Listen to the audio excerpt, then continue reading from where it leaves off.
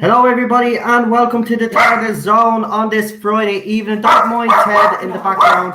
I have to be honest, he's a little bit upset because fireworks gone off today. So he's just a little bit on edge. Mammy is trying to calm him down now. But hello, everybody. Welcome. I hope the find is all safe and well on this, I have to say, very overcast, windy weekend here in Dublin. Also, there's a live football match happening in the background. So if you do hear anything, you might hear some players in the background. It's because obviously we've got a live football game going on. So we're going to be bringing on some guests. So I'm going to send out a few emails, but I just like to say, obviously, the drama has still continued, but something was said to Tardis, which I have to actually come out and say I am not happy about. This person knows how I feel about this because I've actually spoke to them, but I'm just going to say this. I do not want anybody to be going on to Tardis' YouTube channel or his Twitter account and actually having a go of his disability. Okay? Because that's what happened. All right? Now, I know there's a lot of stuff happening on Twitter at the moment and on YouTube everywhere, and emotions are running high. But that does not excuse basically writing up something and having a go at someone's disability. I'm sorry, but I have to be consistent on this. I do not condone or agree with those views, and I don't think anybody should be personally attacking him or his disability. Yes, you could pull him up about the tweets that he says about me. That's fine. Yous are friends. Yous are backing me up. Yous have me back. But under no circumstances do I tolerate any of that sort of behavior. So I would ask you all now, please, if anybody has engaged in any sort of form of bullying of him, you have to stop. You have to stop, okay? My wife this morning was upset. Obviously, she's being now dragged into this whole situation. But listen, I'm not going to go into a big debate and topic about this tonight. Tomorrow night, I am on Gary's channel along with several other YouTubers. So we will talk about that situation tomorrow on that channel. I do want to bring on my guests, and I do want to actually speak about some Doctor Who news. Obviously, during the end of Rabbi's live stream, someone had brought up about Maxine Alderton and Gallifrey base, and that's what I want to talk about because I have something to show you guys anyway. So I'm going to bring on my first guest. I'm sending emails as we speak, so please take a look at your emails and make sure that the people that I've invited on receive your emails.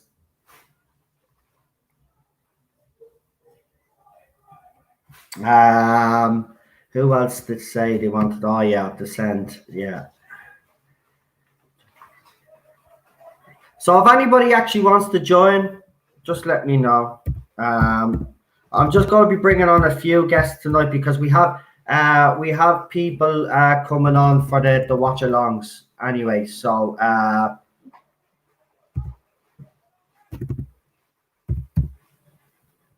Ted, are you messing at the bin?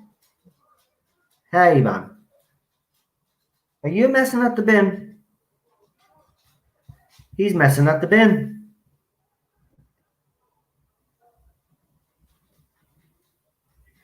Oh yeah, and if some of you could check our messages on Messenger, I actually sent some of you a message to ask you if you wanted to come on. So if you want to have a look there, have a look.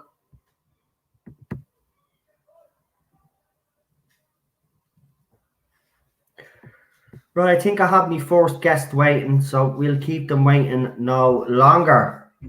So he's been on the stream before, so I'd like to introduce everybody to our good friend on this channel, and it's Marty. Hello. Hey, Marty. Hello, good evening. How are you all doing? How are you doing?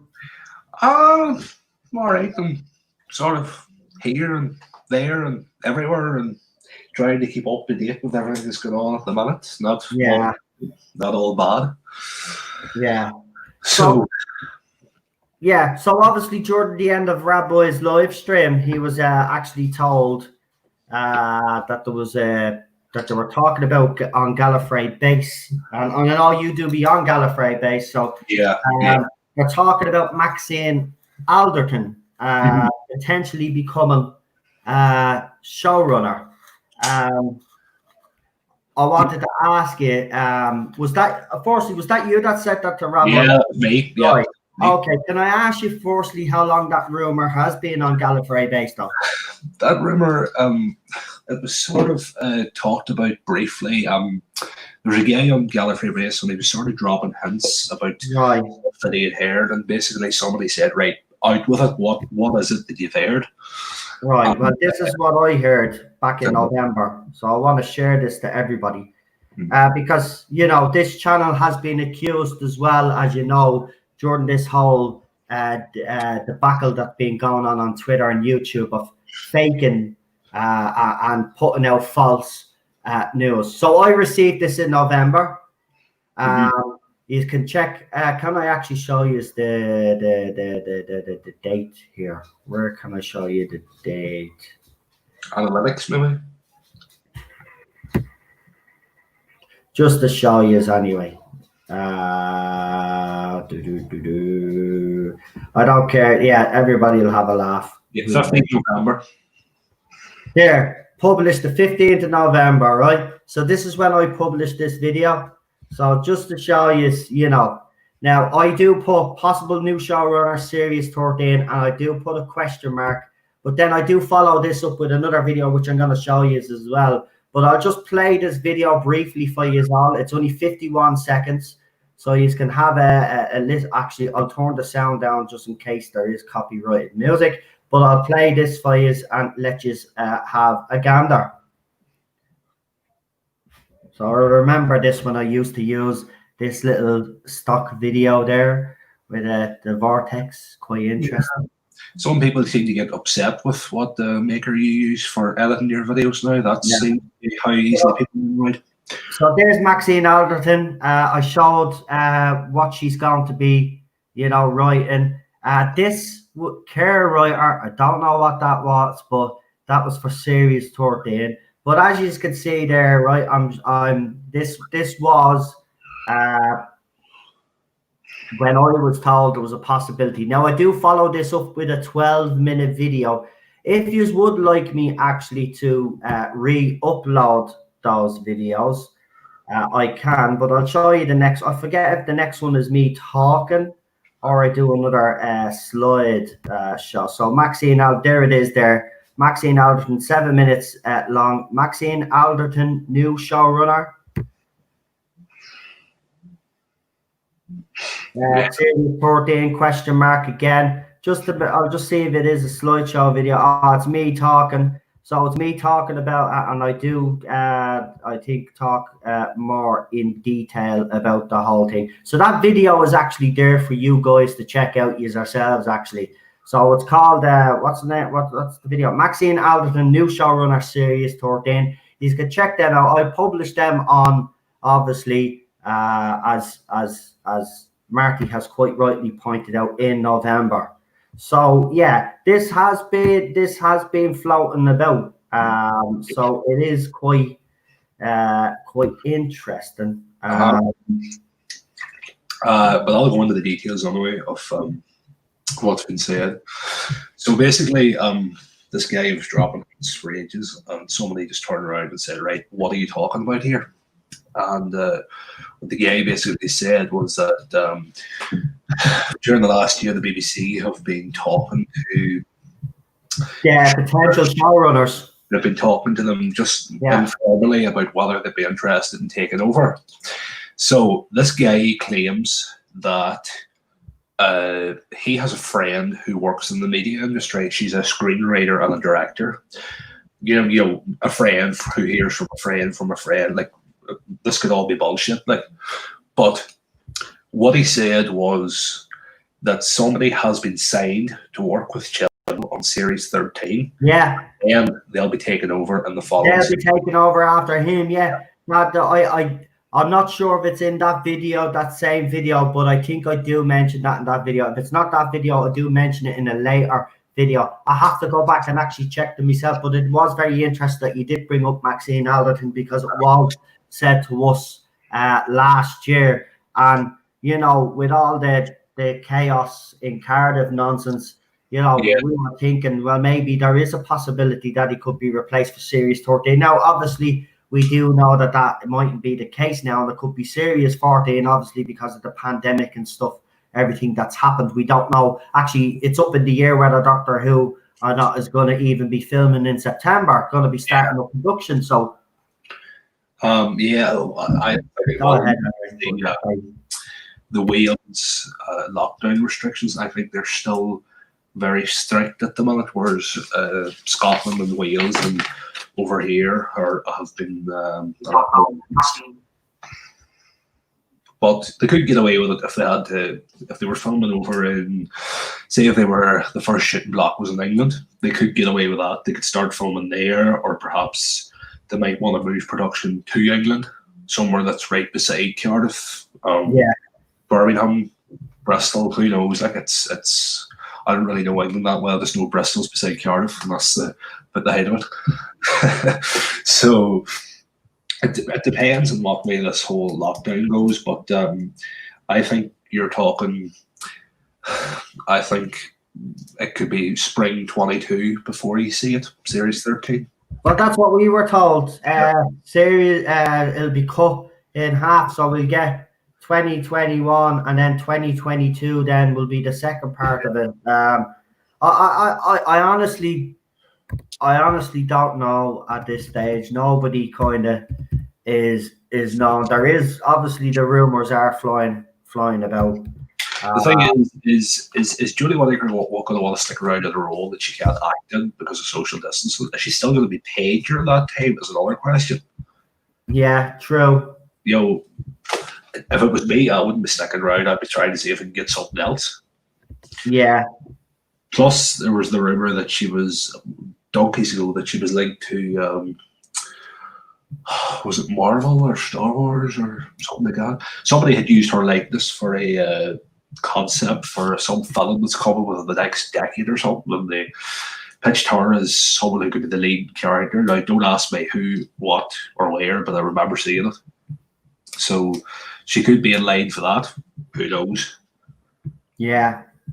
And there's another thing I've seen on Gallifrey Base that was apparently the same guy wrote up about the whole chaos in Cardiff thing.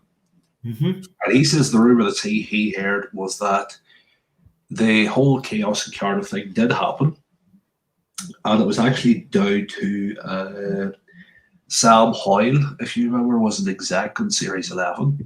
Apparently there was conflict there between him and Sam Hoyle, and if you notice, Sam Hoyle wasn't back on Series 12. She left. It was something to do with her getting the credit as an executive producer or something like that, something along those lines. But Chibnall apparently wasn't too happy with it, and he huffed. And that's what he has heard. What the whole chaos in Cardiff thing was, is that he wasn't with somebody getting the reduced. Well, everybody still denies that chaos in Cardiff happened. is burying their heads under the sand. Multiple YouTubers actually spoke about it at the time as well, and even rival YouTubers spoke about it. It did happen, and it doesn't matter how it came about. Chris Chibnall was leaving last year. Don't care what anybody says. Those two were leaving last year, and something changed. That meeting happened. We were told there was a meeting. They were all getting together, and the issues were sorted out at that meeting. It's as simple as that. They were gone last year. I don't care. People can call me a liar all they want, right? They were gone last year. Even the YouTubers that weren't agreeing with me originally, some were saying, yeah, she's gone. All the signs are the both of them are gone. But then after series that meeting. She's gone after series 13 anyway. I don't care. There's no way they could survive this. There's no way they could survive 7 million households tuning out. And, you know, the other side can call me a hater for saying that, but that's the fact of the matter. 7 million households tuned out. Why? Are they all racist, bigots, sexist, and all of the other names that you call them? So 7 million households in Britain are racist, is what you're telling me. Yeah, that's it's their right. We've got another guest, so I might as well introduce him, and then Marty will continue what he's saying, and then what to call it. Hopefully, as I said, there'll be more. Yeah. There'll be more. There'll be more guests coming on. This is not about pandering to Tardis at all. I don't want to call your name out, but I see it in the chat. This is not about pandering to Tardis. It's about the comments that you made. My wife, that could be her future with the disability that she has. I'm sorry. Yes, you know, these people pushed your buttons, and they've been pushing everybody's buttons. But I'm sorry, I can't condone those comments. And listen, I haven't fallen out with you. I just, you know, I think it'd be best if you did apologize for them, to be quite honest with you, but I know you won't. But I'm sorry, I can't condone those comments, and I'm not pandering to anybody. It's as simple as that. I have to stick to my principles. You know, right? Super John is here anyway. Welcome, Super John. Oh no. How are you, pal? Not bad. How are you? I'm good, mate. Remember, I sent that link to you on Twitter. It was about you know what, but just stick to your guns and don't interact with them. Just try and keep cool, and you know that's the best thing you can do. Well, all I'll say is, because a lot of people out there keep telling me to go to the police. I don't know how many times I have to say this, because I'm blue in the face of saying it. I've already went to the police. I don't know how many times I have to say I have went to the police. This is a serious matter. I got death threats. Nobody gets away with that. All right, and all the other stuff as well. I presented to them. They've said, listen, this investigation, I don't care how long it takes, right? At the end of the day, I know we're going through a pandemic at the moment, right? But it's being handed over to the cyber division. So look, these people can laugh and can continue to do what they continue to do, right? You're just giving me more evidence to give to the cyber division. So I don't really care at this stage. So, but I want to make this clear. I have went to the police. So you can laugh it off and pretend that I haven't. All you want, or send people in to ask me questions to see if I've really went to the police. I'm telling you now, I have went to the police. Good on you. Right? Nobody's getting away with this. You aren't taking this channel down, right? Because I seen you attempted to one of my videos. Well, I re-edited it. I re-edited the video for you, right? So because you know you're being a petty little prick now, right? I re-edited the video. It's done. You're not going to take me channel down. You're not going to take me Twitter account down. You could try all this hate all you want. And by the way, I suggest that you watch Gary's channel tomorrow night. Yeah, all of you guys that have been at me and all my friends the past week, watch tomorrow night. Watch tomorrow night. Do you know what? Yous are silly. Yous are silly. Yous actually don't think I've went to the police. I've went to the police, and I'm not going to say it again. All right, and that goes to everybody else that on our side that keeps that. Well, go to the police. I've went to the police, so don't keep saying it. I've went to the police. It's the right thing to do. It's at the end of the day, it's harassment. Like it's 100% harassment. That's what it is. That's exactly what it is. And listen, as you know yourselves, go back through my YouTube channel, by the way. The last few weeks, all we've been doing is watch-alongs and stuff, and you'll see when this all started kicking up again. 2 weeks ago exactly, right? There's a video 2 weeks ago when I started force addressing all the crap that I was getting, right? This was planned, right? We were doing our watch-alongs and minding our own business and doing our own videos, right? And then people started causing drama. All right, we were leaving it well alone. So all those people out there that are saying that I'm threatening this, that, and the other, I have made no such threats and I've made no such accounts up or done nothing. Right? I've went to the police to prove my innocence, which I fucking will. Right? And the rest of you is bunch of ticks out there that are retweeting all this stuff. Right? Thinking it's all fact. There is absolutely no evidence whatsoever to link back to me because I haven't done any of this. All right? I haven't done anything. Right? I've been bullied. Yeah? They say I'm playing the victim. I don't play victim. You right? That's one thing get through is a bleeding heads. Right? I'm showing people the evidence. And then you are all like, but now's the one that's bullying a teenager. Well, that so-called teenager is retweeting tweets and is instigating other people whether he likes it or not. And then he comes out and says then, but I'm not responsible for what people do on the internet. But yet then has a go at me because other people are doing the same. You're a hypocrite. Like I left a comment on his channels basically when he was trying to make you out that you're a racist. And I just told him that, you know, you have your opinions. And I have mine, and you know, I just say it. You're a hypocrite. I don't like this here at all. I says I'm not trying to force my opinion down your throat. And another thing, I just want to say, I am absolutely fine, by the way, because a lot of people would think that I'm somehow all upset and I'm somehow all like I'm running for cover because of all of this. No, I'm not. I am grand. Yeah. I'm telling you now, you have made me, I'm telling you, I'm going nowhere. And you know, the only reason why I'm not going anywhere is just to do use our heads in. Because one of the comments was, well, if your husband basically can't take the heat, why doesn't he go off? You'd love me to go off YouTube, wouldn't you? You'd love me to go off YouTube. It's not happening. It's not happening. That's why you resorted to reporting a video on my YouTube channel because you want to take me down. You're a pathetic little loser. Just concentrate on your own channel, yeah? Right? Channel that's not doing well but has to engage in drama to actually give his channel some views. Yeah. No, that's all it is. That's all it is. I don't care what you say. You can, do you know what? Take a little snippet as you always do. Throw it up then and then twist it all you bloody want. I don't give a flying fuck anymore. You're a bully. You're a bully. And you went and now you think you can go after me wife and say things about my wife. That is my wife, by the way, that actually has been writing up as the wife. Because some people are making it out that it's not her. Well, it is. Yes, it is her.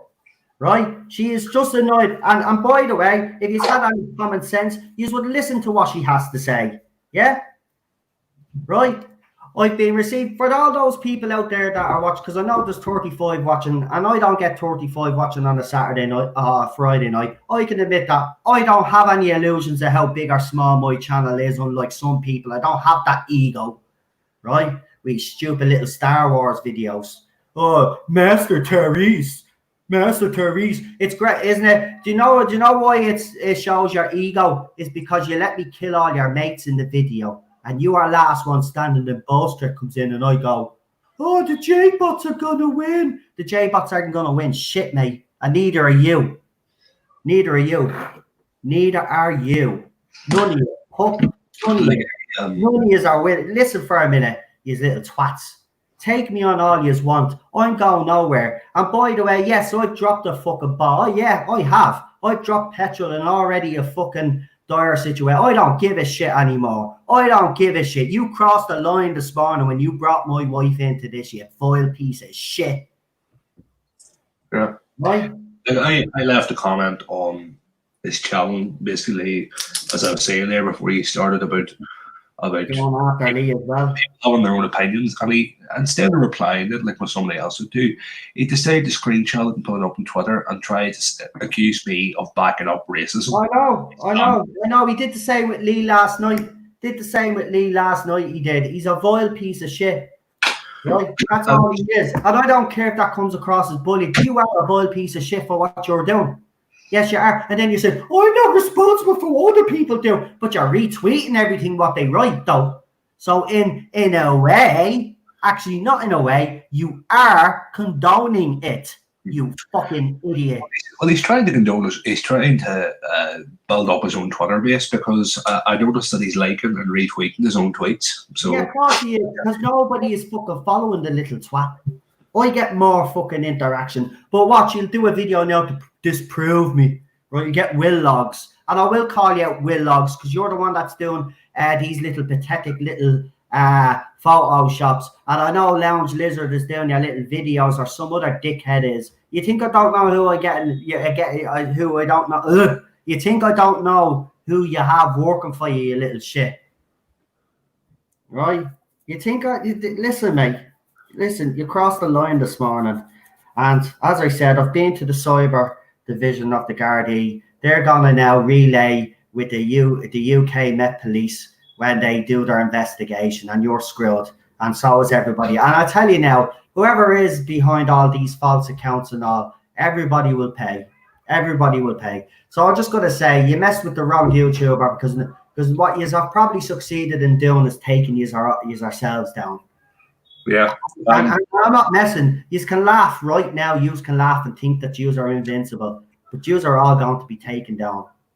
and they went after Joe Matrix Lord now too. Now Wallers. Oh, I know. Sure, I got sent a video by someone. By the way, just to let you know, on Sunday I'm going to have an expose video on on Sunday. Here's my channel, by the way. By the way, give me video a like on Matrix Lord.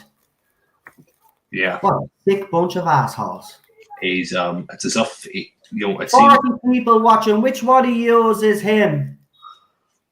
Come on into the chat and explain yourself. Why don't you come in and actually be a good man and actually apologize for all the shit that you've been saying? Apologize for all the crap. And I'll tell you what, I'll leave you alone. I'm not leaving you alone now. I'm not leaving you alone until I get what I want, which is you and that other dickhead with the smiles wiped off your faces when the Met Police knocks up at your door and has you done for harassment and slander. I would actually have I would actually have an ounce of respect for him if he actually said, you know what, invite me on your channel here and let's just sort this whole bloody thing out. Like. Yeah, but you see, I wouldn't bring him on the channel though. That's the thing, because he'd use it as an opportunity then to big up in front of his mates. See, he's gone too far. He's gone too far. The thing about it is, he's not going to quit now, right? So this is what. So after Saturday, what I'm just going to do is, it doesn't matter what he tweets now. I see everything anyway. I get sent everything. And by the way, just to let there's a certain person out there, a certain female out there, not connected to the one that actually had a go at me a couple of weeks ago. This is another one, has decided to pipe up and talk about my wife being not real and all this. Now, she's making the claim that I'm stalking her Twitter account. I'm not stalking your Twitter account, you stupid idiot, because for the simple fact is, as I've said to Tardis and Channel Pup on several occasions, I have people, researchers, I do run a YouTube channel. And I do have researchers that go and get me all these. Do you think I sit here and spend all my time looking for your pathetic little tweets? I don't. I get sent them.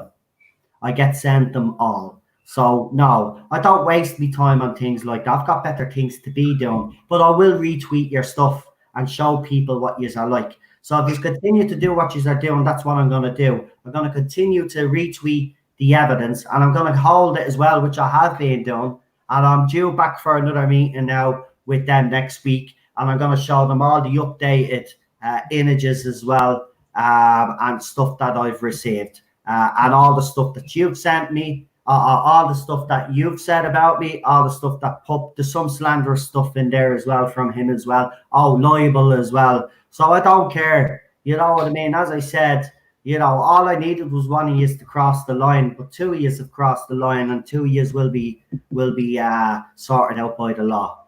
And that's a promise, because, you know, you aren't getting away with this. You aren't getting away with this. You aren't going to keep me quiet. And as I said, we will not be silenced. We will never be silenced. So what I suggest that you two kids do is, you know, cop onto yourselves and actually realize that people do have different opinions. And listen, you can keep throwing that racist thing around all you want. Nobody for a second buys it anyway, because people that follow me and know me know that I am. So you can keep saying that I am, right? Everybody knows that I am. You can keep making all these other claims as well about threats and stuff. I have proven to everybody that these are all fake accounts. I've even reported them. My friends have reported them. We've even put up screenshots where we've received the report back, and I've shown it up, right? None of these accounts are connected to me whatsoever. Now, I'm not saying that the accounts are connected to these two gobshites, because I don't know that, right? But I will say that the last 3 weeks of this, going back even with the other one, that is all being investigated by Garda Síochána's cyber division. So, you know. Wee bit of a message there for them on my new avatar pick. once the cops get on them. Yeah, screw SpongeBob. It's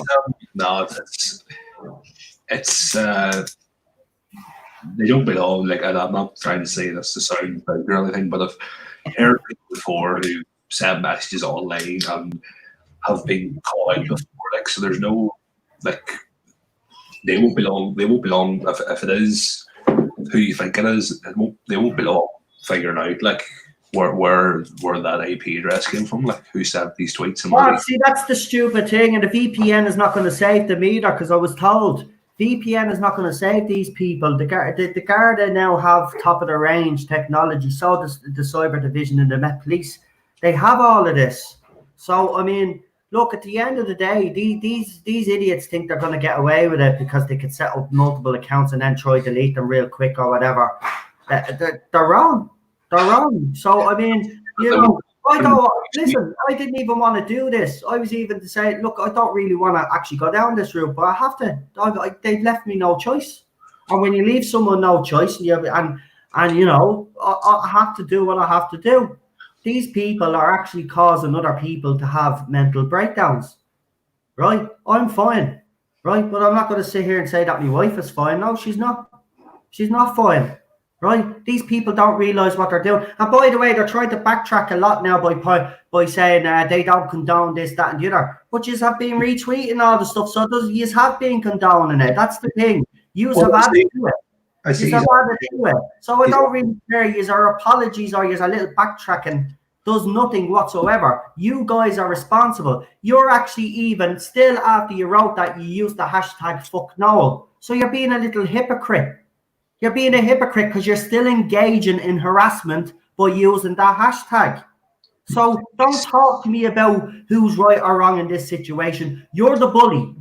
You're the bully. I'm defending myself. I ain't playing the victim. I am a fucking victim.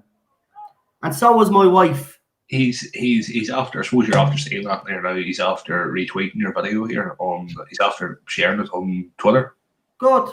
I'm getting views and subscribers thanks to him. Noel is literally dissecting the main video. Grow up. Hashtag Doctor Who. Hashtag fuck Noel. There you go. What a pathetic, sad little individual you are.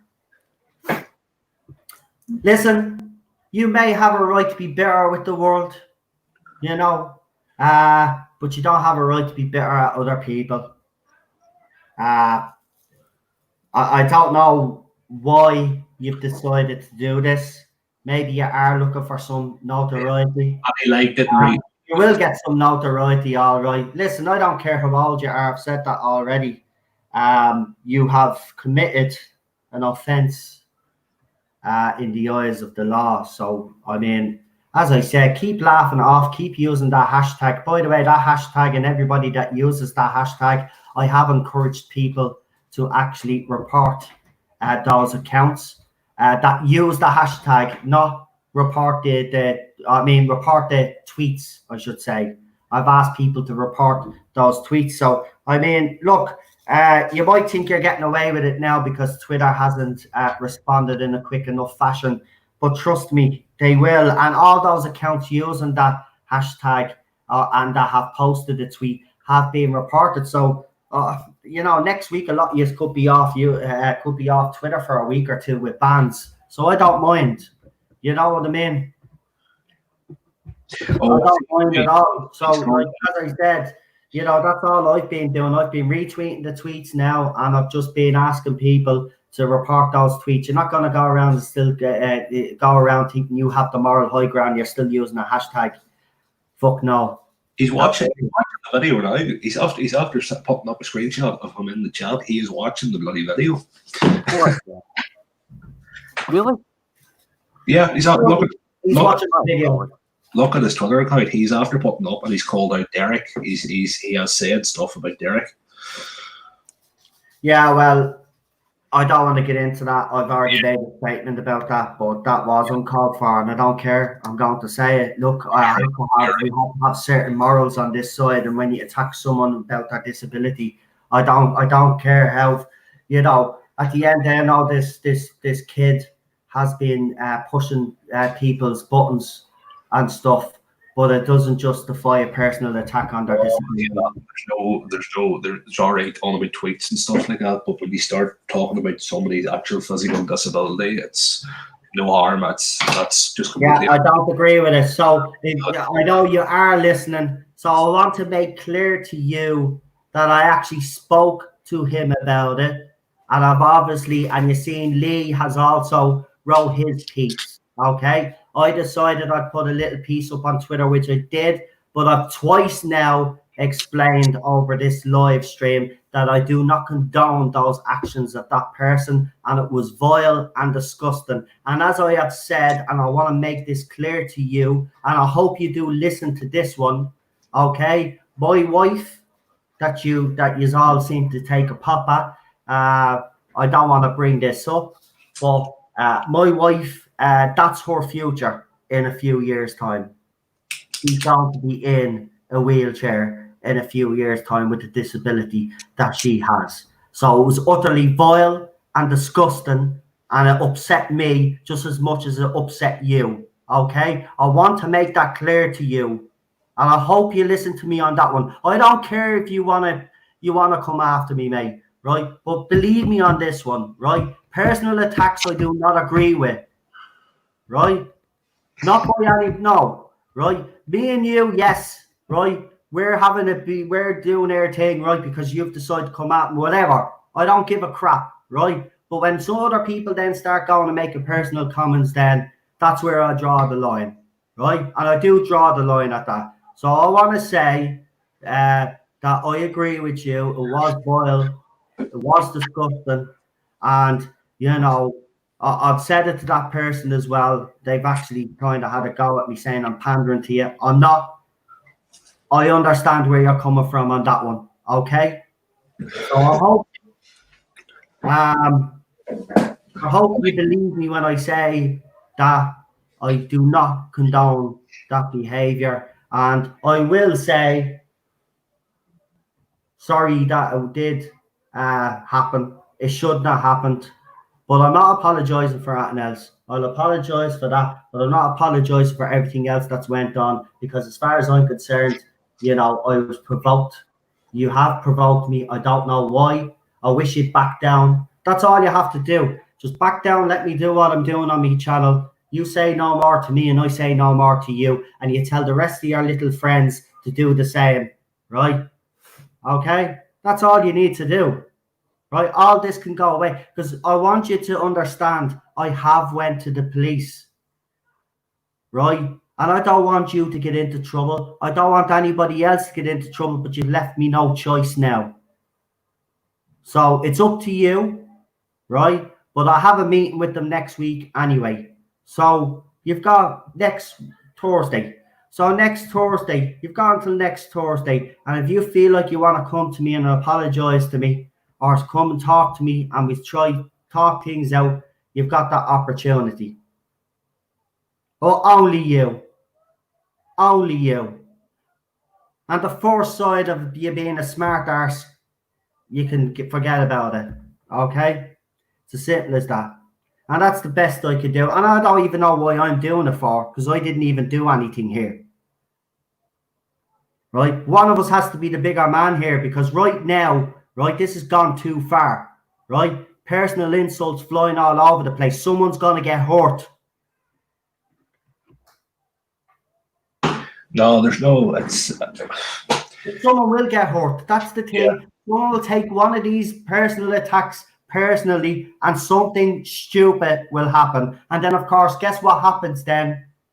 I will be the one that will get into trouble over it, or he'll get into trouble, or someone else will get into trouble. How far does this have to fucking go? It's trust me, I can keep going if you want to.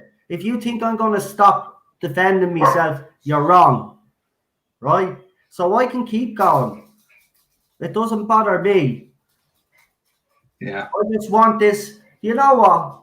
I don't give a flying fuck whether you like the fact that I dislike Jodie Whittaker and Christian. I don't give a fuck whether you think I'm toxic or not, right? I honestly don't. I don't. At the end of the day, I'm entitled to those opinions, right? And who are you? The fucking moral police. You're not the moral police, and neither is Channel Pup or all those other little dickheads out there. You aren't the moral police, so don't be fucking coming to me or anybody else and thinking that you are. Yous are the ones that are the disgrace of this fandom, right? Yous are the ones that have brought this fandom down to a low level, yeah? And you know what? I'm sick and tired of it. I'm sick and tired of you saying this, that, and you have no evidence, right? And I didn't threaten you either, by the way. You keep telling people that you have threats. Then you said, but I don't have the threats. I don't have the screenshots. I got rid of them. He tweeted right? Just again. Right? This is what I said. No, this is what I said. Right? I'll tell everybody what I said, because unlike you, I'm not afraid. This is what I said. I said, you will regret stabbing me in the back.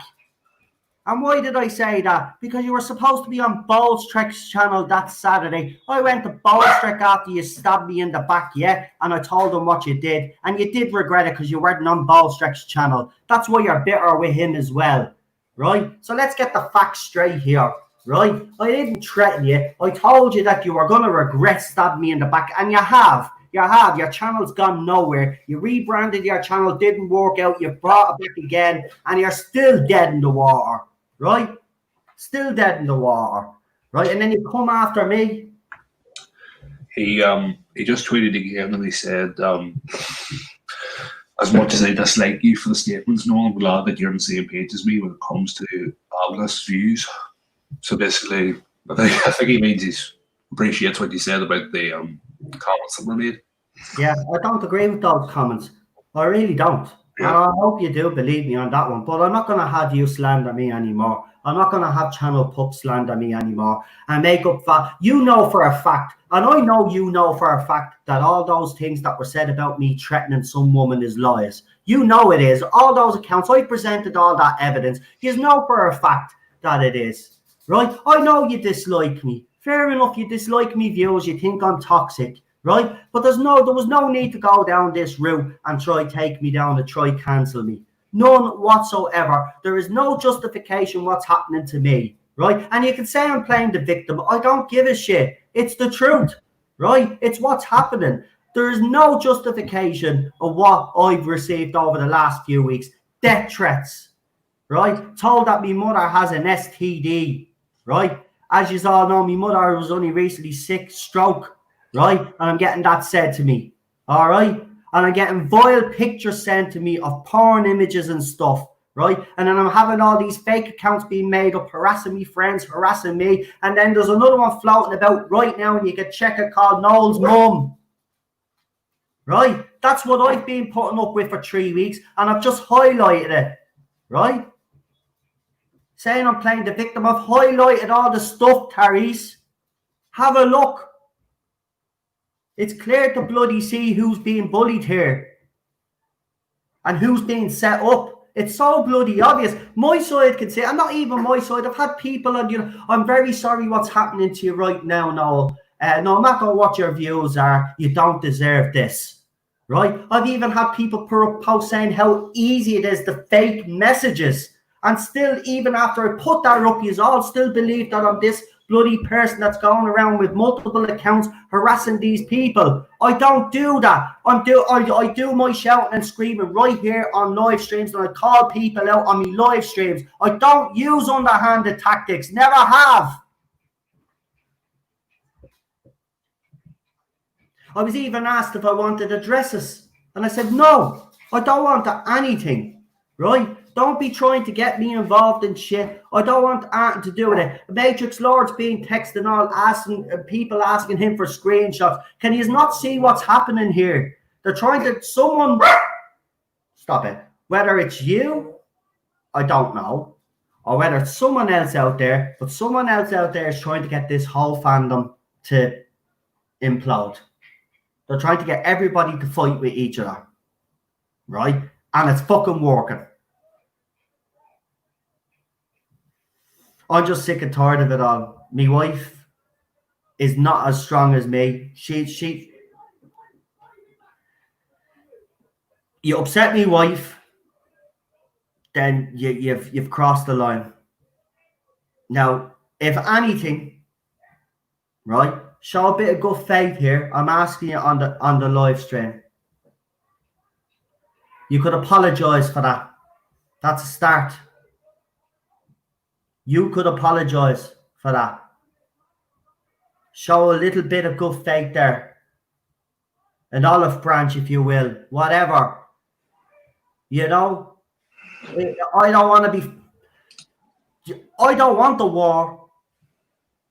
I want to be able to do what I was doing on my channel before all of this shit started up. Do you know what? It's quite funny that as soon as I unprotected my Twitter account, all shit breaks loose. Right? They were waiting for this.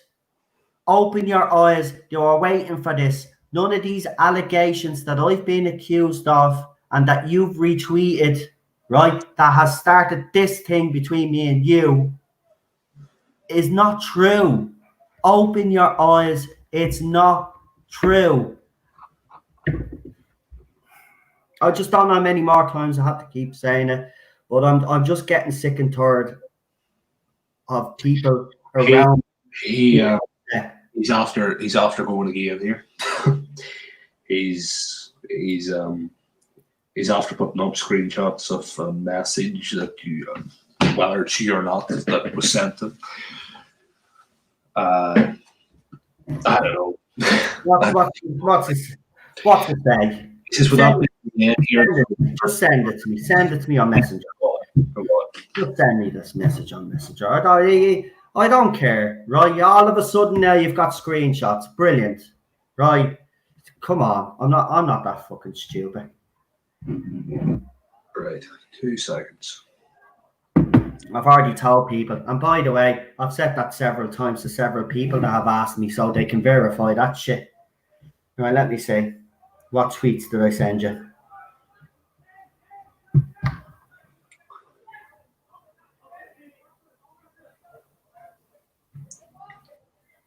What?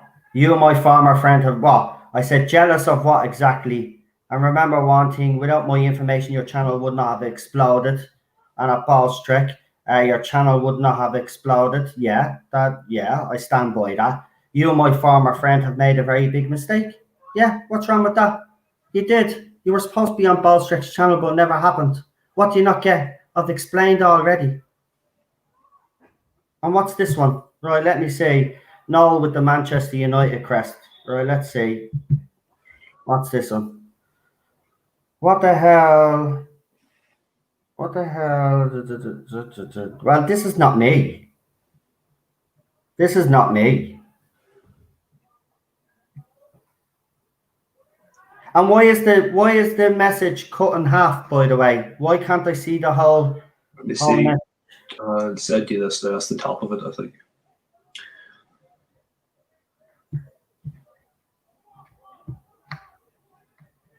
Let me see. What the hell? What the hell? You are jealous of what exactly? You abandoned this random to do film videos, and when they didn't do well, you came back and did the Doctor Who videos.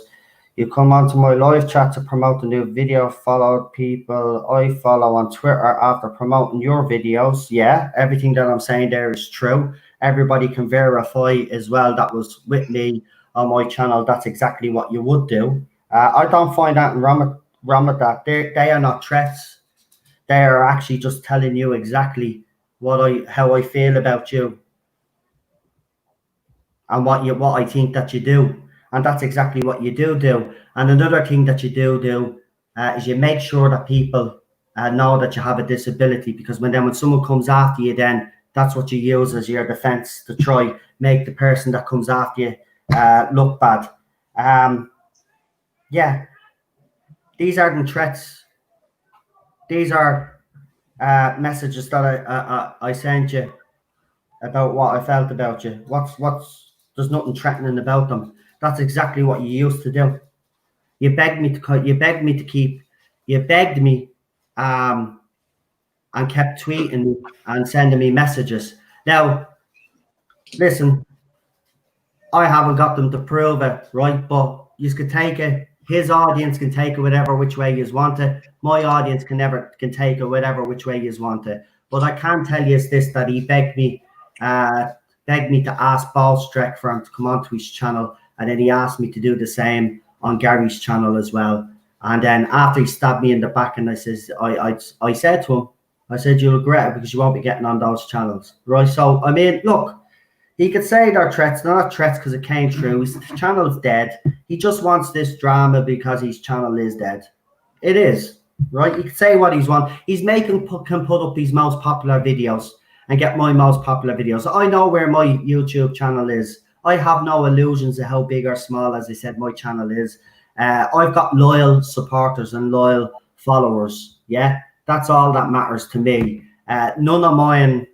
None of my subscribers or anything like that, and a lot of them I am friends with as well, which is a good thing as well. So we're kind of like a big family here. So I don't really care if my channel grows any further, but you do. That's what matters to you the most. I don't care. You know, you've made references to about how crap my channel is. I don't care, mate. You know what I mean? It doesn't bother me. I put out the content that I want to put out, and I have an audience that likes to listen to what I have to put out. So, you know, I don't really give a crap about views and about subscribers, but I knew that's what you'd bring up. So that's, you know, it's typical of you anyway. You know, and as I said, by the way, yeah, you did pull me up on the whole, Lee did my intro video. Well, you see, the difference is Lee did an intro video from my channel, whereas you got people to do, or people did stuff videos belittling me.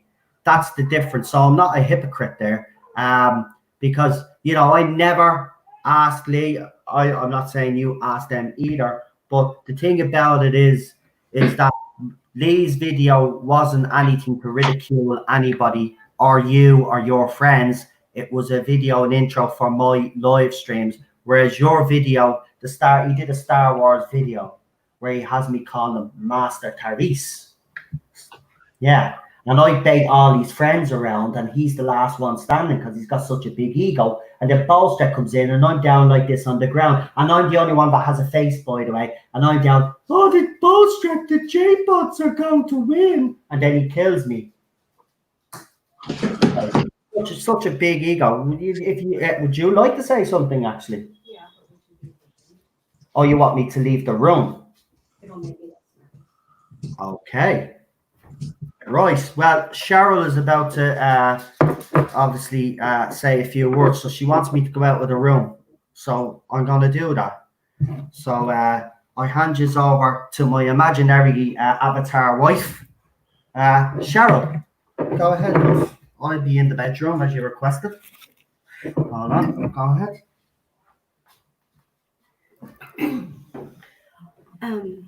Hi everyone. First of all, Hello, Cheryl. hi. Cheryl. Thank you to everyone for the texts and the support. Obviously, I stay out of the drama.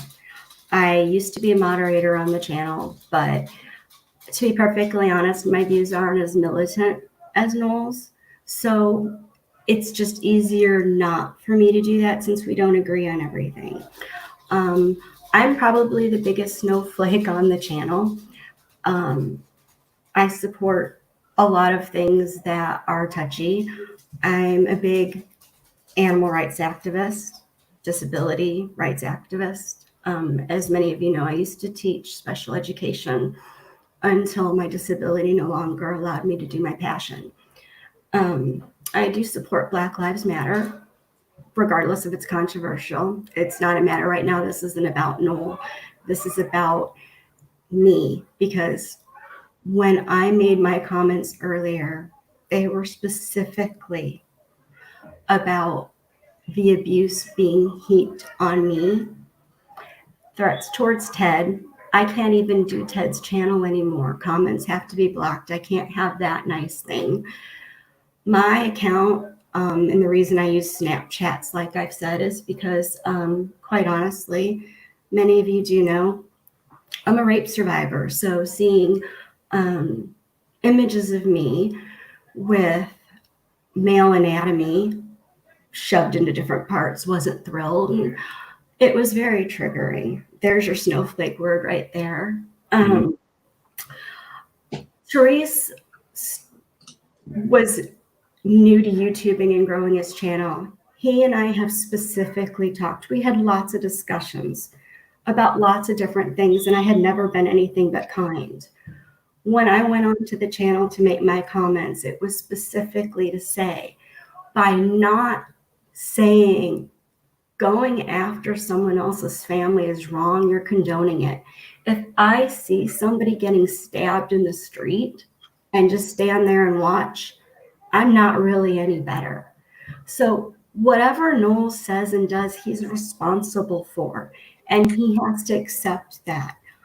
That's not me. So to get death threats, comments about my family, have my personal accounts hacked, made into fake things that say vile things, that I've had to explain to my friends and family, is really awful.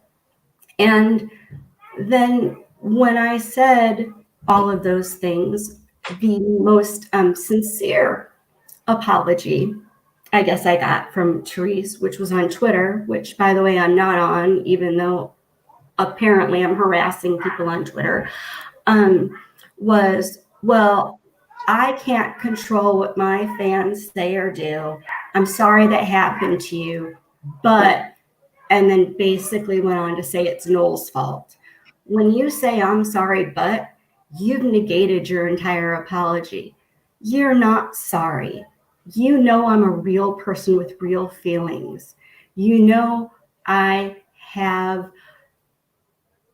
a kind heart, and I had never done anything to you. And the fact that you could not even man up enough to respond to me on comments on your page, but have other people do it and then try to say like you were the victim is appalling. But then to take my comments and mock me on your Twitter account and make me think you're sincere, you are the bully. You are absolutely the bully. Whatever beef you have with Noel is yours. I personally think the entire thing's stupid on about 1,500 different levels. This will be my one and only statement. It will be my only time on the channel again. I am not okay, because it is not okay to encourage, condone, or minimally not call out your fan base for harassing someone. And for one of your people to call me playing the victim is such crap. I cannot handle it. So thank you to the people that have been supportive. The rest of you, I sincerely hope you never, ever have anyone do to you what you have done to me. So much love to you all. And I'm going to turn you back over to Noel. Thank you.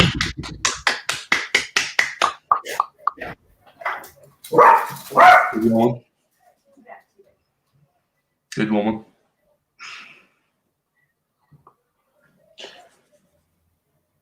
No, there's no place for that at all. Like. Yeah. Right, I'm back. I've just listened to my wife. I'm obviously a few seconds behind her. I was listening on my phone. Listen, that's upsetting me a little bit. Look at this has gone too far. And I don't see why I have to leave Twitter or YouTube. And I'm not going to, but this has to stop. It's not good for anybody. And Cheryl is right. This whole situation is stupid. It's stupid. It's built all on false facts that you guys have somehow thinking it's true, and it's not. It's not. I'm not going around harassing women or bullying, and using multiple accounts. It's not my style. It never has been, and it never will be. If I call people out, I call them out publicly. You know that. Come on, I've always done that. Why would I suddenly change tactic? I don't. I'm not that type of person. Well, it's sad to hear that Cheryl's not going to be on it, and she said it to me today. She's done, and that actually kills me because I had so much planned for me and Cheryl to do on the channel, believe it or not, because we were talking about doing little watch-alongs and all. Now that's gone out the window. It's done because she feels like she can't come on anymore, and it actually is.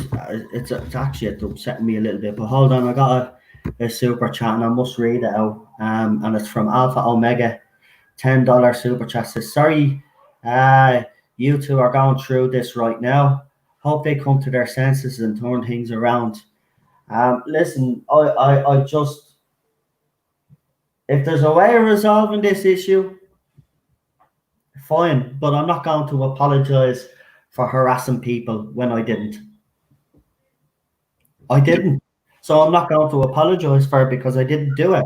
I just wish these people would take a leap of faith like the rest of my supporters have. And they've seen the evidence. I wish the others would see the evidence, see that it's all fake accounts, and actually just say, yeah, maybe Noel is telling the truth. Yeah, you might believe I'm toxic, right, because of me views. You might think I'm sexist and racist or whatever, right? I don't care. I'm not going to have anybody actually say that I've been going around harassing people. I don't do that, right?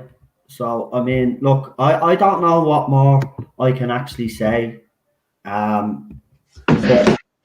listening to me wife, you know, it's not good. All I just want to do is do what we've been doing on the channel the last few weeks, which is our watch-alongs.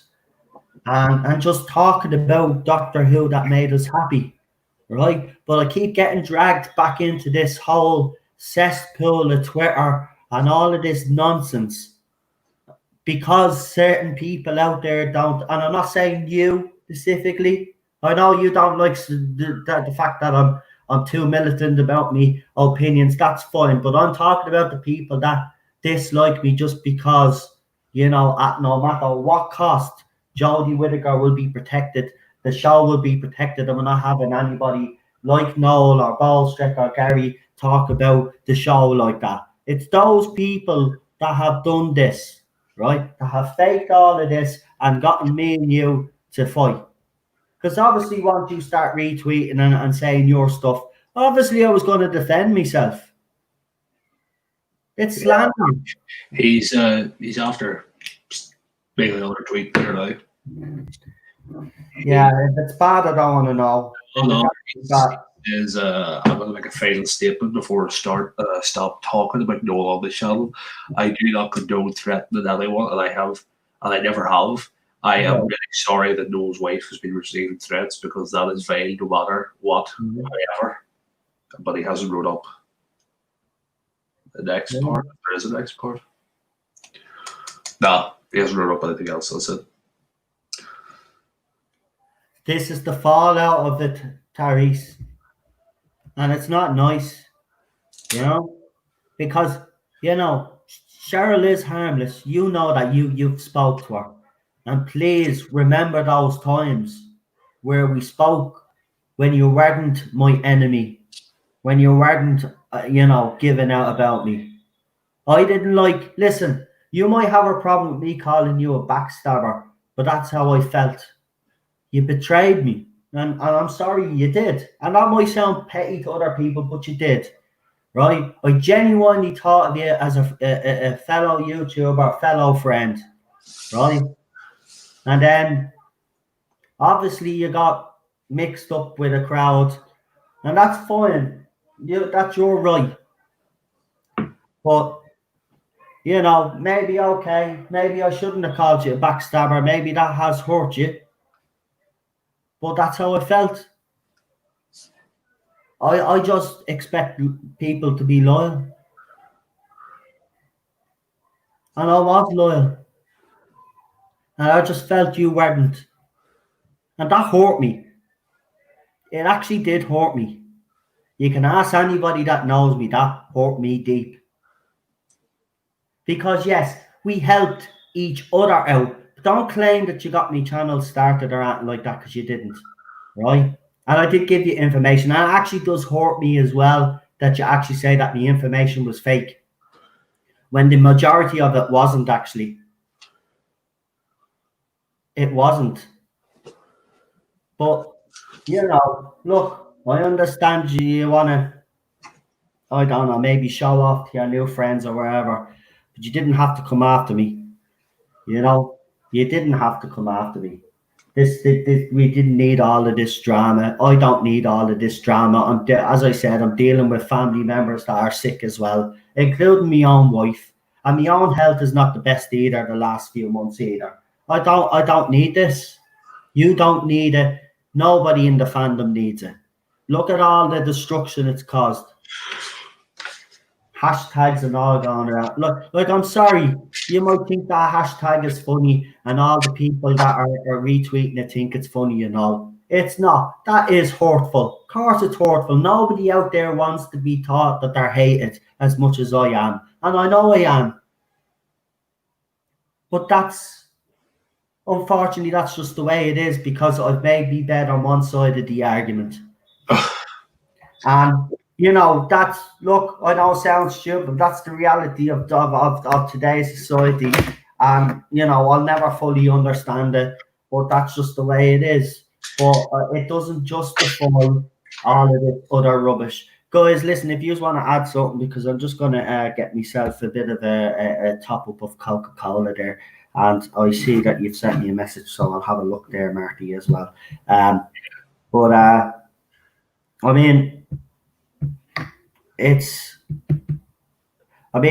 heard Cheryl there. That's what's sending me over the edge now, was because, she really is harmless. She doesn't, I'm a lucky man. Yeah. Yeah. It was very brave of Cheryl to give that speech. Very brave. If he has truly decided to stop speaking about me, then I thank you for that. If you're sincere, thank you. Yeah. It takes cojones for Cheryl to come on and say stuff like that. No, listen, she was sitting here listening to me the whole time, and then she just looked up at me and she just said, "Can I?"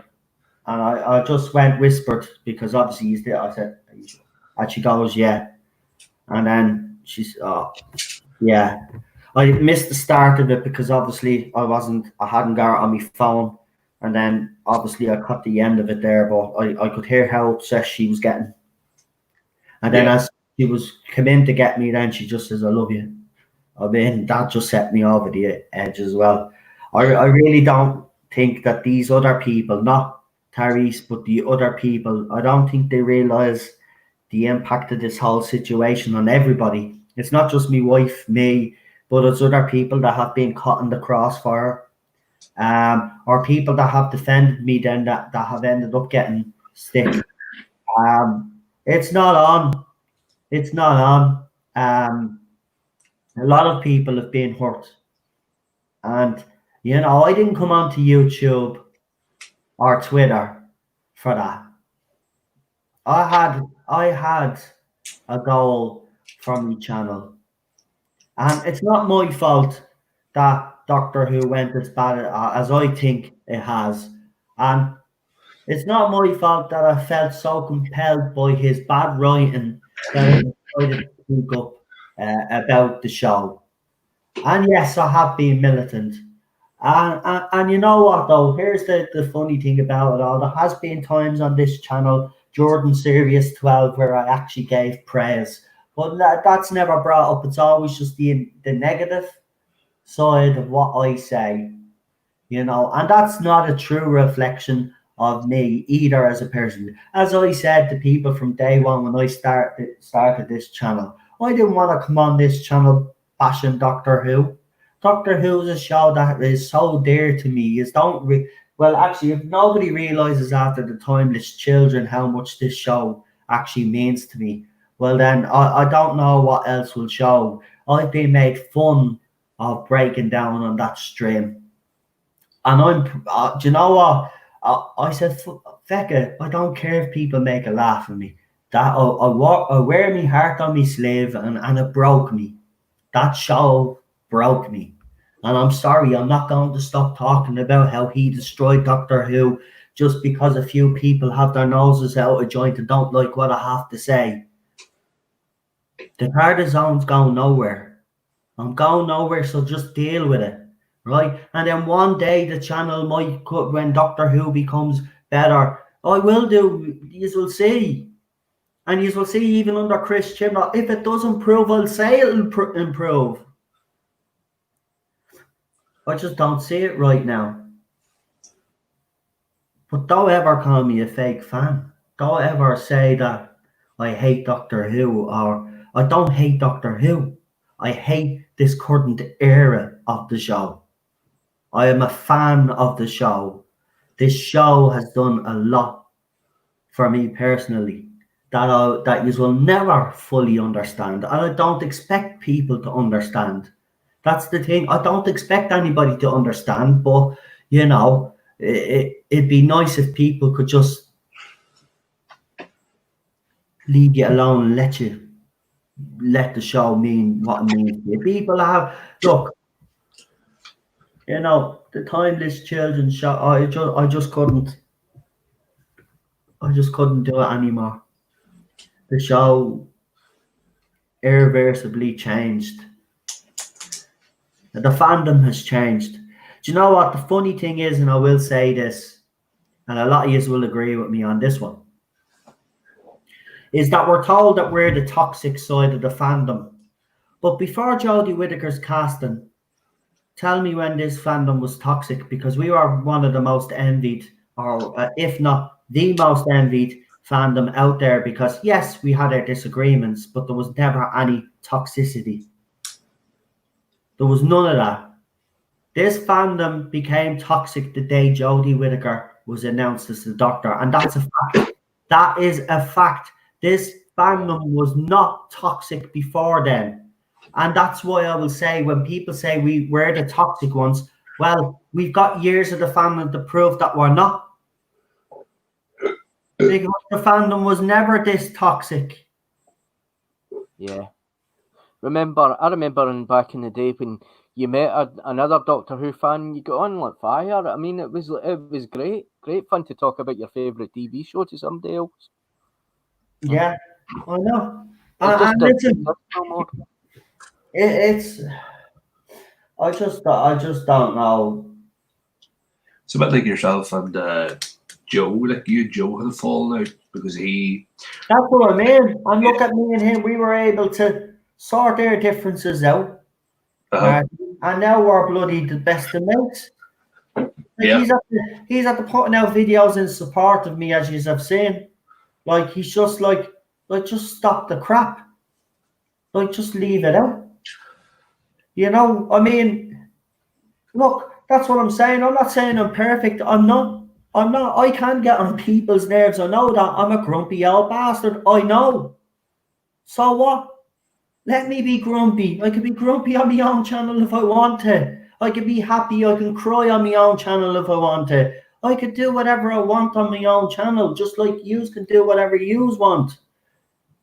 Funny thing is, I'm not going on to user streams and bleeding it, going after yous.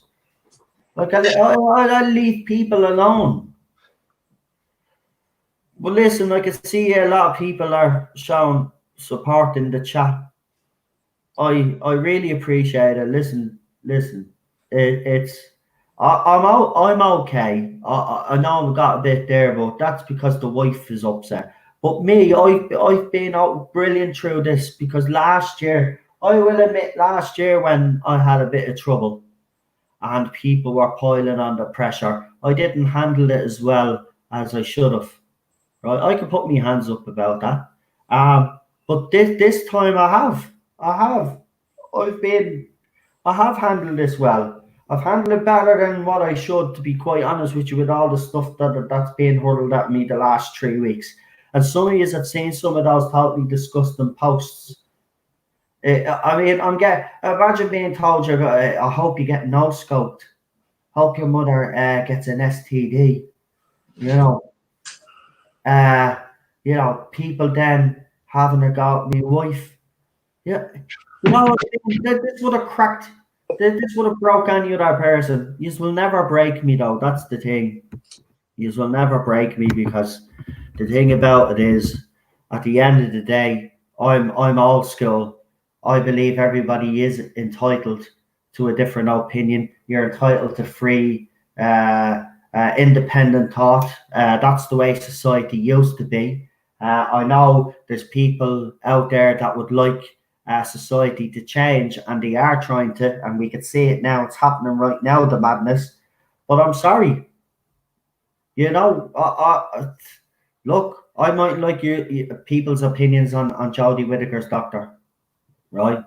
And maybe you're right. We all may probably have to look at ourselves and say, right, well, should I really comment here? But listen, if someone puts up a post and I follow that person and they ask me what they think of Jodie Whittaker's doctor, or they ask their audience or their followers, I'm going to answer.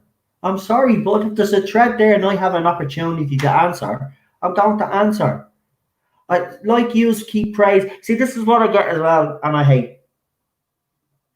Right? You go around constantly being negative. Okay. Then I'll flip it and say, well, yous are always constantly positive. So should yous stop being positive about Jodie Whittaker and the show and stop talking about how positive and how great Jodie Whittaker is and Chris Chibnall is? Should yous? No. Neither should we. That's the point. And I think that's what we've lost in this fandom. We've lost. This fandom is dead as far as I'm concerned, like the show. It's not a fandom anymore. It's a fucking war zone. Different factions. And for what? We've got one group trying to protect the legacy of the show. We've got another group that's trying to get rid of the legacy. Then we've got another side that are racist, sexist, misogynistic. I'm not going to leave them out, but they're there. Then we've got another side that's militant about Jodie Whittaker. There's different factions in this fandom, and each faction is fighting with each other. There's going to be no winner. None. Because while we're fighting, the show's still going down the pan. Have we forgotten that there's a TV show that's going down the pan? 7 million households have tuned out. Now that's households. We don't know how many are actually sitting down watching that show in those households. So there's more than 7 million people. They've tuned out watching Doctor Who. The magazine is struggling. The fandom is the least of our problems right now. Right now, we must be highlighting why the show is bad.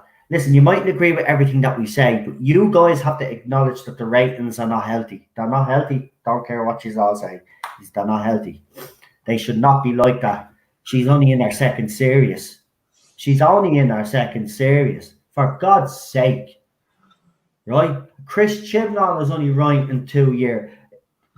You know what I mean? Like, how many? Listen, here's another thing as well. I keep hearing people saying, well, Series 11 was bad, but Series 12 was an improvement. Yeah, you just have a point. There was a slight improvement, but he ruined it all with the timeless children. So it doesn't matter, right? So what's he going to do for Series 13? Even if there is a slight improvement, again, you've lost the fandom because of the timeless children. I think that if he hadn't actually steered the ship, but actually fucking, got a grip of it and didn't have all the problems that are now. Like, I know that the Ghost Monument got 9 million overnight views after it was watched the second episode. If he had actually got a grip of that, there's no reason why the ratings for Series 7 going to stay like that. And now the ratings for Series 12 might adapt. And then maybe in the third series, Series 13, the ratings would have gone down to what they are now.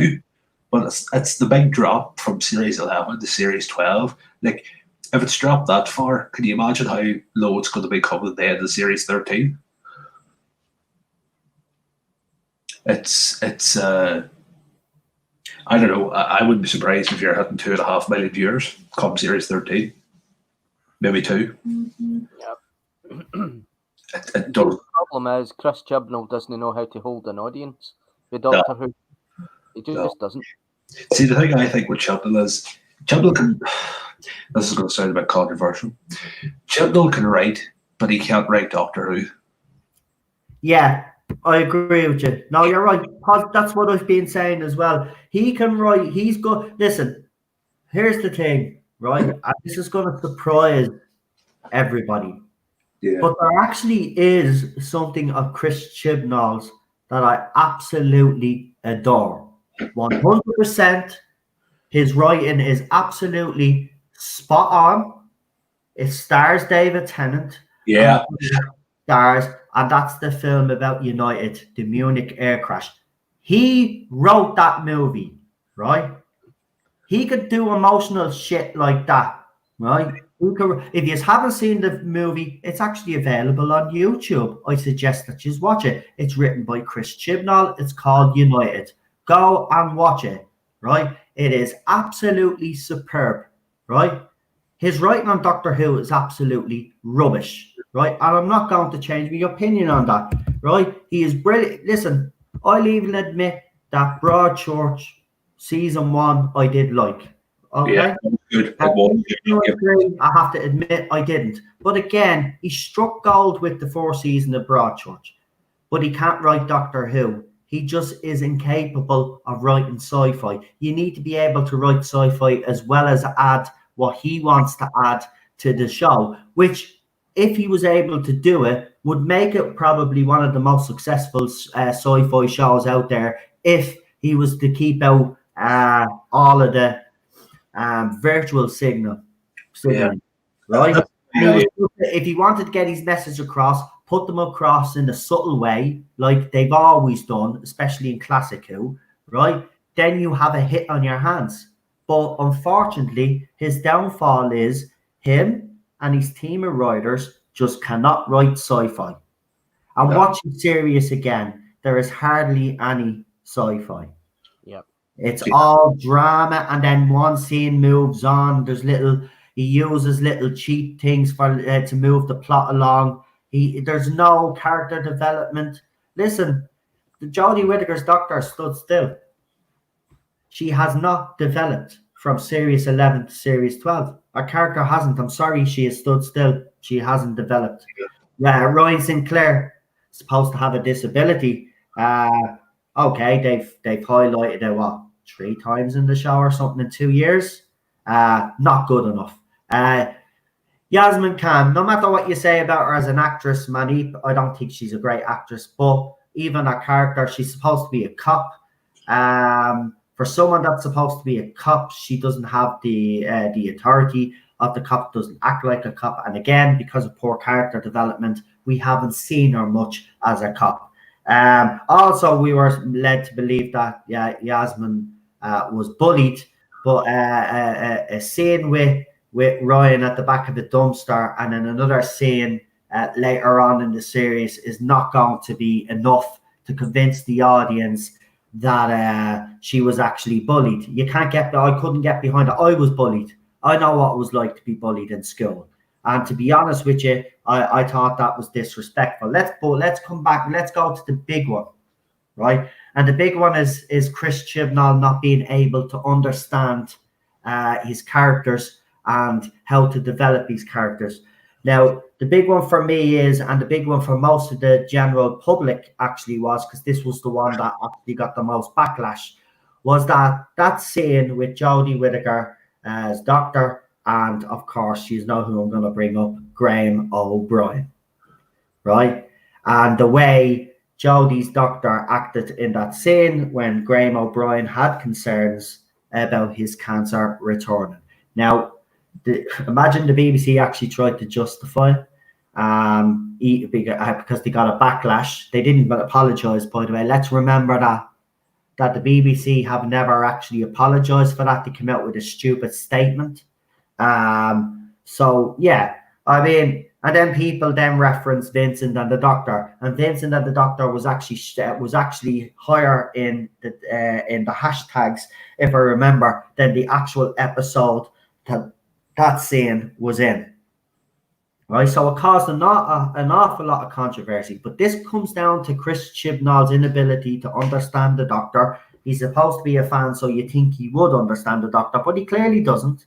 And his inability to develop characters. Now, why was United so successful? Because I want to go back to that a little bit. Well, the story was already there. And you can't mess up when the source material is already there.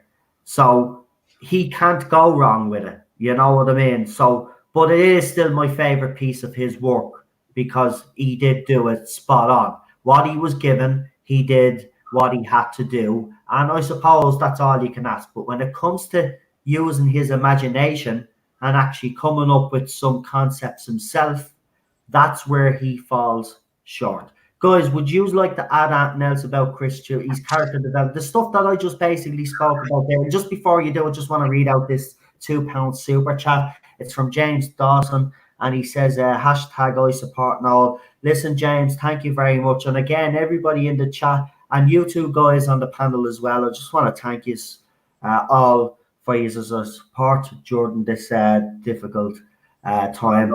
It's you know, I'm not going to lie, it's been, you know, today I woke up and I thought, right, new day, everything will be fine.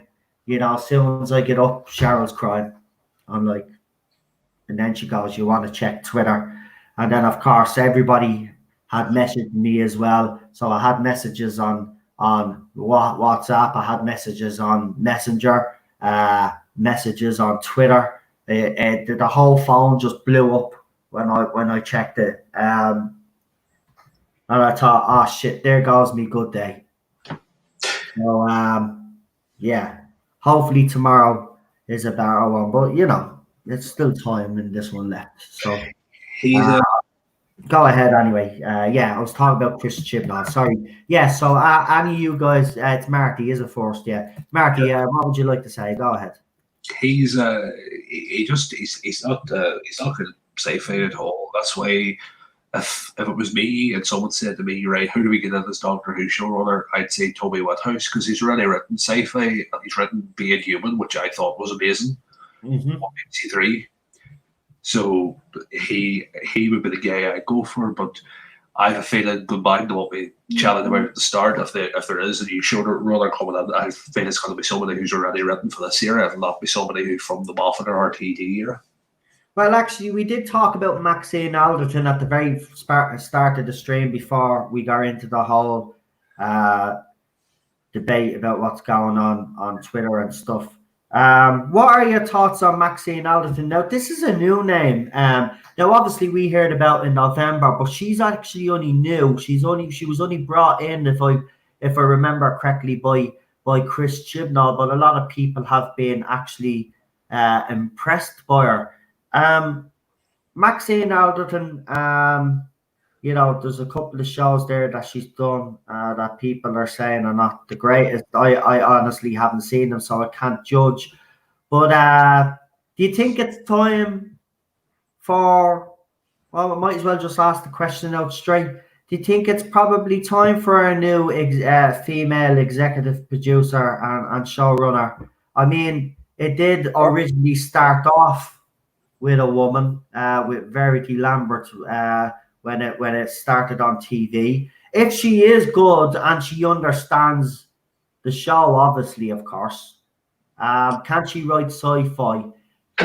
That's actually. Do you know what? Let's actually get up our bio, will we? I'll ask you guys anyway. What do you think of Maxine Alderton? Because Marky, you know a little bit more about it anyway. But Maxine Alderton, what do you think? Well, she wrote The Haunting of Philip Day, which I thought was one of the better episodes. Yeah, one of the better episodes, I thought, to tell you the truth. But she hasn't got that much writing experience in terms of like exec or showrunner. I know she's written a hell of a lot of episodes at Emmerdale. Right there, I have her right. Yeah, you're right. Here it is here. Right, so these are the shows that she's been involved in. So let's have a look at her bio. And this is what YouTube channels do and fan channels do. If there's rumors about certain people, we will take a look at them. So there's Maxine Alderton, no picture. She was a script editor on Emmerdale now, so could she be a script editor for Series 13? So there you go. So yeah, Emmerdale Farm. I love the way they have the old logo, Emmerdale Farm. I remember when it was Emmerdale Farm. The Worst Witch. Now, this is the one that everybody's been giving out about. I haven't seen it, lads, so I don't know if you have seen it. And we do know that she's wrote for Doctor Who. So there you go. She's written 118 episodes of Emmerdale. Now, I have to admit, Emmerdale's not a bad show, right? But it is a soap. Yeah. Right? She's also done The Worst Witch. So there you go. She did. She wrote. She did episode 1, and then she wrote 2 episodes, and then you have The Friendship Trap, Tardis Trouble, and The Worst Witch. So personal details. No, we don't want to go into all that. We don't. We just want to know what she did. I don't really give a crap once she's right, but no sci-fi. Nothing to do with sci-fi, Nothing to do with sci-fi. So the answer to your question, Carl, is no. Nothing to do with sci-fi. If you consider her episode in Doctor Who sci-fi, then that's the only experience that she's had. That's why I think, why would you bring in somebody like that hasn't had? Again, as I said, I got this information in November and it's been spoke about again. So I don't know why her name's being brought up again. I kind of ruled her out last year myself, actually in December when I heard other names being floated about. For instance, what's his name was mentioned, Mateig. Pete. Yeah, Pete Mateig was mentioned. So I thought he'd probably have a higher possibility. I actually think there was anybody to take over from Chris Chibnall, and Chris Chibnall wanted to kind of keep, say, one of his own people.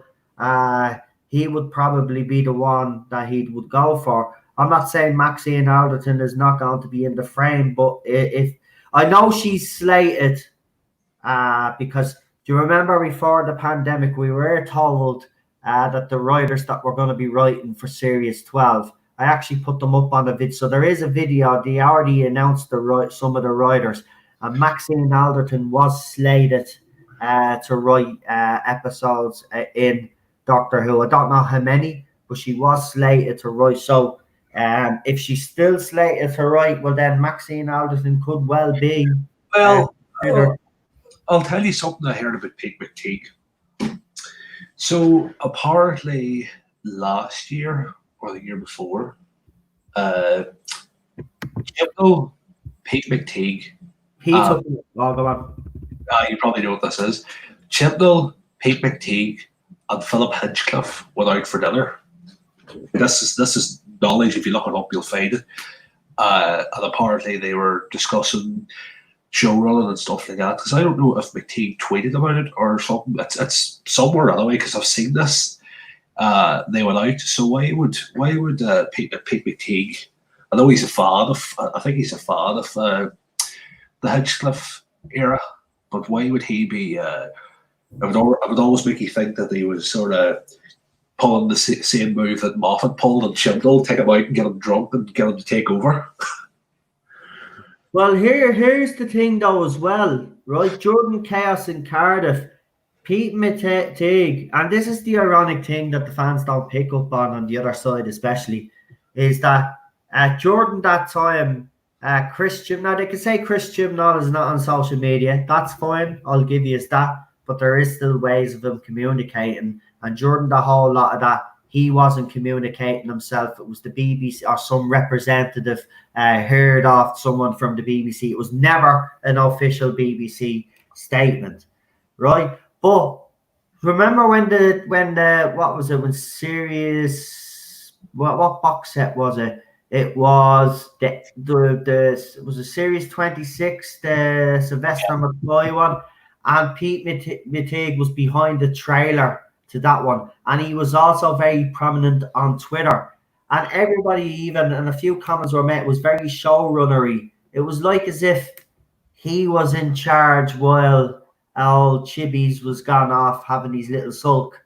And to be honest, if you go back and look at that time, he was very prevalent on Twitter. He made his presence known, and he was acting very showrunnery, and he was actually engaging with the fans as well. Now, listen, I know I probably have my hesitations because, you know, Chibnall man, but maybe he would do his own thing with it. And let's be honest, that trailer was actually very good. I actually did like that trailer. I was actually very excited about that trailer. I remember having Ace back and all.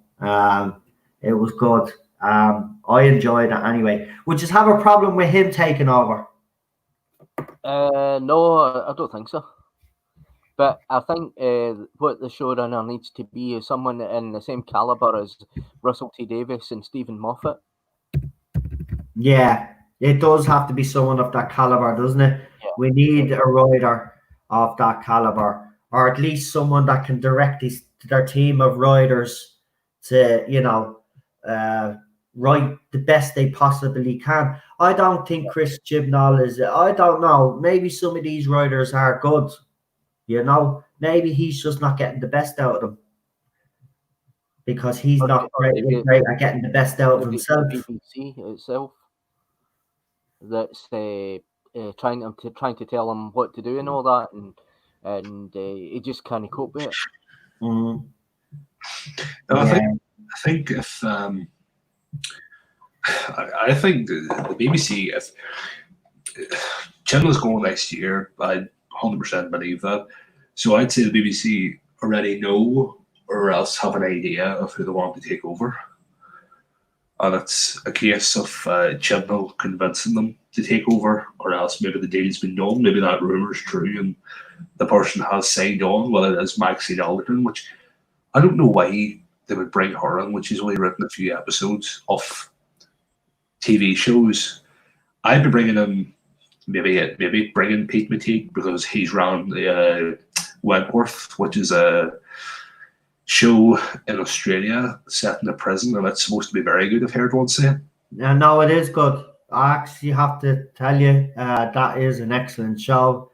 I had friends that were actually addicted to the bloody thing, and I sat there one night with them, because I was sleeping over. This was before I was actually married and all. And I slept over and they were saying, listen, we're watching this because they knew what I was like. I was a grumpy, I never liked watching things that I don't, that I'm not into. And I said, all right, go on, what's this crap? I are watching this now, no more. And I said, right, I'll watch it. What's it? It's in a female prison. All right, great. I sat there and I watched it. Tell you, man, it was all I'll just say is it's actually a great show. And if he was he heavily involved in that? I think he wrote the majority of the first series, and I think he's still an exec on it. Maybe I could be wrong, but I think he is still an exec because he has wrote a couple of the most recent episodes. Well, he can write prison drama. But sure, it's like Chibnall.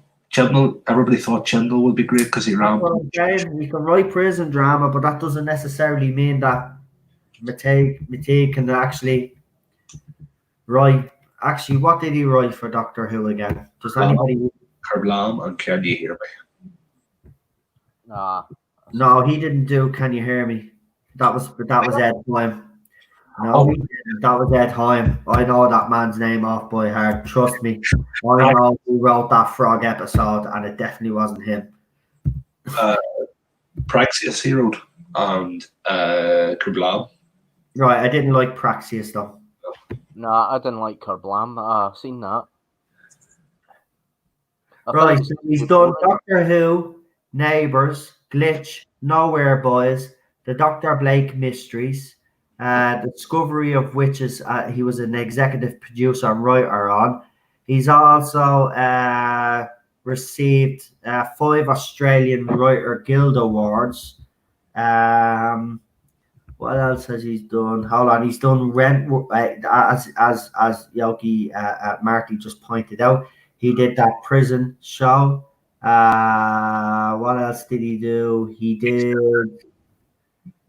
as I said, Dr. Blake's Nowhere Boys, Kerblam, Praxeus, with Chris Chibnall, it says though. Lovely. He says Kerblam, Praxeus was co-writing with Chris Chibnall. So the one that he only wrote himself was Kerblam. He co-wrote Praxeus. So that would explain actually why that episode was worse than Kerblam, because Chris Chibnall got his greasy hands on it. In 2019, in June, Matei joined the second season of Sky BBC America's supernatural series, The Discovery of Witches. And he is the executive producer on that. And he's done a lot of other stuff as well. He does have quite a long range. But looking at this again, there is nothing really sci-fi. Like supernatural, okay, that's supernatural. That isn't necessarily sci-fi. I don't know what the Dr. Blake Mysteries is, but that sounds like a detective thing or something. Nowhere Boys, never heard of it. Glitch, it's a drama series apparently. Again, it's a lot of drama and a lot of it's mostly all drama, and then you've got then all of a sudden Doctor Who, and then this Discovery of Witches. So again, it's not a CV that I would say either. If I was looking at potential showrunners, that I could say, yeah, he's the right guy. Try House. Hold on, Toby with right. We'll put up, because his name was mentioned as well. And actually, I still have that video up from last year where I mentioned his name as well. So if any of these people do actually get the job, remember that I actually did speak about all of these people on this channel before. It's great. I get accused of all this, that, and the other, and I actually spoke about it. What's this? This biography of a living person needs additional citations for verification. IMDb, no, it's on it. Right, that's Wikipedia. Hold on. Why am I in Wikipedia? You're right. Right, hold on. There it is. There we go. Right. I'll put this up. I see Bridget Jones's diary. So for any of the ladies out there, and myself, because I actually think the first one's funny. Second one was a bit shit, but still, it was okay. I didn't like the third one. Yeah, I do watch girly movies. There you go. Ha ha ha ha. Who cares? Right. So Toby Warehouse is a writer and producer known for Being Human, The Game, Bridget Jones's Diary, see full bio. Yes, we want to see the whole lot. Thank you. Right. Let's have a look. Oh, he's also is this him as well? He's also done Final Space, has he? I don't know. I know he acts as well as writing. He does acting too. Why isn't other works? Okay, he's nothing on this. There's nothing on this IMDb page for some weird reason. Wikipedia, no. Yeah, on Wikipedia it's telling me as well. It's coming up, mad crap. Oh, hold on, there we go. Did I see something? There we go. Yeah, that's it. Right, so we've got Being Human. He done The Game. Never heard of that. Obviously, I have heard of Bridget Jones and Doctor Who from 2006 to 2017. But let's look. Oh, he also did 2 episodes of Mallory Blackman's book that they did a TV show on called Knots Plus Crosses. That's the one where it's basically it's a dystopian world where black people are basically in charge. It's basically roles reversed or something. So he's done 2 episodes of that. And this is what he's written for Doctor Who. So he's written Lie of the Land, The Husband's a River Song, Boat Crap, Before the Flood, Under the Lake, very good. Yeah. The King's Apprentice, very good. The Making of the Gunslinger, A Town Called Mercy, crap. The God Complex, very good. Vampires in Venice, crap. School Reunion, very good. I don't like Vampires in Venice anymore. The only reason why I like them is because they got the hot Irish women that play the vampires. But that's about it. Then he did The Game, and he did 6 episodes of that. That was a TV miniseries. I've never heard of that. Being Human, I did hear of that, but I've never watched it. Is that a sci-fi thing? Yeah, it's like about these 3 humans that have special abilities. So like one was he's written 43 episodes. He's the showrunner. Yeah, he wrote most of it. Oh, because he's the creator. Yeah. Okay. Well, then that makes sense. So there you go. He's done that. The Armstrong and Miller Show, Comedy Showcase, Torchwood. And he's also done No Angels, Hotel Babylon, Attachments, Where the Heart Is. And he's got 24 acting credits. Let's see. So Doctor Who, he plays a German soldier in Twice Upon a Time. Oh, deadly. Love Me TV series, he played George. Being Human, he played Alistair Faird. And he actually starred in a couple of them as well. No Angels, he played a waiter. The Virgin Queen, he played a herald. Holby City, he played Nathan Joe. Oh, so he's playing twins in that. Doctors, he was he's in Doctors as well. Paul McGann's show. Wow. Yeah. So look, even acting wise, he has done a lot. Now, him out of the rest of them so far would be someone that I would consider straight away. That's right. Right? Now, he has the experience. Now, I'm not saying I've liked everything that he's done for Doctor Who, but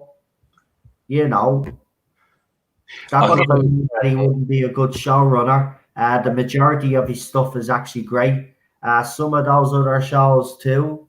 I don't know if any of you have seen any of them. I'll give you somebody else too who I'd love. This is my dream showrunner. Charlie Brooker. He's up. Who? Charlie Brooker.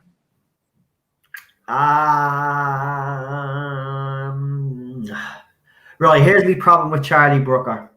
Right. what's it? Black Mirror, isn't it? Yeah. Right. Black Mirror, the first couple of seasons, epic. Yeah. Yeah.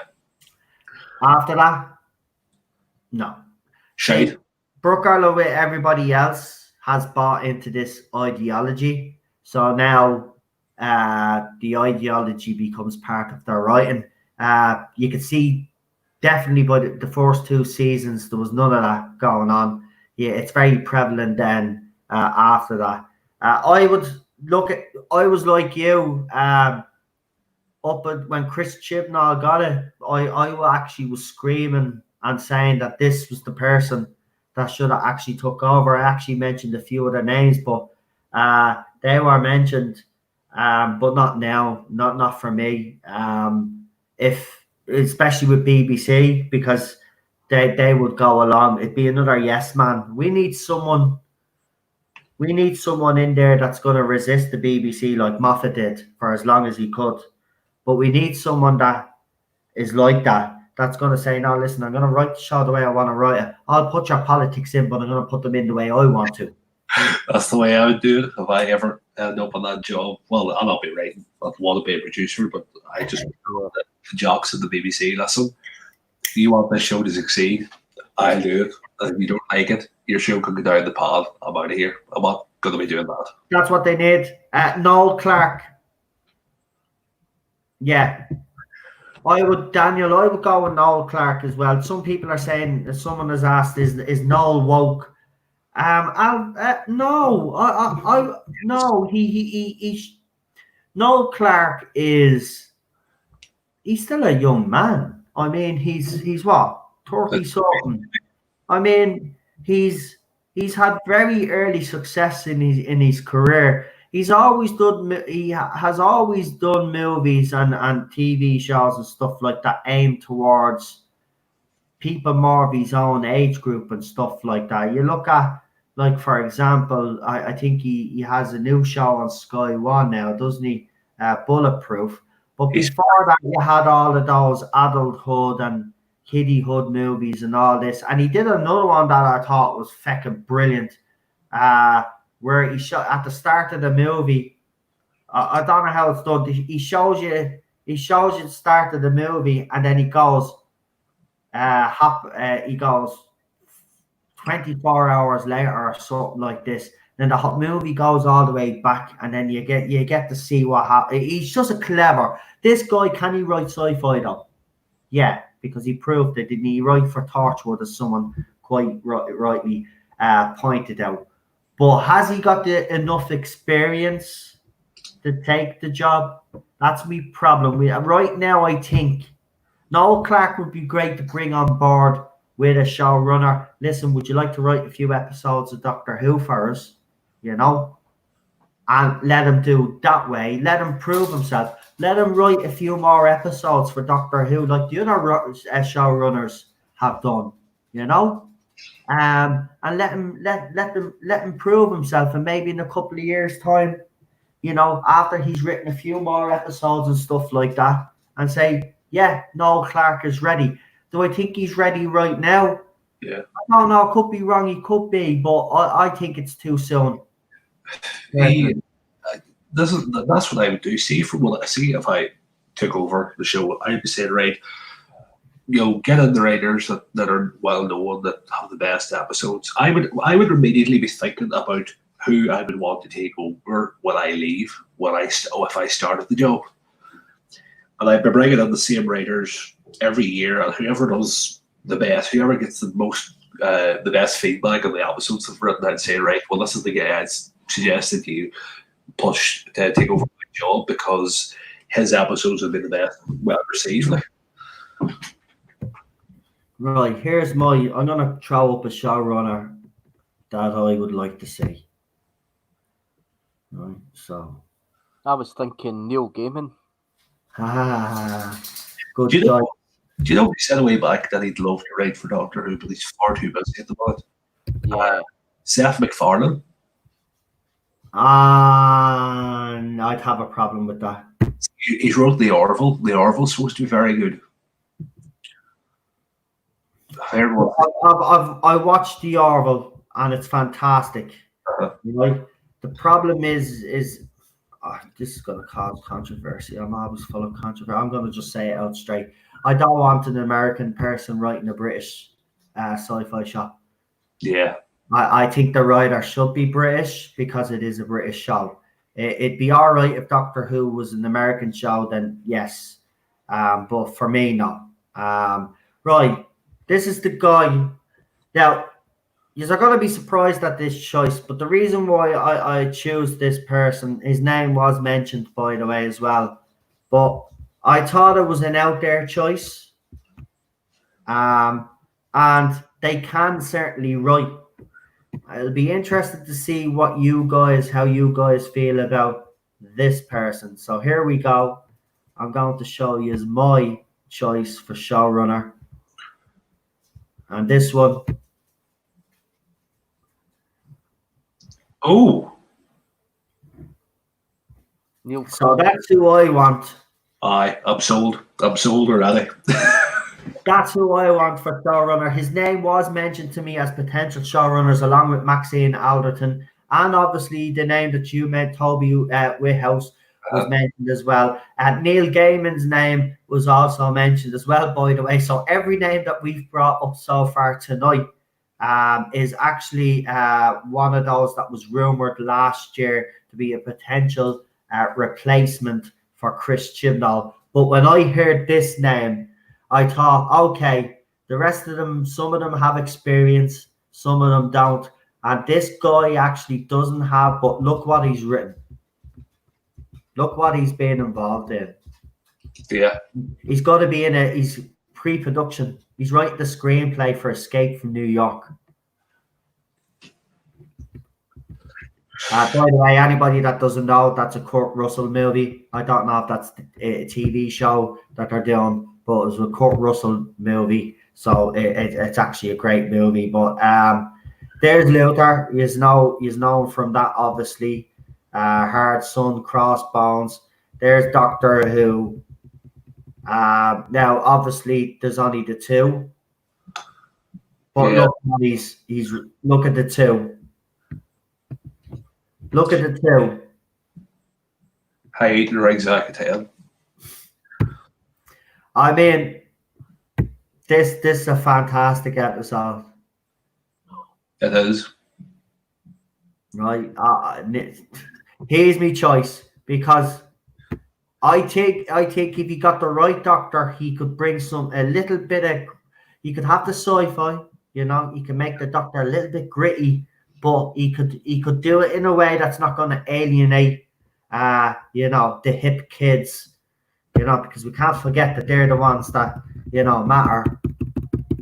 The ones on Twitter, You know who I'd love to play the Doctor? Wow, but look, did you know he did uncredited work on Pacific Rim? Huh. Wow. So that's my choice, but go ahead, Marty, and then I'll ask you as well, why is me StreamYard blinking? Did someone say something about me me stream being ghosted by YouTube? This is who I'd want. If Neil Cross, if you get to pick the showrunner, I get to pick the Doctor. If Neil Cross comes in, this is who I'd want with the Doctor. Okay, you want me to share it, yeah? Yeah. Actually, super, John. You also Google. I'll tell you what to do. You Google your choice as well, yeah. Right. Get it up, and I will share your choice for the Doctor, and your choice, and whoever you have for your showrunner as well. Right. Let's show Marty. So Marty has shared his. Who you shared in your Doctor? Donald Gleason. I have a problem with that. You don't want. I'll tell you why. He's Irish, and again, if I'm being consistent, the Doctor should be played by a British actor. That's Scottish, and he went for a British accent. I'm sure Gleason could do a British accent. Well, you're probably right. But I don't know. I'll tell you what, right? I'll tell you what. We'll ask the folks inside. I'm not too sure. See, my ideal candidate for say the master would be Andrew Scott, but Yes. because he's Irish, I don't think he would ever get it. So that's why I don't think it's not a racist thing. It's just it is a British show, so they would, go for British actors and actresses. It's it's not bad. It's just the way they do things. But yeah, I don't know. What do you guys actually think in the chat? Do you think that it is a good choice? By the way, I'm not saying it's not. I'm just saying I don't think it would happen because of the BBC. Although The fact that it is a British show. I'll show you how to play the master. Let's see. Right, go on. You show me who you want to play the master. Daniel has said Robert Carlyle for the Doctor. His name was mentioned, but I think that boat has kind of sailed for him now. Jimmy does. I don't think the fans. Well, this is going to be I don't think the next Doctor is going to be an older one. I think it's going to be a younger Doctor. That's Eric Roberts wasn't British, yeah, but that was the co-production between the BBC and obviously the American side. So that's why they were able to get away with that. Screen share on that. It's nice to see you back, by the way, Ronan. Please behave. Do I press the screen share on this? Yeah, you can. Yeah, you can. Right. So what you do is once I see the picture, you press it, share it. Oh, what's going on here now? We've got loads of windows opening on Marty's. So that's your choice for master. Yep, Jimmy Nesbitt.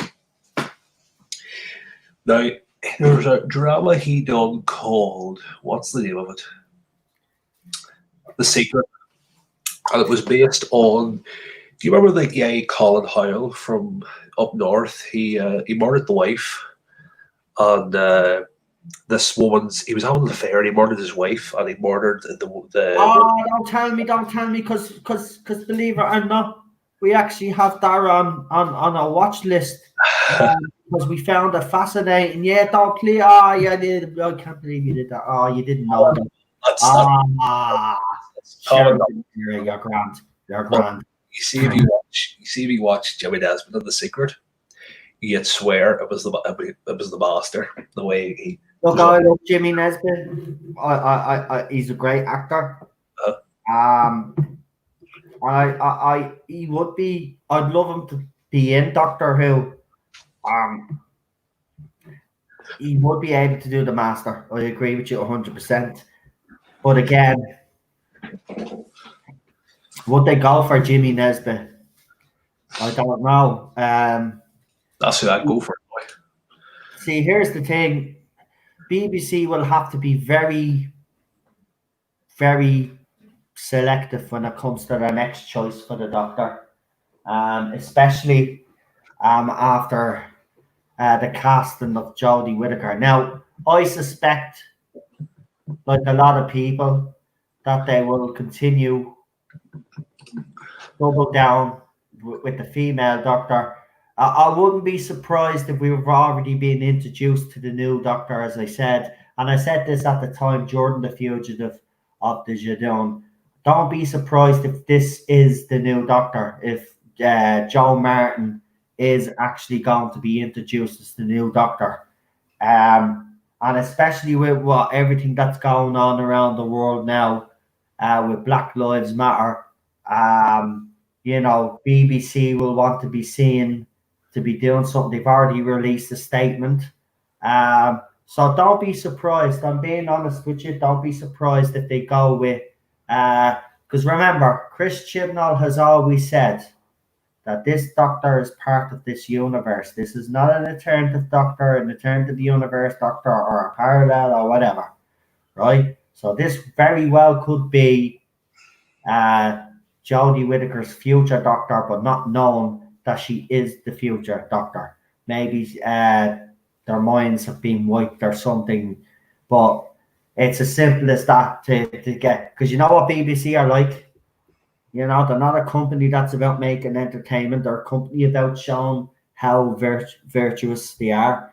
And, you know, anytime there's something to support, Doctor Who is the show that they use now to get that message across. So don't be surprised if Ruth's Doctor, I said it during the Fugitive of the Judean review, don't be surprised if she is the new Doctor. We've already been introduced to the new Doctor. And I believe with all the stuff that's going on, that's quite possibly the route they might go down. They'll probably go with her Doctor for a year or two, maybe a year, regenerate her, and then it'll probably regenerate into a younger male Doctor, and then they'll get as far as what, the 60th, and I think that'll be it then. I think if they get to the 60th and the show is still not in a healthy state and it's still struggling, I think they'll go out on a high, which will be the 60th if they do it properly, obviously. End it completely or go out on a hiatus. Yeah, it'll do something. It's not. I don't think it's gonna continue after the 60th. I think it's struggling too much right now. And the fair point has to be made that when it started in Series 11, it started off with just under 11 million people watching. It's now gone down to 3 million. Yeah. 3.2 something million. So that's a big decline. And, you know, there's a lot of excuses used to delay, to bringing the show back and stuff like that. It's nothing got to do with that at all. And people can keep making excuses. It's got to do with the fact that Series 11 was so poor that some fans just decided to tune out. And each week of Series 12, you could see it, people were tuning out. People have just lost faith in this show now. They don't believe that the current show is Doctor Who. Like myself, it's not. And it's a shame. It's a shame because it didn't need to be like this. Stephen Moffat's writing was stale. All you needed to do was bring in someone with fresh ideas. You didn't even need to gender swap the Doctor either to freshen it up. All it needed was the writing, someone to come in with new ideas and to bring the show to a different level. You didn't need all this gimmicky crap. You know, I mean, apparently they broke the glass ceiling for this, and Jodie Whittaker says, "Whoops! Well, after 2 years, your ratings have gone. You've lost 7 million households. So I think the whoops is on you and Chris Chibnall, not the fans. But of course, we'll be blamed for this because it's our fault, because we didn't support the show. We did. By the way, someone did put up a comment, nothing related to any of this nastiness that's going on, but someone did put up a comment that I said. I think I have a screenshot of it somewhere, where they turn around and say that anybody that dislikes the current era of Doctor Who, oh no, anybody that doesn't like the Doctor because the Doctor is female, and hasn't had what was it? It was something stupid anyway. And my reply was gonna be, I was gonna reply to it, then I thought, no, what's the point? Because it'll just start a big debate. But my reply was going to be something along the lines of what was it? No, you're wrong there, saying that people just have a problem with the fact that the Doctor is female. I says the problem that people have is that the BBC decided to change it because they thought it needed changing. It doesn't make sense within the concept of the show, and now because of it, you see what happened with the Timeless Children. The show has been completely destroyed. The reason why fans don't like this current era is nothing got to do with the fact that Jodie. I think everybody has gotten past that, actually, including myself. I don't really care about Jodie Whittaker's Doctor anymore because we know her Doctor is dead in the water. She's not a good Doctor. But the main issue I have right now is the total retcon that's happened. Right? Even an article. Someone put an article up on one group, right? And I read this piece of shit. And that's what it is. It's a piece of shit. This person, a bloke, by the way, so we know what his intentions are. So the whole article was to rip piss out of fans that had a problem with the current era. And here's the thing: he even criticised those people that made legitimate, right? Even though I do make legitimate, right? We're told that we don't. But I'll just say for this, people that even went out that were less militant than me, let's just say, he was calling them out as sexist and misogynistic. And he said that the majority, and this was the funny part, he said that the majority of fans that hated a female doctor were male fans. Well, Sherlock, that's not hard to figure out anyway either. Even though it's kind of untrue, it's actually dishonest. Because not all men that dislike this era actually dislike Jodie Whittaker. If you actually look at some of the comments on Twitter, there is a lot of support for Whittaker in the fact that people have said that the writing has let her down big time.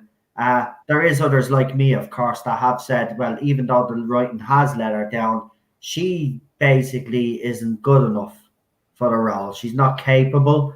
This role is over her head. That's not bad on her. She just shouldn't have been put in that position in the first place. But to call every fan out as sexist and misogynistic for not liking the show, and to say that it's the majority of male fans, well, Doctor Who is and whether female fans on the other side agree with me or not, Doctor Who is a male-dominated fandom. Always has been, and probably always will be. I know you are trying to change that right now. This is the whole point of this female doctor, but that's not going to be the case. And what you've done is you have pissed those fans off, but you've also pissed the female fans off as well, because there's a lot of female fans out there that think that this shouldn't have happened, and there's a lot of them out there that say that they didn't need this representation, and that if you wanted to do something like this, you should have created a spin-off show and then did it that way. What you've basically done is, and we've said this from day one, and I'm sorry if this hurts any J-Bot's feelings, but at the end of the day, Jodie Whittaker is a token doctor. That's why, if it's rumoured that Olivia Colman turned the role down, that's why she turned it down. She turned it down because she knew this would have been a token role, right? Obviously, this would be the biggest job of Jodie Whittaker's career, and I'm sorry, it is the biggest gig of Jodie Whittaker's career. I don't care if she was in a movie called Attack the Block years ago, right? That was a British film made in Britain, made British company. Yeah, it did well, yeah, but she was part of an ensemble cast. So don't be saying, oh, she was in big, right? She's never the lead, right? Even in Broadchurch, she wasn't the lead. David Tennant and Olivia Colman were the leads of that show. She is never, as far as I know, she's never been lead in a show. I think this is the first time she's been lead in any show where she is the lead, where the focus is just solely on her, right? And it hasn't worked. She's not a lead actress. She's a good actress, part of an ensemble cast, but on her own, she's exposed. That's why they brought so many companions, 3 companions into the TARDIS. They thought that this would compensate and that we wouldn't really notice because the others would be given something to do. But because you have such a poor showrunner and Chris Chibnall that doesn't understand the characters that he's writing, she's exposed for everybody to see. So yes, Chris Chibnall may be the biggest culprit of them all. Yeah, but she is way over her head. And I'm sorry if you disagree with that. She is way over her head. This is this is above her pay grade.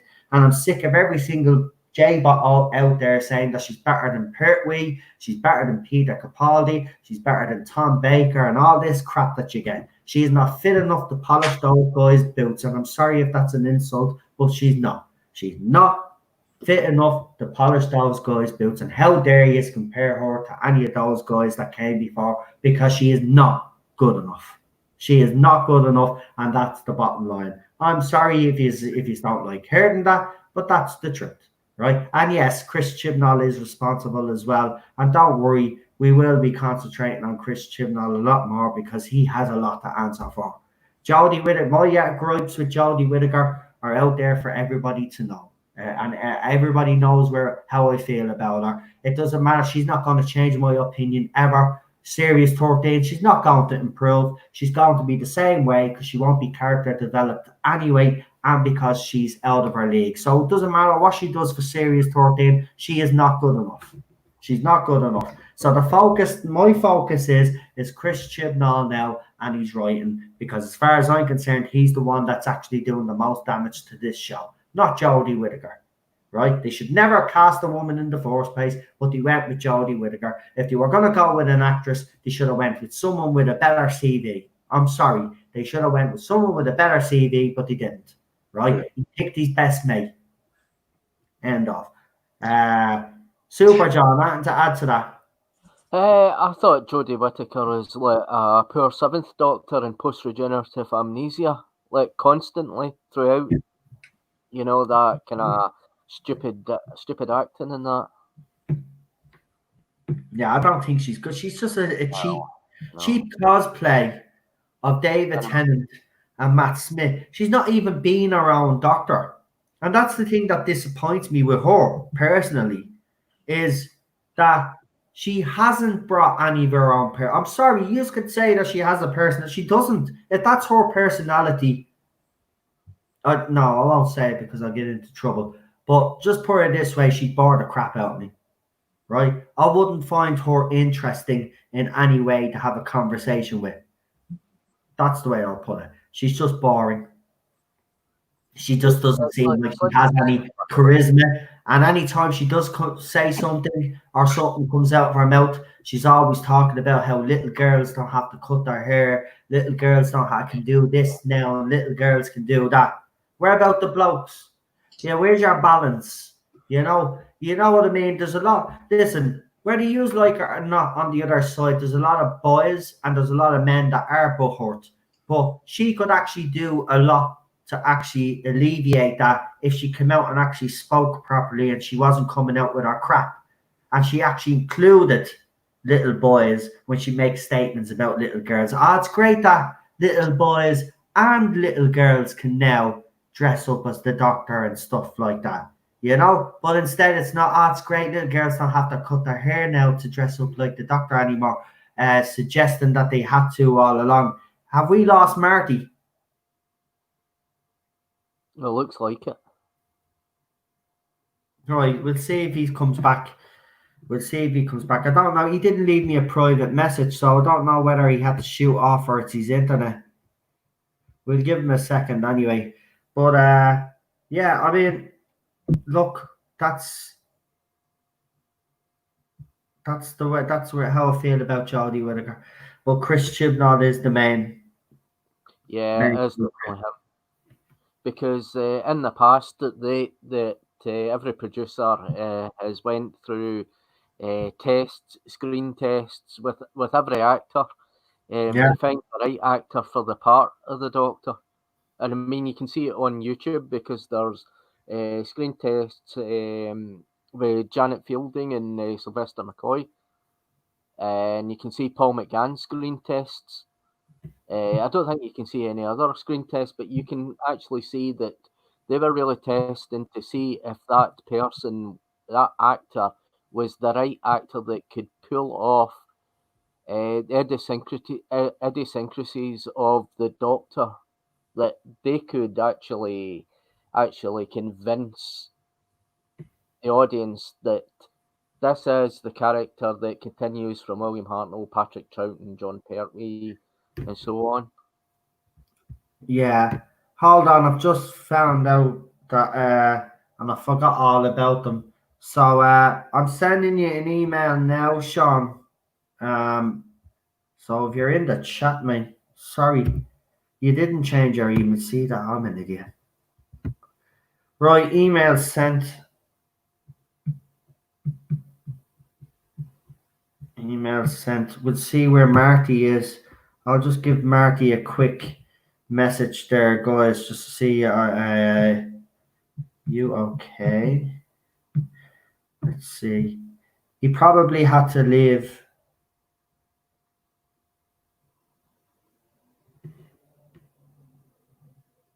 Right. Just waiting on our next guest, but yeah, going back to what you say that again, Super You John. want to see my choice for the Doctor? Yeah, go ahead. That's what I was going to say. Go ahead. Yeah. I press the screen cap, the share screen here. There's a button here to press this. Yeah, you share screen, yeah, and then I share it then. So you press that button, yeah. Right. I'll do that. He says my computer crashed there. We'll head on off. Great chatting to you. You can come back on if you want to, Marty. I mean, the email is still there. You can come back on, no problem. This is my choice for the Doctor, Chris Addison. Right, have you shared? You haven't shared it to me though. Oh, there we go. No, that's Sean. Right, what you do is right. See the way you're right. You're on the stream. You're on the StreamYard, right? See underneath where it says mute, start camera, mic, and then it says share screen. Yeah. Yeah. You press right. So the thing that you want to share to me, you press on share screen, right, and then you press on the Chrome tab of the thing that you want to actually share to me. It'll come up, and then I share it. Then that's how it works. Okay. Well, it doesn't seem to be.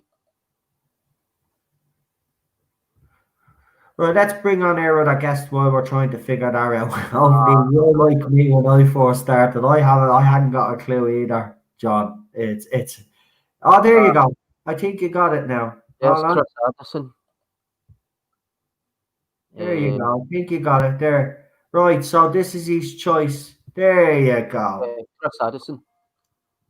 See, he's got the curly hair and he's got the sideburns and that, and he's got the kind of, he's got. You could actually see the Doctor in there. The eyes. No, I agree. He's a bit Paul McGannish, like, I have to be honest. Yeah, I know him as well. His face is familiar. We've got Sean from the Nerdaholics here. I'd just like to welcome you, pal. Hello, Noel. Hello, everybody. Good to be back. How you doing? Nice to see you here. We've got John with us as well, Super John. How you doing, Super John?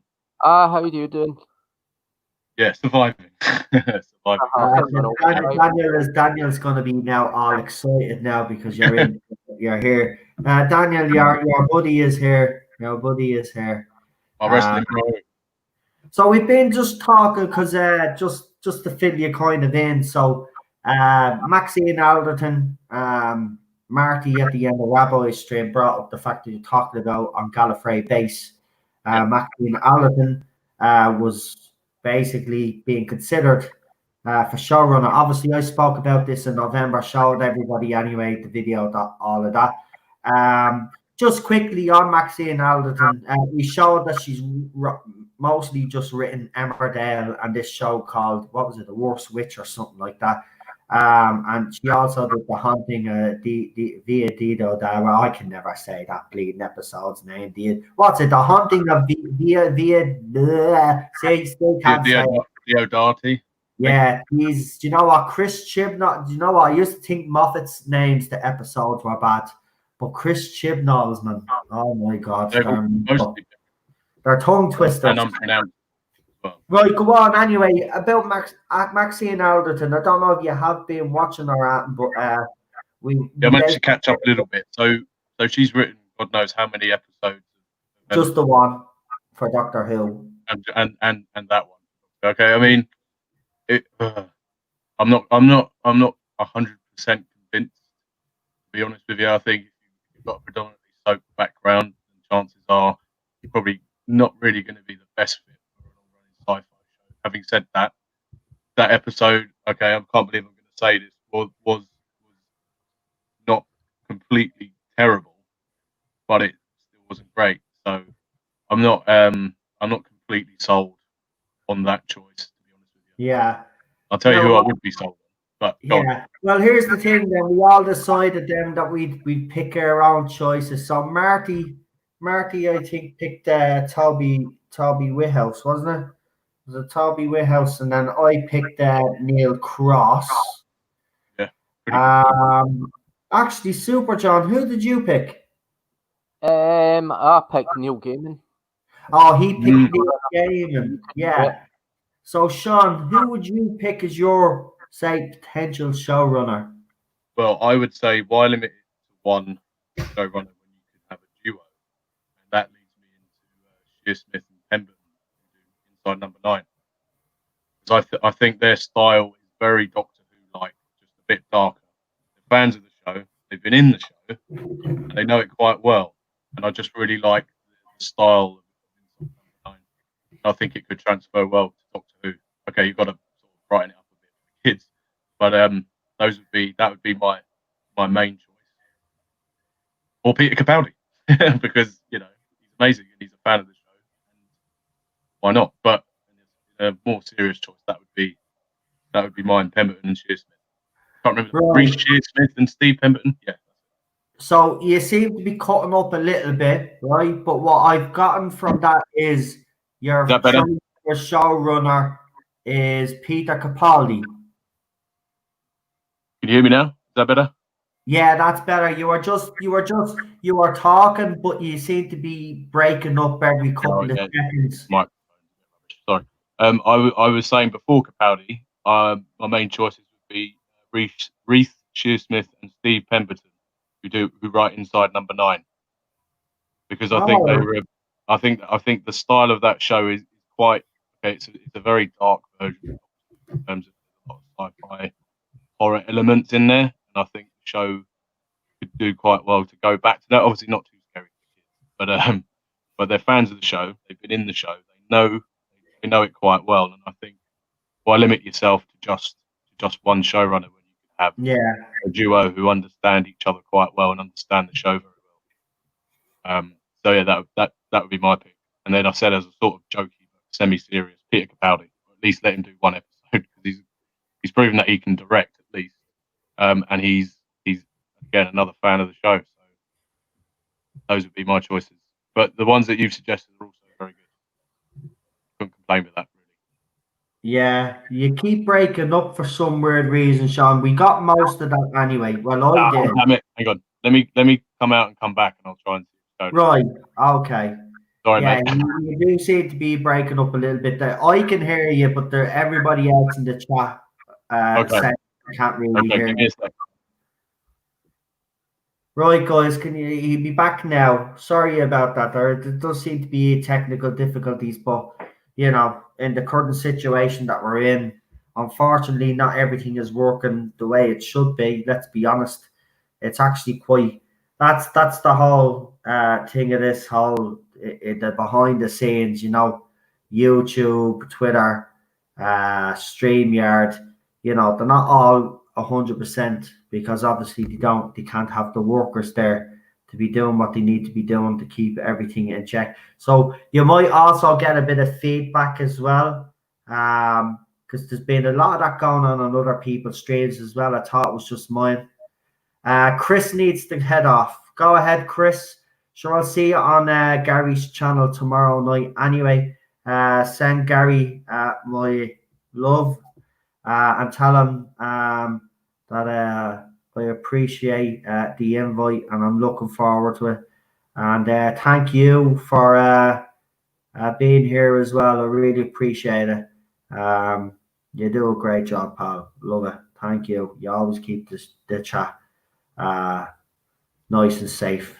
So that's what we need. Hell neurotic, as John Michael, I think, said. Yeah. No, do you want to see my choices for the Master? Yeah, go for it. Go for it while we're here. Yeah, while we're waiting to get John back, he should come back any second now, hopefully.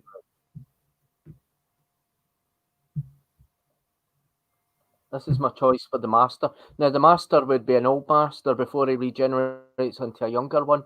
I've got Robbie Coltrane. He's a good Scottish actor, and he did a bit of comedy as well. And there's Richard Madden, who could be the Master as well. So I'll show you a picture of Robbie Coltrane. Yeah, I know who he is. He was in that. What was that show that he had for years? Walker. Yeah. Yeah, he's a good actor. He was in the James Bond movie as well.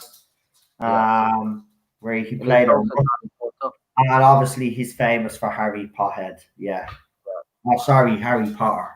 Did I say Harry Pothead? I said that out loud, did I? All right. Yeah. But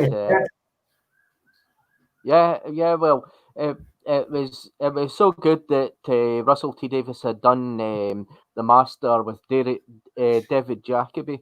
Is it Derek Jacobi? Yeah, Derek Jacobi in Utopia. I thought that was really good. People are asking when the stream. I don't know when the stream starts. I was told a 7 o'clock starting time. But that doesn't necessarily mean that we'll actually start at 7. So it'll be 7 UK time for people that are in the UK and Ireland that want to. What's wrong with you, buddy? Come here. Oh, the poor Teddy wants to come up to me. Oh, what's wrong with you, buddy? He wants to sit on his daddy. Okay. Now. Yeah, so that's Saturday.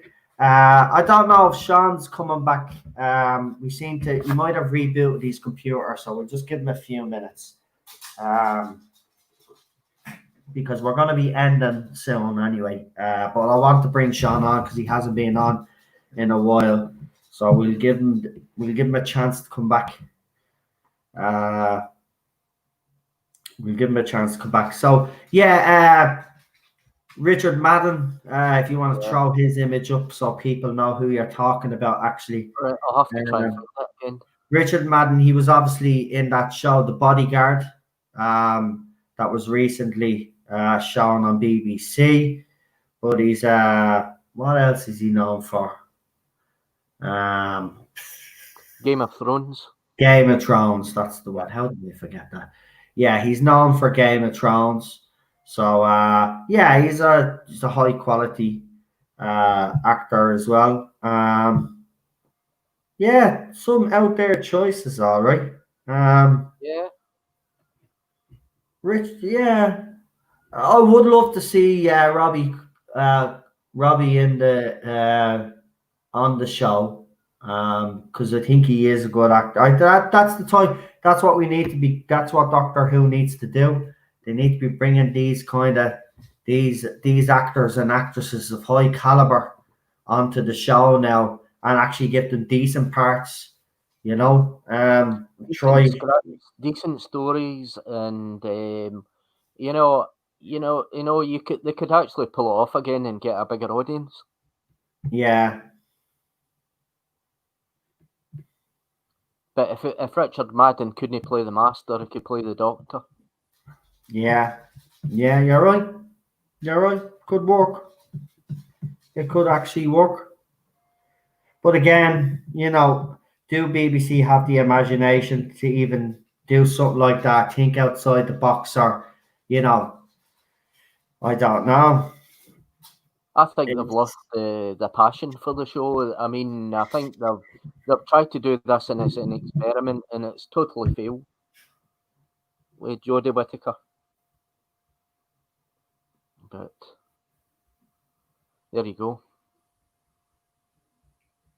Sorry, I have to reply to someone here.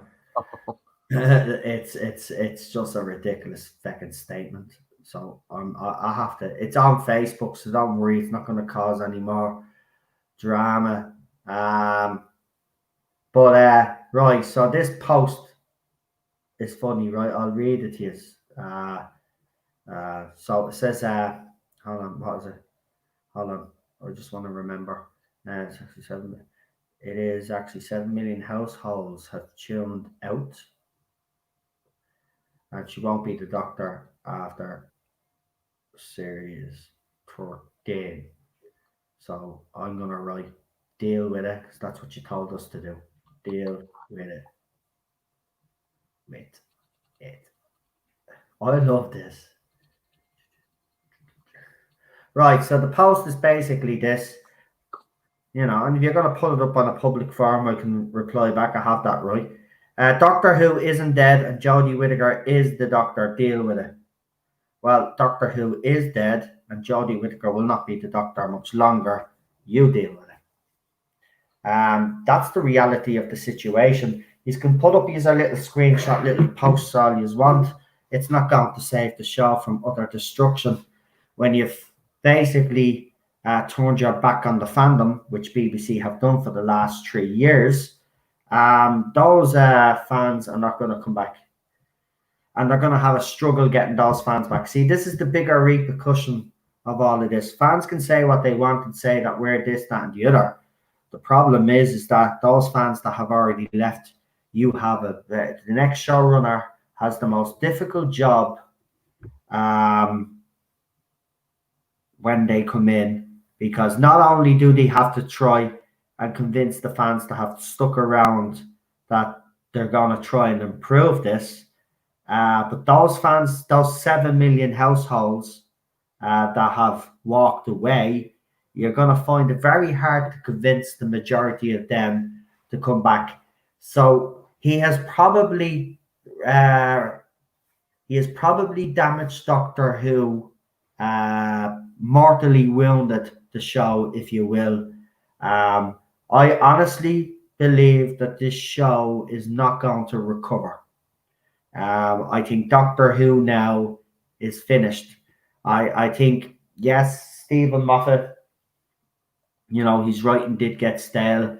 I think he wrote a lot of things out of anger then because he was forced to do some stuff like this. But as soon as BBC went political, that was the end of Doctor Who. And unfortunately, it's never going to recover. The show as we know it, Doctor Who, ended with Peter Capaldi. That's just my feelings on it. Listen, in a few years' time or whatever, if BBC come back and they quit all of this nonsense and actually decide that they want to make Doctor Who and try save the show and actually make it the show that it should be, and they make a genuine effort to win fans like me over, and I mean seriously kiss our asses, then there might be a possibility. But as far as I'm concerned, Peter Capaldi was the last great Doctor. I'm not going to acknowledge Chris Chibnall's era anymore. Go ahead, Super John. I hope they jettison everything in Series 11 and 12.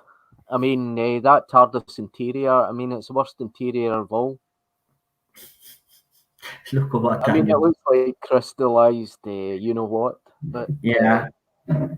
I would think what I'd really like is a return of the old roundel walls again. That it was like a sealed chamber, and with roundels going all around, and with the console not attached to the ceiling, and just like a glass cylinder going up and down, and all that. And with lots of levers and switches. I know. Isn't it funny that little subtle changes like that, though? Again, these are the type of things that fans like us do look at, and look, Doctor Who's forever changing, but there are certain things that don't, right? And there's certain things that fans don't want to change.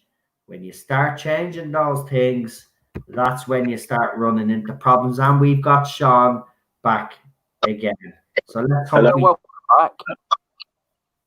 Right, go on, talk. Just let's see if we can hear if you're better. Hello. Any good? Right. You'll have to go longer than that. Give us a sentence. Chris Chibnall sucks. Right, you sound fine. Right, welcome back. About that. Right, well, we were just talking. Obviously, you've probably been listening again. I mean, I don't know how you feel about the whole. I mean, will BBC? Can I ask you? I'll ask you two guys actually, Super John and Sean. Do you guys? Will you guys ever come back watching Doctor Who again? And if you did, what would be the circumstances that would make you want to come back and watch this show again? Because I know after 3 years now, us on our side of the fandom, we've had enough. So what would it take for the BBC to win you guys back over? I've already said what it would take for me, and even at that, I still think they would find it a hard sell. I think now a complete reboot to Doctor Who. You know, like I mean, the damage is done now. I don't think it can be reversed. What Chibnall has done to the canon. So I think that the best thing is to get a new show, a brand new show. Yeah, Hello? pretty. I think it's it's been on damage limitation for quite some time now. The Timeless Children was the final nail in the coffin, and for me, it's a case of, which is pretty much why I've just come back and watch what from the beginning of the classic series, because there's still a lot of that I haven't seen, and what I have seen is proper Doctor Who. You know what I mean? And it's like I just feel like that for me is the show. This is a sort of strange version of something that this is a parody. This is not even Doctor Who, this iteration. It just seems to be a parody, or listen, this is where people were saying that bringing Jodie Whittaker in wasn't going to change that, and we got all of that crap. They have. It seems to be some sort of reboot of the whole show's canon. This is not what we wanted as fans. And I don't care whether there's people out there saying, well, I don't care what you want. Well, I'm sorry, right? But especially for those license fee holders out there, they don't want this, right? They want Doctor Who to be a certain way, and that's the way it should be. When you start messing with that, how dare you? It's not up to BBC to decide whether they change this, that, or the other. It's up to the fans to decide this stuff, right? And when it comes to canon, and especially retconning the whole 50-odd years of canon that he's tried to retcon, well, I'm sorry, he's going to be pulled up on it. He's going to be questioned about it, because this is not what we want as fans. They talk about how when they're in the show, they will write it the way they'll write, and that's the end. That's not how it works. You listen to the fans. If you don't listen to the fans, you're going to lose your audience, and that's exactly what's happening. Well, as soon as he come out and said, "Oh, this is not a democracy. We write it the way we want to," you just know right there that this is the type of people that we're, having to deal with. We're not going to. Okay, then, well, we're not going to watch your show anymore because you're disregarding us. You know what I mean? It's just like, how can you say that with a straight face and not actually be concerned about the people that are trying to keep your show alive? Are concerned about. It's just like it's a very sort of arrogant, dismissive, almost like to the point where he wants to stay completely ignorant of any criticism because he just doesn't believe that there's anything to criticize. I genuinely think that Chibnall thinks that what he's doing is brilliant, and it's like, yeah, you're a bit, your finger's not quite on the pulse there, mate. Just look at the falling rate. I would understand. This is what I mean. I can't understand this arrogance from him. He clearly has to see that this is a worker. But Sean, I think you're right. I think he actually honestly believes what he is putting out there is actually good enough. I'm sorry, Chris, mate, but it's not. You've damaged the show whether you like it or not. And I don't know if you're that vindictive, if this was your plan all along. But if this was your plan, because I heard you have said that this is something you've been thinking about as a kid. Well, I'm sorry, just because you don't like certain aspects of canon because you are a fan, and now that you're still running, you think you can come in and change. I'm sorry, you can't. You've got to go after the rest of the fandom if that's okay. And I'm sorry if people out there think that that's, well, who do these fans think they are? Well, we're the fans that buy the merchandise. We're the fans that have paid the TV license for years. And we're the fans that have kept this show going. So, yeah, we are entitled to some sort of respect and for the showrunners and the writers to listen to what we have to say and to take it on board. They don't have to take everything on board, but they should be willing to listen to fans, and they're not willing to listen to the fans. That's the difference. Even Moffat was willing to listen to the fans, right? And he was a petulant child sometimes, but he still listened to those fans. Yeah, it's just the blatant dismissal of any criticism. And I think in order to develop, you have to take on board criticism. Otherwise, you're never going to improve. And I think that's his problem. He doesn't think that he needs to improve. And it's like, well, that's not right. That's certainly not the case, because, you know, we're not exactly in a golden era of Doctor Who right now, are we? And well, if they call her supporters and his supporters will say that this is a golden era. I mean, you see the articles that are written up about it. You think it was the best thing to happen to Doctor Who in the last few years, and I'm sorry, it's not. It's just. Hold on. Is there an echo when I'm talking now, or is that someone when I'm talking? There's feedback coming through someone's computer, because it only happens when I'm talking. You don't sound like you're echoing this end to me. Sound all right? Are you still with us, Super John? Yeah. There you go again. Right, hold on. I'm gonna remove me from the stream for a minute. See what's going on here. Okay. Hello, everybody. It's just the two of us. Yeah. It's just the three of us. You can make it if we try. Just the three of us. Just the three of us. Right. I don't know what it is, but there is some interference. I think it is. I don't know if it's coming across to you guys, but it's coming across at my end, and it's actually quite annoying. I mean, it might. I've switched from my laptop to phone, so it could be that. If it is, I apologize. All right. Matthew Pounder says Chibnall's talented at being arrogant. I agree with you. That's exactly what he is talented at. He is an arrogant. Talent, yeah. Or just completely clueless. One of the two. Yeah. I don't believe anybody's that ticked up. That's the thing. You know, for certain things that I do like is that I'm not actually bad, but then, you know, when it comes to Doctor Who, I don't know. Look, he didn't want the job. We know that. He was kind of tricked into taking the job. Like Moffat even says it. They brought him out, got him drunk, told him, "You're taking over." Okay, I'll take over, but you have to do the Christmas special. Okay, and then we see what we got. Man's not capable of writing Doctor. He didn't even want it. He didn't even want it. He didn't want the job. And this is what pisses me off even more than that. And else, Jodie Whittaker's casting or whatever. Every decision he has made, he's made. And I'm thinking, this is the guy that didn't even want the job in the first place because he turned it down. So what now? What? I think changed his mind. I'm sorry, I don't believe that for 1 second. You see what he's written. He clearly hasn't changed his mind. He doesn't know what he's doing.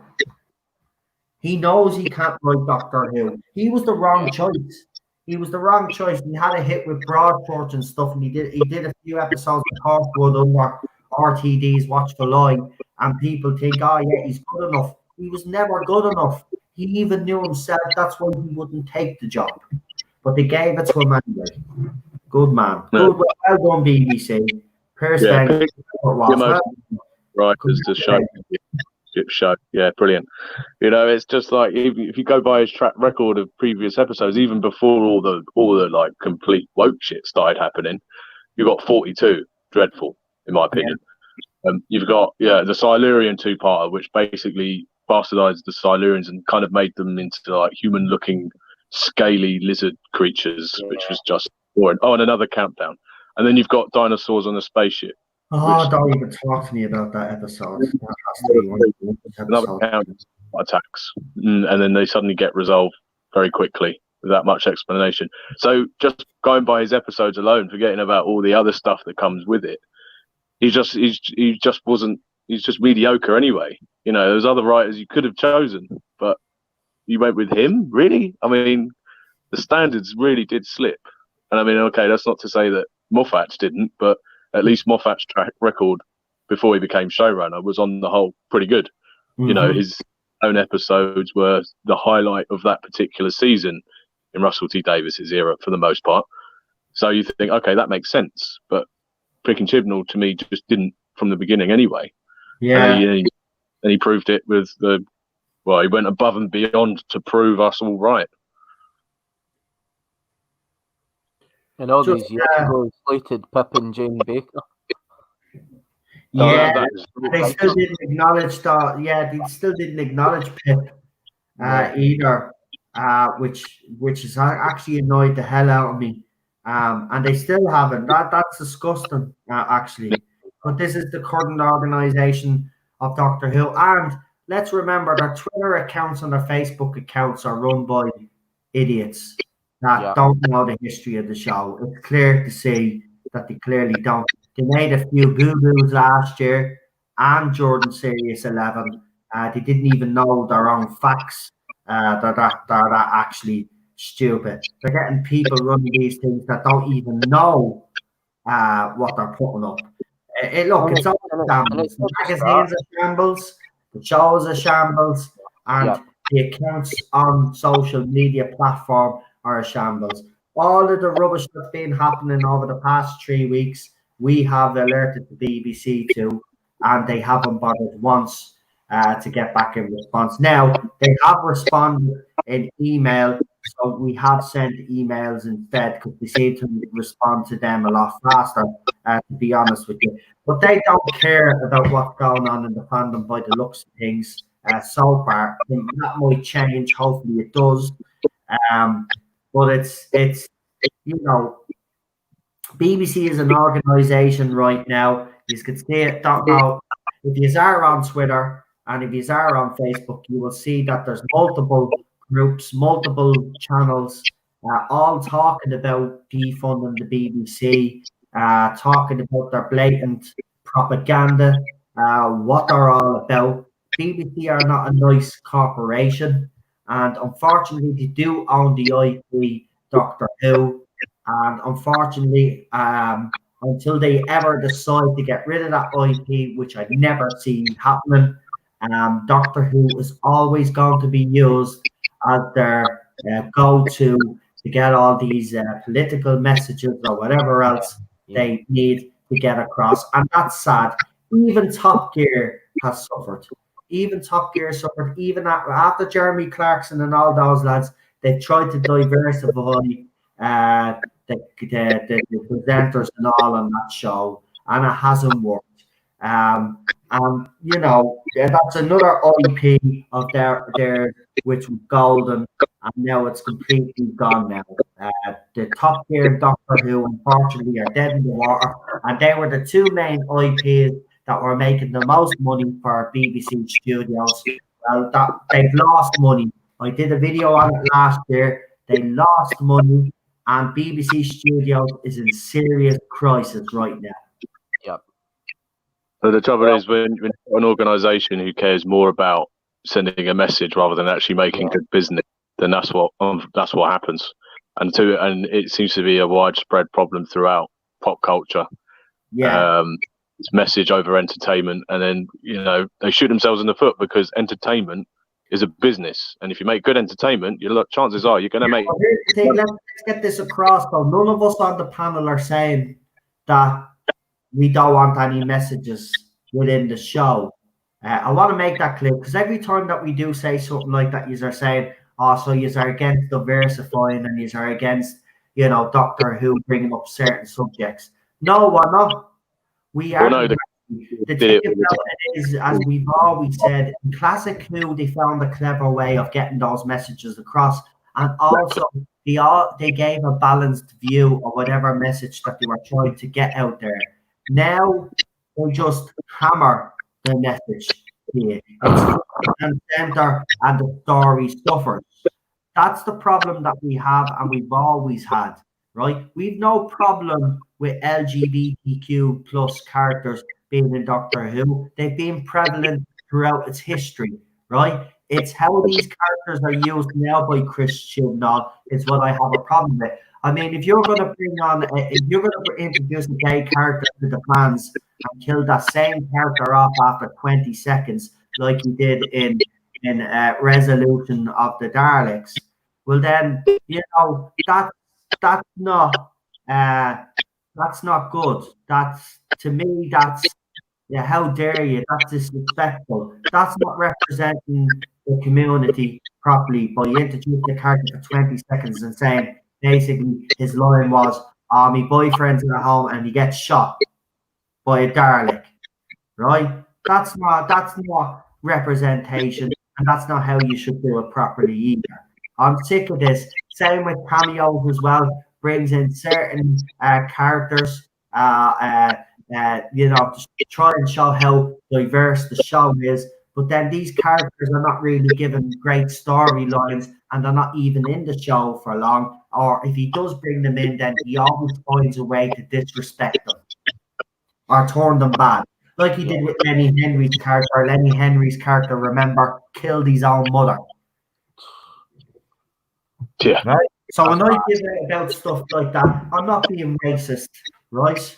I'm not being racist and misogynistic or this, that, and the other. I'm only pointing out the fact that Chris Chibnall is weak when he does those things. And to be honest, if I was a member of the LGBTQ plus community, I'd be absolutely pissed off with Chris Chibnall, the way he has represented that community or those communities on Doctor Who since he has taken over the showrunner.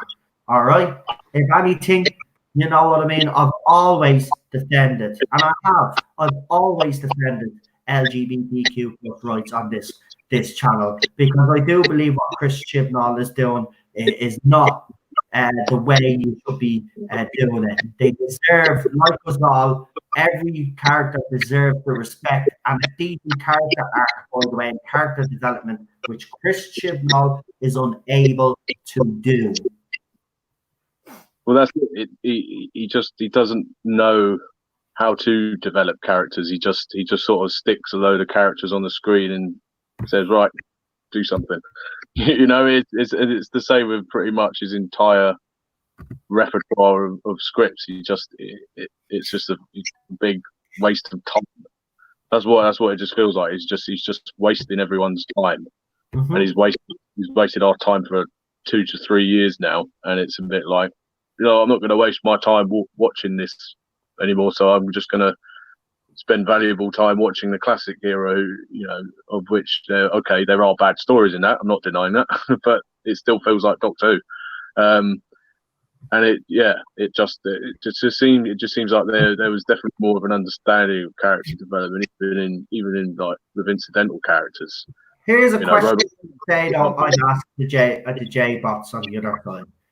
Go back, look through series 11 and 12, and actually tell me how much screen time he has given each LGBTQ plus character on screen, and let me know if any of those characters actually had a recording role on the show. And you'll even find that Captain Jack, who has been very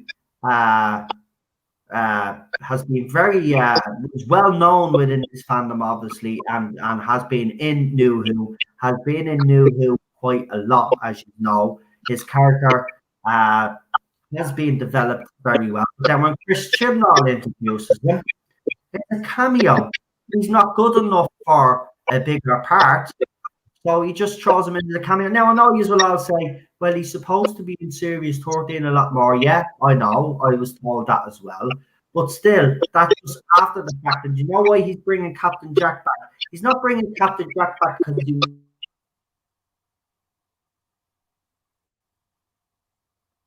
Oh, he's gone.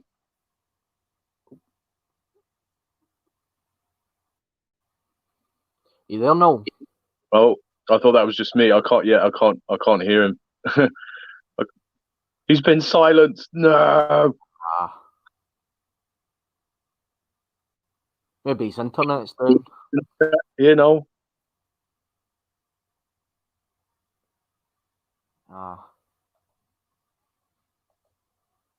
It seems like I've cursed this stream ever since I've joined it. Technical issues keep happening. Sorry, everybody. Oh, it's just one of these things. Yeah. Have we just lost the stream? Oh no, you went silent for a minute there. No, I thought it was me, but then No, I thought it was you guys. Because, oh my god! All right, something just weird happened there. But again, as I was saying about Captain Jack, he brings Captain Jack back, right? And it's only a cameo. Now, I know that, as I said, the other side will say, well, he's going to be in Series 13. The only reason why he's bringing him back, Chris Chibnall, is because he's popular. He's not bringing him back because he wants to further or he wants to represent the LGBTQ plus community. He's only doing it because Captain Jack is popular, and he thinks by bringing Captain Jack back, it's a gimmick. Just like the Judean, just like the Cybermen, it's all a gimmick. He doesn't do it for the right reasons. He just does it because he thinks that this is what he should do. Because after Series 11, he obviously course corrected, and that's why he gave us Daleks, Cybermen, whatever you want, right? That's why he did it, right? Daleks weren't coming back, because if you remember when he first came back, he said he wasn't bringing the Daleks back. He didn't want the Daleks in it. He said he didn't even like the Cybermen, but yeah, they're the two villains that he was brought back.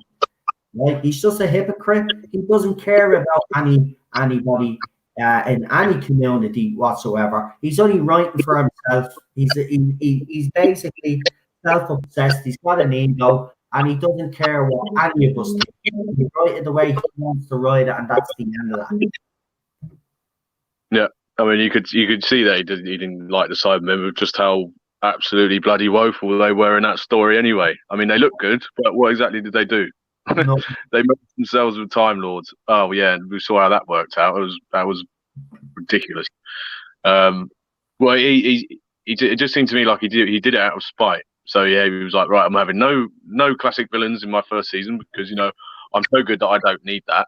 Even though, what did you have? You had a Tooth Monster and a Talking Frog. Well done, mate. And then the next season, he thought, well, you know what? I'm going to bring these villains back in, but I'm going to bring them in a way which almost detracts from their value rather than actually making any good stories out of it. So, and appearances from classic characters. I say classic, you know what I mean, like classic new series characters, Captain Jack. But I'm just going in there randomly and then give him a line and then take him out again because oh, look at me, look what I can do. I can throw in these characters and then take them away again because I'm Chris Chibnall. It's like, well, if he's going to be in season 13, why don't you just how about you don't show him until then, and then it's a nice surprise for everybody. How about that? This is the thing. I've been pointing this out even since last year. Just look at the way he writes. He's not respectful in any way. He doesn't give a crap. He actually really does not give a crap. This guy, look, he didn't want the show, and you can tell that he's a man that doesn't know which direction he wants this show to go in. He tried to do so. Look, I know at the time when Series 11 came out, I criticized it. I said it was the worst thing on TV, blah, blah, blah. But I always have said and been consistent about this. I will give him credit for trying. He tried something different. It didn't work. So he reverted back for Series 12 and decided to bring us all these villains. It just hasn't worked. It just hasn't worked. He doesn't know how to write them. You can see he clearly doesn't. The Cybermen start looking, that's a bastardization of not only the Time Lords' origins, but even of the Time Lords themselves and the Cybermen. Cyber Lords. We don't want Cyber Lords, okay? Those ridiculous neck rests on the clown. Nobody will. And by the way, the fact that you were able to convert dead Cybermen or dead the Time Lord into Cybermen, and Cybermen obviously need live. But they need living tissue, live brain, and both of them exist. These fans just lap it all up and think he's some sort of genius. We just wake up. Just that's all we're asking is to ever do. Just wake up and see what he's doing. Maybe if you spoke up as well, he'd actually then change his ways, and we'd actually get a Doctor Who that we can all be proud of. Every single one of us, every single person, no matter what nationality, no matter what your sexual orientation, your skin color, it doesn't matter. A show that appeals to everybody. Yeah, well, the ironic thing is that it's only space for people that bleed and think the way that Chibnall thinks, right? And that's why they made such a big deal with that space for all thing, because they knew that they isolated fans in Series 11, and they were trying to make a point. Well, look, we're bringing back all the things that the old fans like the Cybermen and all. So come on, please give us another chance. And you know what? I hate people saying, "Oh, well, yeah, I'm not a true fan of Doctor." Listen, I sat through Series 11 and 12. I'm a true fan, trust me, because I'm being honest with you, if I wasn't, and I was a fake fan, I wouldn't have put myself through those two series. Trust me, I wouldn't have put myself through that. Why would I want to put myself through that crap? Exactly. So, self-torture, but you do it because you're loyal. I mean, and that's the difference. I mean, you have to look at that Dalek. I mean, that Dalek is absolutely rubbish. Oh, don't! It just looks like crap. It's just it's Corset Dalek Mark II, isn't it? It just doesn't look like a Dalek. Oh, yeah, I've seen the new Dalek. Hold on, we'll get this new Dalek up. Actually, see if we can get a new Dalek. What's a revolution? Revolution, yeah, revolution. Oh, but very interesting. Jodie Whittaker said revolution of the Dalek. She didn't say Dalek either, by the way. Yeah. It's because she doesn't pay attention to anything that goes on right, around so for anybody that doesn't know, I'm going to show you what the one in Resolution looked like, just to remind you all. Sorry to make you all sick. But I have to be honest, though, I seen this as one of those little toys, and it actually looks better as a toy than it does on actual screen. And that's what a lot of people were actually saying. This looks better as a toy. And I'd agree, but I think that's why it was designed. But there you go. There's the Revolution one. And this is the new one. He's waiting for this. Oh, no. Put it away. No, it's an abomination. Now, apparently there's an updated version. You guys want to see it? Yeah. Because this is the first time I've seen this, but I've just copped it there on the bottom. So here we go. Oh, no, that's the one I leaked. Right. So as you can see, this was the one that was leaked on the bridge. Do you remember last year that Chibnall was going crazy about? But there it is there. It looks a bit different there. That's the one that was blown up. But there's another picture of it. And then there it is blown up. So it gets blown up. So we already know when we see that black Dalek, it's gone. Right. So I reckon, and this is what I said a few weeks back, it seems to me that this seems to be a bit of a rip-off of Remembrance. Yeah. Well, I mean that's what they're going for, isn't it? They're finally bringing in the Imperial versus Renegade Civil War thing into the new series, which is a real shame because of all the eras it could have happened in, it had to happen during this one, didn't it? I know. And look, if it was written properly and I had confidence in Chris Chibnall and Jodie Whittaker, I'd be excited for this, like you. But yeah. Here's the thing that's sad about it. I actually have no interest in what happens in the festive special at all. And I think it's the first time. Listen, even though I complained I wasn't going to watch Series 11, you all know in the end, we ended up watching it because we are Doctor Who fans. We wanted to see how it was going to go. Even after that went bad, we said we wouldn't watch the special, but we watched it anyway because we were fans. Then we said we weren't coming back for Series 12, but we did because we were fans. But this is the first time I can safely feckin' say that for this one, I'm not coming back. I'm actually doing my own thing Christmas Day. We're going to do a whole week. Instead of doing it a whole day because the festive special, it's not going to be on Christmas Day. So I was thinking we could do a whole week of Christmas specials leading up to that one. And even on the night that's on, we'll do our own one as well. We'll pick the one that we want for that night, and we will do our Christmas special because I'm not watching it. Not that it's the first time I can honestly say that I'm not going to watch it. The only thing that will change that is if he brings back a classic companion, or if she get era, because I want to see what he does with them, because I'm telling you, you know, he's already set things up already. Do you know what? If we brought Susan back, I'd be worried. Yeah. Oh, yeah. If he brings Susan back, all you guys better be worried if he brings Susan back. Because if he's trying to retcon the Doctor's past, well, then she's part of it.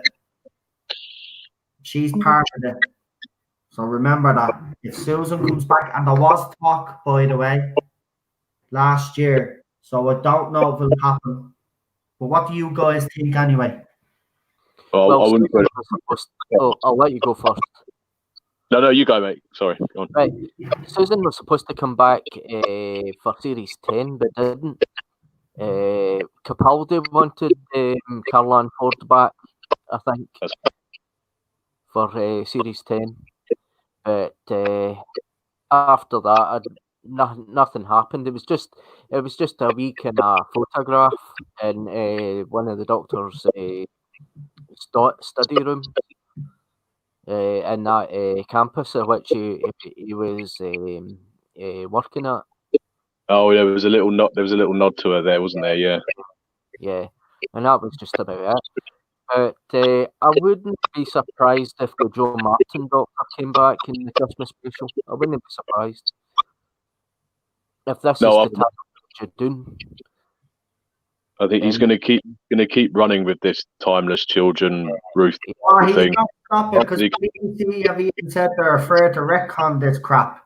So, because they know there'll be a backlash if they even attempt it. Listen, Chris Chibnall is at the bringing BBC places where even I think they didn't even want to go. But now they can't track back now. They can't backtrack. They've gone too far with them now. They should have stopped them after Series 11. They should have stopped them after Series 11, and they didn't. And they said, listen, mate, go ahead with your Series 12. And then when he filmed everything, then they realised it was too late to change that, and they had to go with it. Listen, remember one thing, this series dropped early, right? Remember, there was talk, we were talking for weeks on this channel. Remember that there was rumour that this was just going to be dropped, because we were told as well that people behind the scenes weren't happy with it, that it wasn't great at all, and it turned out to be true.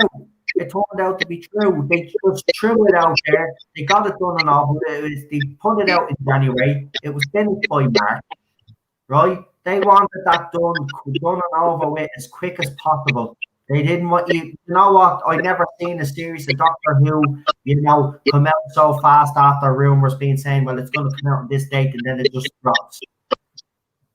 Yeah, it was like, okay, people have found us out. Let's just drop it now. Yeah, it was very much like that, wasn't it? Yeah. I think it was done in spite, because they didn't accept Jodie as the 13th Doctor. Right, there's too much interference going on. Hold on, lads. So he done this. There seems to be, there's a lot of interference. Even when I'm talking, Marty talks now and Sean talks now, there seems to be interference. Is it still happening? How about now? Is that better? Right. Yeah, that's better. Yeah. So we again. Yeah, see, whatever you do there, Sean, it will be okay, but then it goes back again. I don't know what it is, but there's awful feedback, and it's like affecting us all now. Hang on, let me leave and see if I can sort it out. One sec. Right, let's see if there's still any feedback. No. Super John, you just talked there. Yeah. What you want me to talk about? I've lost. There you go. So yeah, Sean. Unfortunately, it is your device, whatever you're using, pal. I don't know. I know StreamYard say you can use on phone. I always find that the phone is a little bit dodgy. There's what I'm saying. I wouldn't be surprised if Joe Martin came back in Christmas special. I wouldn't be surprised if she had a part to play in it with the Judoon imprisoning the 13th Doctor. Yeah, I think she is going to be in it, and I think Yeah. she'll feature in series 13 as well, Yeah. in some capacity. Or maybe she is the next Doctor. Well, we don't know. listen, if you're a showrunner that's clever, she'd have to be, because you have to develop that side of the storyline. You've basically introduced Joe Martin as a doctor, and you can't like just ignore her now. You have to actually explain that stuff. But what if Chibnall has been really clever here? What if he's been deceiving us all from day one, and that Joe Martin isn't the Doctor, but is the Doctor, but is actually the Valeyard in disguise? That he's going to use the 12th and final incarnation Valeyard to fight the 13th Doctor. Okay. Well, that sounds good, right? And, Why go through all the stuff that you've gone through in Series 12? Put the fans through that if you're going to end up doing that, and then make fans think that you retconned the whole show. I mean, do you not think that's a step too far? Well, unless he's going to be really clever and use the Matrix as an escape route. See, some people think he might do that, and Matrix Lord is one of those that thinks he's trolling the fans. Yeah. I will say that Matrix Lord does actually think that, because he's been trying to convince me, no, don't get too upset. This is all a joke. But still, even at that, I said to him, okay, fair enough if that's the case, though. You're still at the putting the fans through. You're at the breaking a lot of fans' hearts. Yeah. Like he gutted a lot of fans during the Timeless Children. I mean, okay, I will give it to him if this is right, but that's a shitty move as far as I'm concerned. You've actually like really hurt a lot of fans. What, to prove that you're clever? Yeah, to prove that he was clever and destroyed Gallifrey again. I mean, do you know what? Sometimes, I'd love you to be right. For the simple fact is, I don't want this to be canon. Yeah. Well, I won't be able to forgive him for what he's at the putting us through. So, because the Valeyard story hasn't been told, and I think he might be this. True. Because all we saw is in Trial of a Time Lord, Michael Jaston is the Valeyard head prosecutor, and then we saw him getting panned away, and then the Keeper of the Matrix turned around and it was him in the end. So. Yeah, some people are saying in the comments, though, he's not that clever. No. Unfortunately, yeah. See, that's the thing. The fans would come up.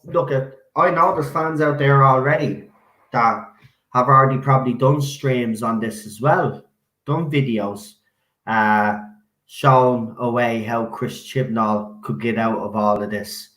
I'm pretty sure there's videos out there that support what he is doing, and actually, they try to explain, well, basically all those people saying that there's plot holes, there isn't, right? They could say that all they want, there is, but I know there's videos out there like that as well. Bottom line is this: 7 million households have walked away, right? There's 7 million households that are done with Chris Chibnall either way, right? So even if there is a get out of jail clause, you're right. There always has been with the Matrix, because that's why he mentioned the Matrix, and maybe there is a more of a chance. I say it's 60-40 that he'll do that.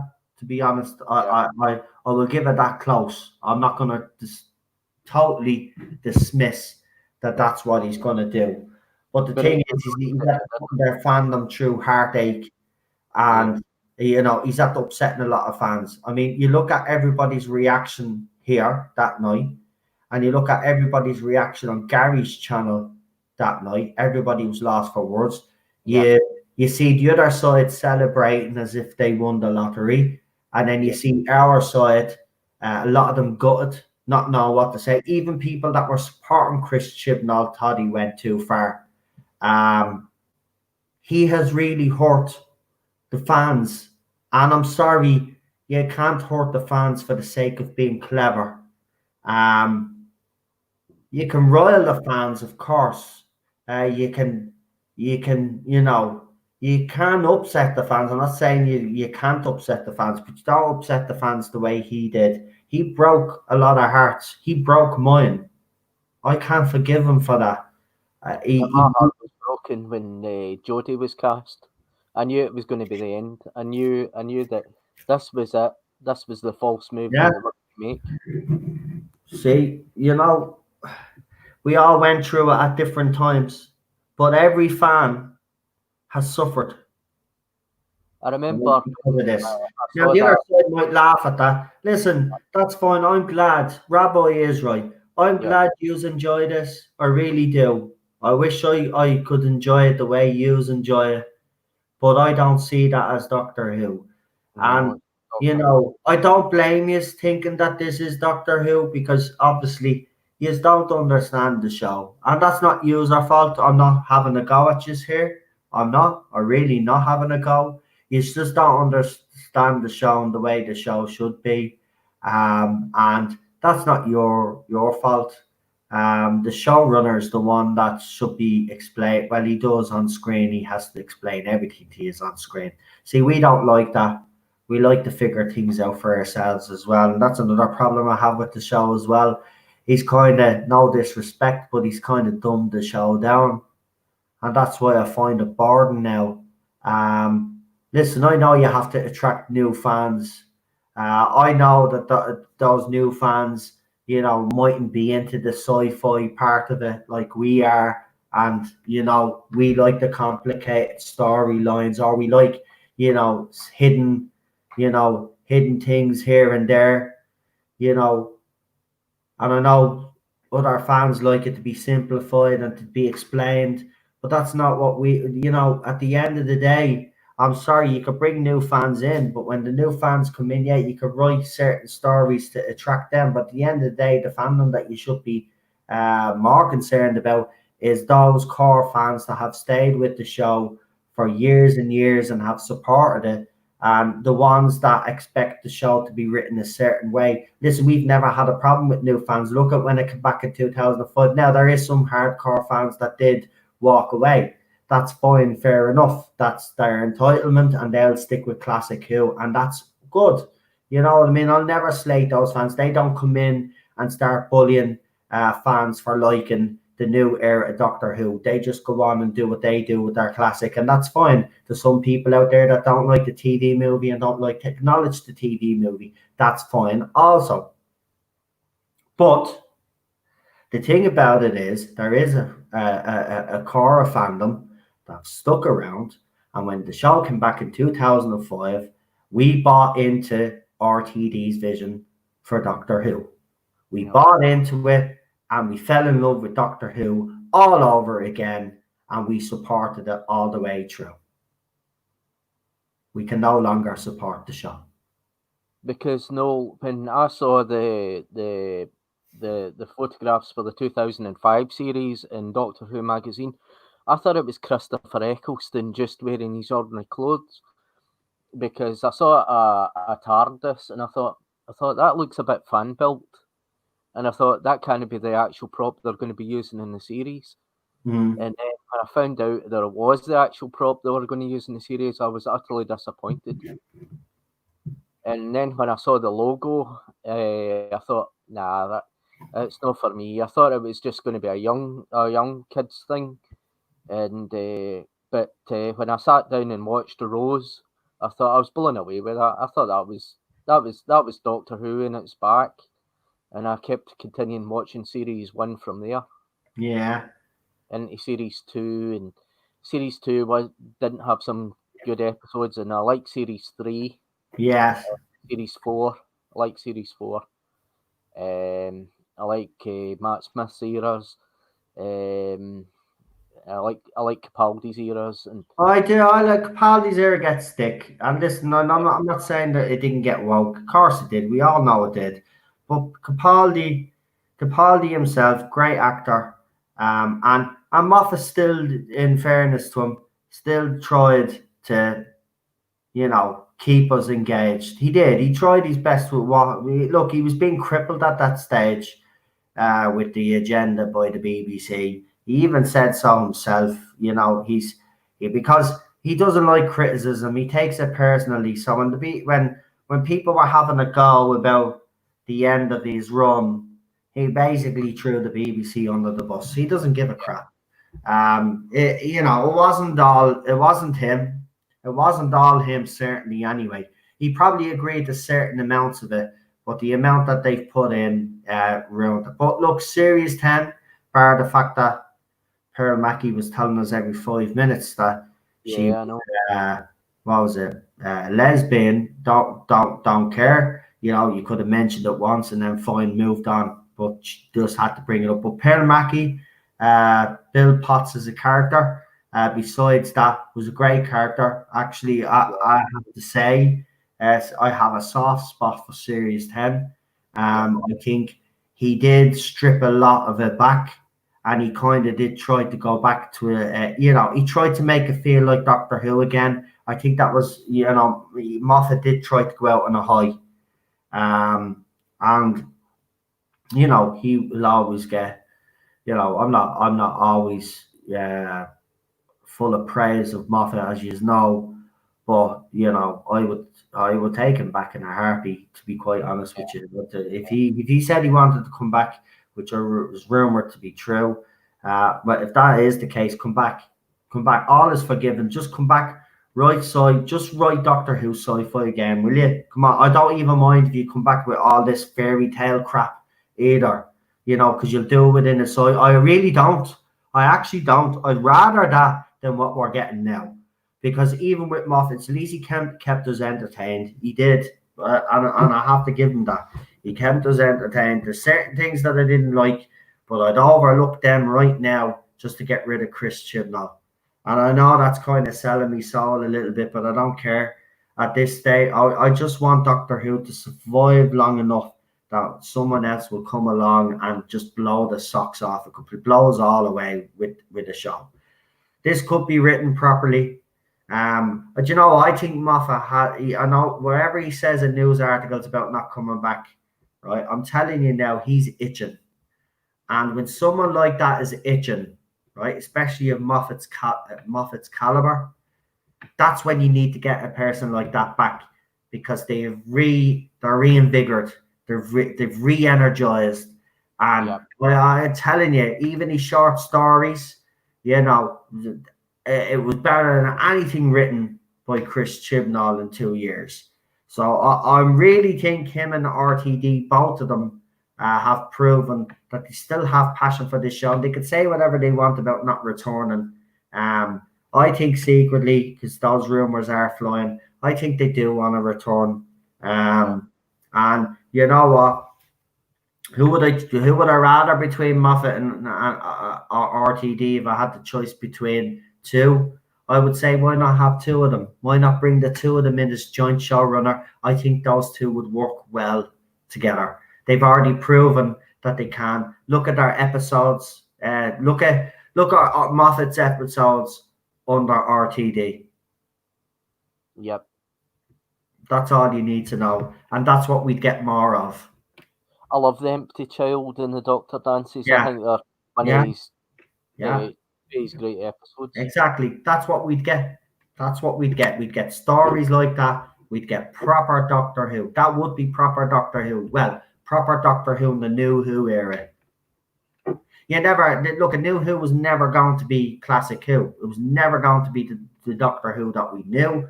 But RTD brought it back, that made us fall in love with it again. We always, as older fans, have always thought of, that's why we always say New Who, Classic Who, because they are separate entities in our opinion. But what happened was then the new show started to reference the old show. Yeah. right? Then once it started to do that, of course we're going to start piping up then. But you see, the thing about it is, Mother RTD were very, very careful. Chris Chibnall just doesn't give a shit. He's already proven it. Oh, look at the. Hold on, I haven't gotten this trailer up in a long time. Let's have a look, and I do have a super chat to read out. It's Mr.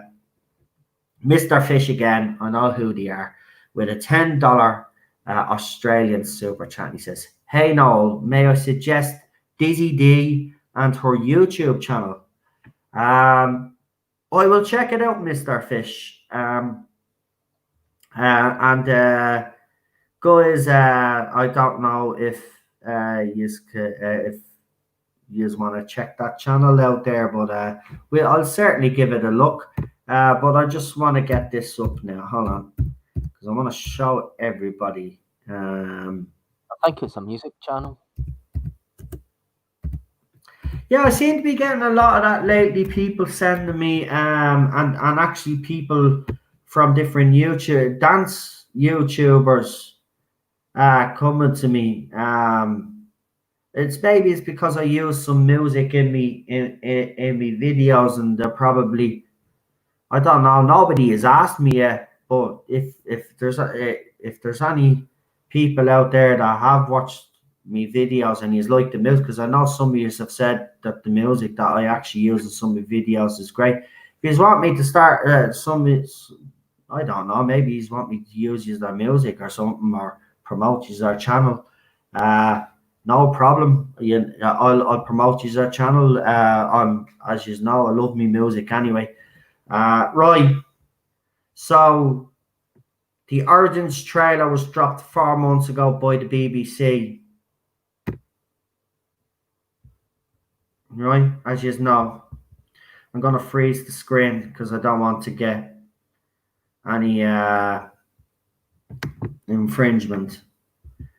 Right, so I just want to let you know that the BBC, I'm going to screen share it now, but just to let you know that there's 9 million people subscribed to this channel.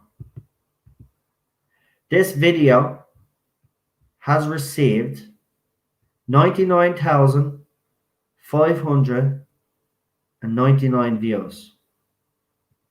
It dropped on March the 2nd, by the way. It has 1,500 upvotes. The last time I checked this, by the way, I just want to tell you that it was on 4,200 downvotes. It has now gone to 4,900. Actually, I could tell you the total, the complete total. So I have it here. Actually, I'll show you so nobody can, because you know what the other side is like. And I see we got another super chat. Thank you, Mr. Fish. I'll throw that up now. I just want to screen share this real quick. This is important, right? Because this is all part of the problem. And I'm going to show you some of the comments as well, because if you talk to the other side are going to tell you that they're troll comments, right? I'm going to disprove it real quickly. I'm not staying on for too much longer now anyway, right? But there you go. You can clearly see there. So 1,535 people have liked this trailer out of 9 million people. 4,911 people have disliked this video out of 9 million people. Now, it is the BBC official page, but still. Now, I will add that BBC or YouTube actually scrubbed 3,000 of those dislikes. So it's gone back up. So the true total, if you add the 3,000 onto that, is actually 7,911 people originally. Well, it would have been about 8,000 people would have disliked this trailer, right? And there it is, right? It's the origins of Doctor Who finally revealed. Now, look at, as I said, 99,599 people watch this, and they're the only amount of people that bothered to even give it a like or a dislike, right?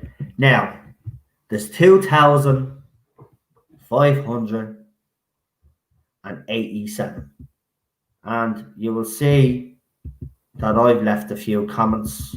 I've gotten a few likes. Nothing really. I've just told people about Paul Cornell on his block of rubbish. So someone wrote this. Don't agree with this comment, to be personally honest, but it can just show you the amount of anger. Somewhere in hell, John Nathan Turner breathes a sigh of relief at the fact he is no longer the worst showrunner in the show's history. Series 13, episode 1, Peter Capaldi wakes up and exclaims, "What a terrible dream," and all this, all is right with the world again. This was so indescribably awful. This potential massive lore transforming twist is a dump on the audience in 10 minutes of exposition. It's the epitome of lazy writing. This is something that shouldn't have been woven into multiple episodes and stories, series even. It couldn't been slowly covered and discovered by Doctor Who audience alike. We shouldn't have been made to feel something for this, for this timeless child. Then maybe it could have been accepted by the audience, welcomed even. Instead, anyone with half a brain could see this for what it is, a poor excuse of an attempt to be daring and mix things up, pathetic, an incredible disservice to 57 years of the show. I, as well as many, many others, will not be watching any more of this utter drivel. And the comments go on. Now, the people that write the articles on Screen Rant, the people that are on Twitter, that I'm not going to mention the names because anytime I do, there's always drama, but you know the usual ones, the females out there that shout the loudest and are fans, yeah, and all these other people that defend this, right? They will tell you that all of these comments are from Russian bots, right? That's what they say. They say these are all trolls. These are all troll accounts. Okay, I'm quite surprised they didn't disable the comments, likes and dislikes on all this. All things considered, right? Nobody wanted this, and the worst thing is BBC don't care. In my eyes, Capaldi died and the show ended there. This is honestly disgusting. This episode, well done, Chris, for killing off Doctor Who. These are fucking fans. Open your eyes, BBC. Yeah, fans, not bots, fans. And look at this. The worst thing about the Timeless Child is it changes nothing going forward. We were promised a reality altering. This changed everything. Reveal that would make Doctor Who more interesting and expand on Gallifrey. We got fanfic of a story which only accomplishes retconning the Doctors and the Gallifrey's past. That's all it is. Look, but again, these are well thought out responses. These are not trolls. These are the people that these people on Twitter and all the Facebook in these groups say, "Oh, well, don't be listening to these people. These are all trolls." These are fans. These are all fans that dislike this show. I'm not saying, listen, I'm not going to say every single comment in here is from a fan, right? But there's over 2,000 of them, right? And I've went through most of these, to be honest with you. And to be honest, I would say the majority of them are from fans. There are one or two with people that have obviously personal problems with Chris Chibnall and Jodie Whittaker, and there is a few of those kind of comments, but the majority are all about the Timeless Children and about how this destroys the show. So the other side, again, you know, you can talk about the fact that, you know, that these are trolls or whatever. It isn't. It's the fandom, and the fandom are not happy. The general public are not happy. You cannot do something like this to Doctor Who and think that it's going to be accepted. This is what the last comment around. This is basically someone massaging their own ego. It's fanfic and all this crap. He tried to make everything canon, and it's basically blew up in his face. Right, we're back, are we? I don't see the chat moving. Right, has the chat moved since that super chat, or have you sent me another super chat while I've been talking away? Because then it means the chat hasn't moved since then. Hold on, I just want to make sure I haven't missed one, Mr. Fish. I haven't. Right, so Mr. Fish with a super chat, and they actually thumbs up. $10.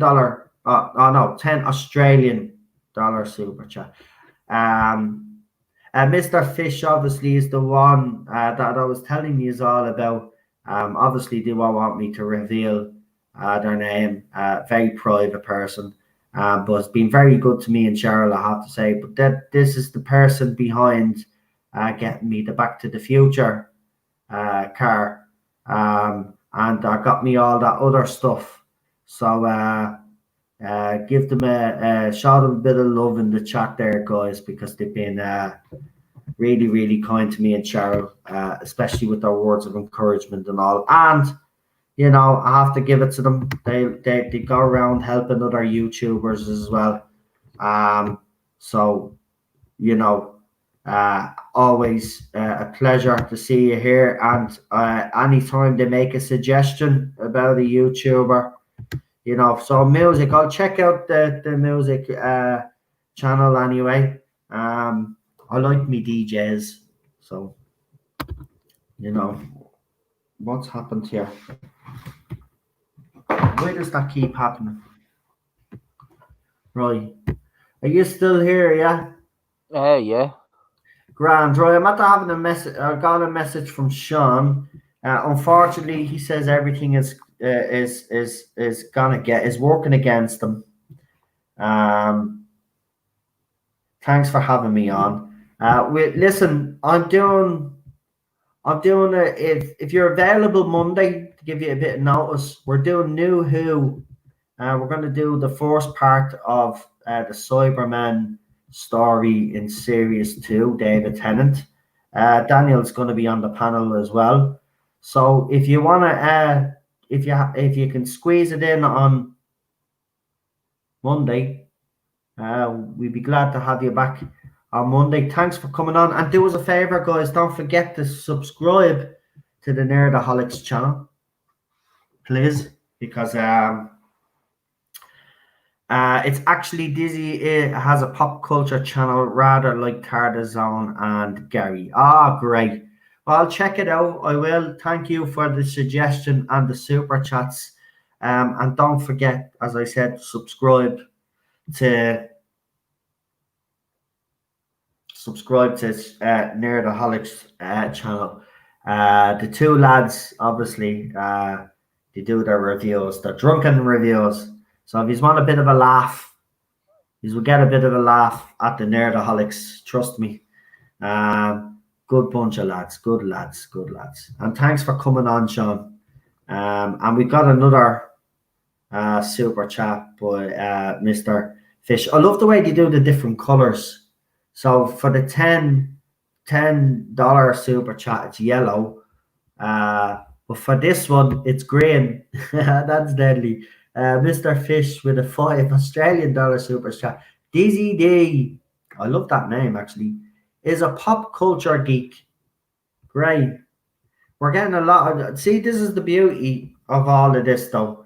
Well, it's not the beauty, I suppose, but what this whole era of cinema and the way they do things now in the industry has done, it has given to the rise of pop culture channels.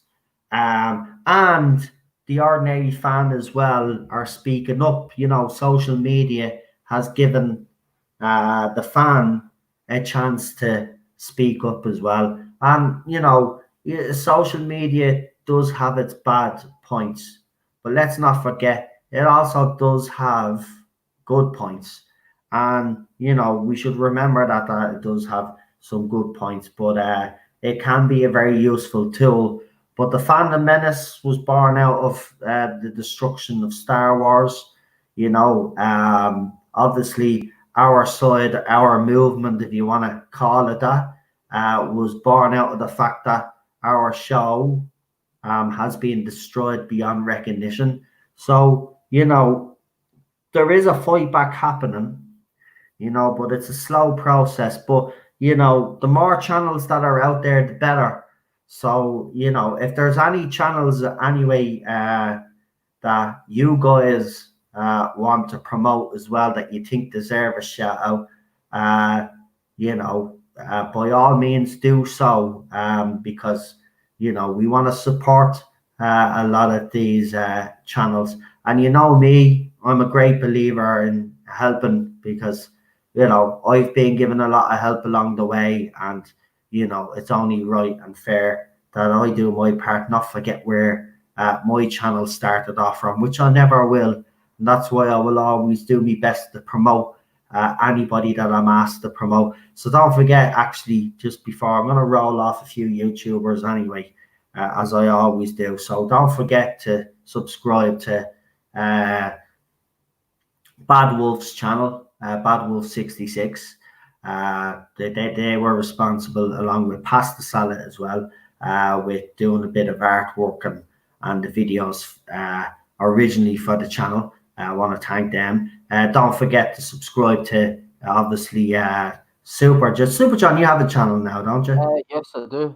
Yeah, Super John has a channel. So do you know what? Actually, before I call out the rest of the YouTube channels, Super John, let everybody know what your channel is and what you're going to be doing on it.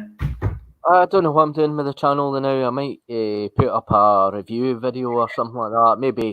Maybe do a review in Ghostbusters figures or something like that, or Gremlins. Oh, Ghostbusters. Well, here, if you're doing a review of Ghostbusters, I'm in. Mm-hmm. If you're doing a panel, Darius. But if you're doing a panel, I love that movie. Are you going to do the two of them, though? Yeah, I'll do the two of them. Right, well, if you do decide, let me know what day, man. Even if I'm streaming, I'll take the day off and I'll come onto your stream, and we'll do it, man, if that's what you want to do. So what's the name of your channel? Super John. Super John. Yeah. So don't forget to subscribe to his channel, and he will have content, as he said. He's just kind of thinking of what he's going to do, but he's going to do it. Don't forget to subscribe to Daniel's channel as well in the chat. Daniel is one of me mods. Also, yeah, go ahead. Sorry, Super John. I think I've subscribed to Daniel. I'll check. Yeah, and make sure that you're still subscribed if you have subscribed to all the channels, because you know what's happening. YouTube, you know, they make so many excuses on Twitter now. It's actually laughable. Yeah. But you know, just make sure that you're still subscribed, because they are actively deleting, and they've actually even said they're actively deleting. So, you know, make sure that you're still subscribed and hit that notification bell so you don't miss any of my videos either. Who else do I want to give a shout out to? Gary's channel, obviously. Not that he would need a shout out, but I always will. Doesn't matter how big or small. Gary has helped this channel quite a lot. So don't forget Gary Neurotics channel. Ballstrek, obviously. Ballstrek is like a brother to me. So yeah, definitely his channel. Support him. You know, remember, I'm not the only one that's been getting it in the neck. That guy has also been getting it in the neck the past couple of weeks as well. So support him as well. We got Daniel's channel, as I said. Don't forget to support his channel. Very important. Blue Bonnet Hoovian. I don't want you to forget her channel. If you haven't subscribed to Blue Bonnet Hoovian's channel, please do. Purple Lady. They've got the, what's the name of their channel? Something of the Valkyries. I keep forgetting the name of their bleeding channel. Sorry, girls. Hold on. Does anybody remember what the Purple Lady and Sammy John, what's it? Something of the Valkyries. I'm subscribed to them, so I'll go in and check. Hold on. I should just read out the channels that I follow, actually. Right, hold on. It'll be easier to do it this way. Right, so the Rabbi, obviously, Bear Nerd Fun, Heel versus Babyface. Matrix Lord, Bounding into Comics as well, Iris of Chaos, as I said, Ballstrek, the Burnett Network. I don't know if anybody is a fan of Angry Joe, but Angry Joe is someone, he does gaming reviews as well and different reviews. He's actually good. Believe it or not, I followed him a few years back. He was actually, him and a couple of other YouTubers were the inspiration for me, to be quite honest with you. When I first seen his channel, said that's something I'd actually like to do. And then I didn't do anything until obviously a few years later. We got Mr. Hyde's podcasts, and I want to actually give them a special shout out because they do some reviews like we do. Obviously, probably a bit more professional on his part, but because you know me, I just wing things. But Mr. Hyde's podcasts, worth unknown, as I said, has a channel. Mecha Random. Loki's, I just want to get the name of this channel properly. Loki's Mornings of Mischief as well. Give them a sub. The Space Book. Neurotic Live as well. Don't forget to subscribe to Gary's second channel also. We've got Geek Union. Don't forget to subscribe to Geek Union. Critical Drinker. David Travels Through Time. He hasn't been here in a while, but he did send me a message a while back just to let him know that we're still thinking of him. There is a YouTuber out there that I subscribed to last year actually, and they've done some great videos actually, and our channel is an Indian fan girl. She got 23 views on her last video, but I have to be honest, she deserves a lot more views than what she's actually getting. I was actually listening to her last year. She actually did a video, I think, last year on why Jodie Whittaker's doctor doesn't work, or why the series or something doesn't work. It was a very good video. So that she's called an Indian fangirl. So if you want to check her out as well.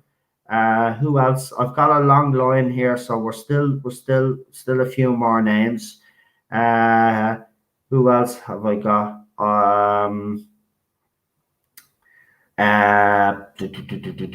Where am I? I've gone too far. Yeah, we've got Talk the Doctor, and they haven't done a video in a while, but that's Eddie Ascaro's channel. Don't forget that channel, just in case they do decide to come back again and stream.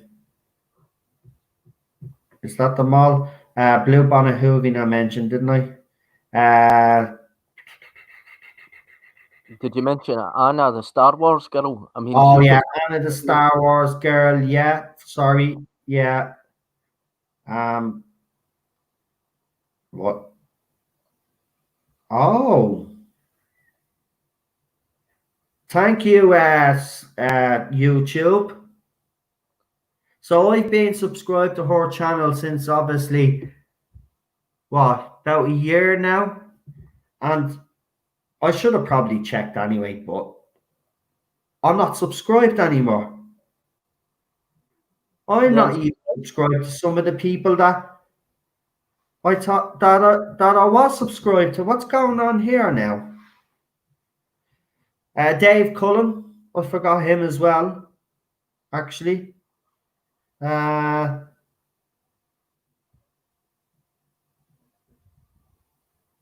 That is actually ridiculous what they're doing. I didn't even know that.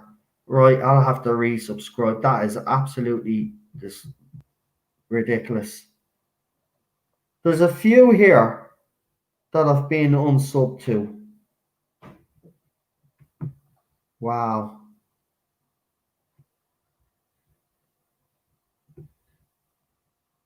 What a bunch of...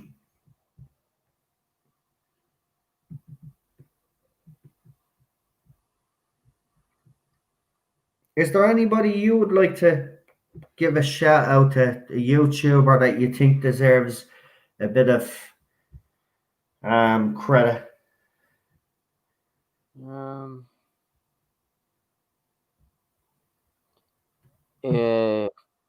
Anna, Star Wars girl, Bolts Trek, Gary, Nerderotics. Yeah. Actually, guys, do you know what I'm going to do? I'm going to go off now because I see Gary is actually live with Friday Night Tights. And Yeah, some of you might want to go over there and join them. We've been gone for 4 hours anyway. I didn't even actually want to go on for this long, but obviously with everything that was going on and stuff, we got a bit sidetracked. But we got to talk about the stuff that I wanted to talk about. So listen, again, I think people know where I stand with Chris Chibnall, Jodie Whittaker. I think I've made my views very, very clear now, even though, you know, I didn't have to. But I think it is good with all this drama that's happened that people kind of get the gist of where I'm coming from. And hopefully this has helped in a little bit of a way. A really good video on the topic of the 13 Doctor Series 11. It doesn't name the YouTuber unknown. If you want to name the YouTuber there, I don't know who you've thrown up there. And don't forget Dizzy D says, yeah, I won't. With another attempt that you didn't have to give me a super chat, mate, but I really appreciate it. Another Australian $10 super chat. Dizzy D and a smiley face. Don't forget Dizzy D's channel as well.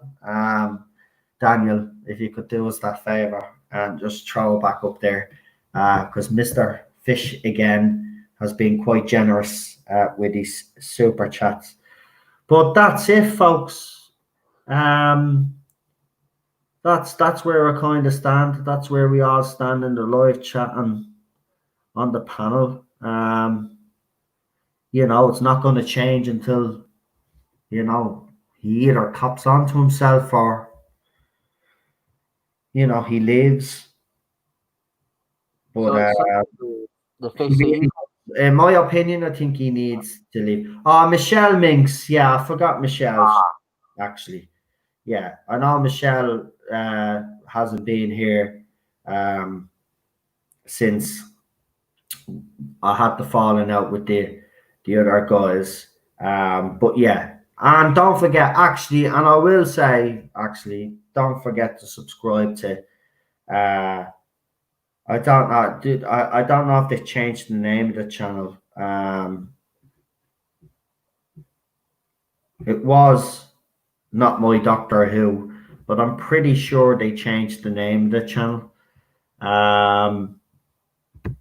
So go and subscribe to Neil's channel and Yvette. Give them a bit of support there as well.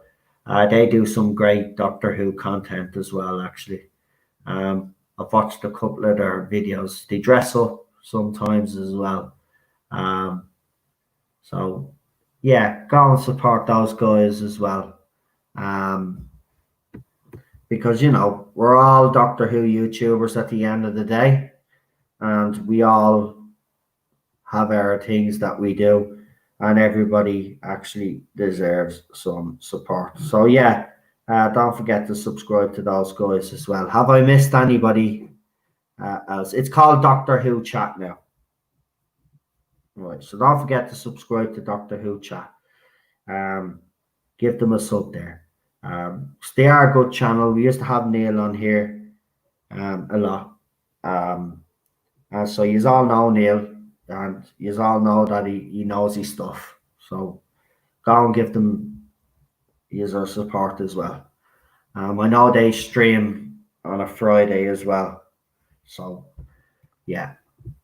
I'm going to say something, though. Yeah, go. Ghostbusters. Go to Al Smith on YouTube. I mean, he does Ghostbuster reviews, toy reviews, and the film reviews. Nice. I think I've watched that guy. Is that the guy with the glasses? No, he's the bald guy. Oh, right. Different guy. Okay, I'll check him out. Yeah, I'll definitely check him out. I'll put the link up. I can't put the link up in the YouTube because you've undone my moderator there. Or is it YouTube that's done that? No, see, you had 2 Super John, so I must have removed right. the wrong Super John account then. Right. That's what it is. Right, hold on, we'll rectify that again. Yeah, because you had 2. Actually, Yeah, I thought that's the one I did keep. I thought that was the one I did keep because the other one had the weird symbol beside your name, and I thought that was the one. Okay, right. Well, I'll fix it now. Hold on. I'll fix that right now. There's your name, so we'll change that. Don't add moderator. There you go. You should be wrenched again now. Right, I'll find this guy's channel. He's a Right, Ghostbusters fan. right. While he's finding that channel, I'll just say me good nights and me goodbyes, and then we'll put the channel up, and then we'll call it a night. Just want to make sure I haven't forgotten anybody or any super chats, which it looks like I haven't, so that's fantastic. So I'll go back to the chat. Let's see. And the YouTube channel for Doctor Who chat is in there, so don't forget to subscribe.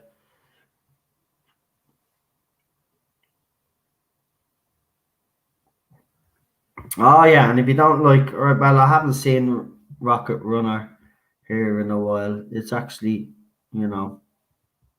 yeah, kind of miss seeing his name in the chat. Tell him I said hello if you are talking. Oh, it's pasta salad jokes again. All right, is there still at that is with the pasta salad jokes? These are unbelievable. Yeah, don't put it in the fucking microwave, and you'll be fine. You'll be fine. So yeah, I'm just waiting on yourselves, John, to put that up in the chat again. Yeah, I'll put it up. All right, hold on. Maybe I just can't see it yet because, well, I want to make sure it goes up first. So I'll wait until I see that it's up on. I'll paste it here to see if it works. Can you copy and paste that? Hold on. I'll tell you now. Right, it's in the private chat. Right, let's see if I can do this.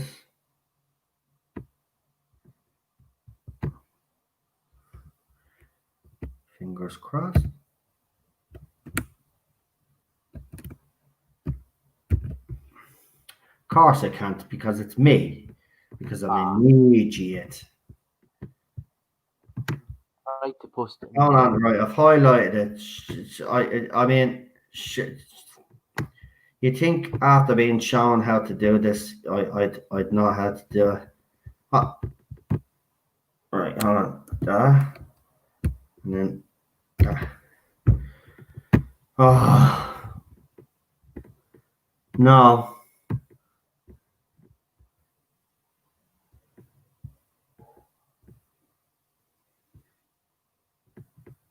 Damn. Can you not get it? I can send it to you in Twitter. Yeah, she'll just whack it up on Twitter, and I'll retweet it on Twitter. Right, okay. It'll work that way. Until we sort something out, because I really need to learn how to do all of this stuff. But this is annoying. Hold on a minute.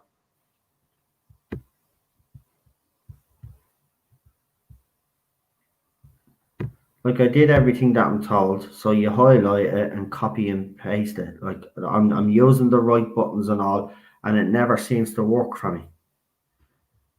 I don't know. Right, hold on. I'll try one more time because I have to get this right.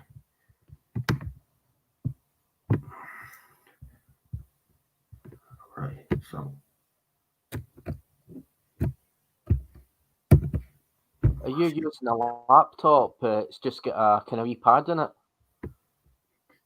No, Cheryl showed me how to do it because that's what I thought. She showed me how to do this, so I'm using the right buttons that I should be using, and it's not working. It's not working. I can't get it on the chat. What's the name of the channel again? These things, I can only use a mouse. Yeah. Better with a mouse. Well, go and check out that channel that he said anyway, guys. Because unfortunately I can't get it up. Well, I posted it on Twitter, so it's 55 seconds ago I posted it. Right. Well, I'll retweet it on Twitter if anybody wants to check it out. Please do. You know, as I said, all these channels right now, you know, they're the channels that are keeping us entertained and getting us through this lockdown. So, Harry Potter and the Philosopher Past the Salad. I don't start with the past the salad jokes now. Sorry that Cheryl has got caught up in the crossfire in all of this. She doesn't deserve any of that. Well, listen, in fairness, neither do I. It's kind of funny that everybody is saying, and yeah, I do agree with you. It's not. It is horrible that Cheryl has been caught in the crossfire, but like, you know, I've been also receiving a lot of crap. You know. Right, so you shared that. Where is it? I have to get your account. Did you not tag me in it? No. Oh no, I didn't tag you in it. Oh wait there. It's all right. Grand. I'm in your. I found you. Oh, you found it. Great I'll stuff. just retweet you. Oh, there. Unknown put it up. It's in the YouTube. There you go. But I'll retweet it anyway. If anybody wants it, I'm retweeting it on my Twitter account as well. But Unknown has found it there. It's in the live chat now. Al Smith's channel. Go and check it out. And yeah, I think that's it. I'm just at the seeing your cover photograph on your Twitter account. Oh my God. Yeah. Oh yeah, that the Jody. Yeah. Oh my God. On that drawing, I can send it to you. You drew that? I drew that. Yes, I did. Wow. I'm quite good at drawing, but I drew that picture of K9 a few years ago. You see, for my avatar. Yeah.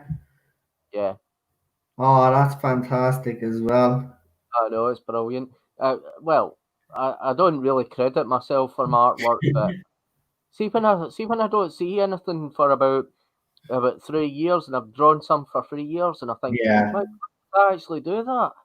That's absolutely brilliant. Yeah. But, No, it is. I'm about to get a good laugh there as well, because that's the only ones that actually. I know, it's just the shape of her head and the nose and the teeth. I mean, it's just that's what kind of if you can do it in a caricature, she would look like, I suppose. Yeah, well, they're supposed to be bringing back. They were supposed to be bringing back that? What was that famous show again? Spit an Image. Yeah, Split an Image. Yeah, they were talking about bringing that back. So yeah, they could have a. Yeah. Well, that's what that show was. It was basically ripping the piss out of everything that was happening today. So yeah, right. Listen, I could go on, but I'm not. 4 hours, I think, is long enough. It's going to be another long stream tomorrow night. So I'm gonna call it quits now. I'd just like to thank me guests for tonight. Sean that was here briefly. We will get him back on. He did have some technical issues. We also had Marty on earlier as well. I don't know if we did get a message off Marty.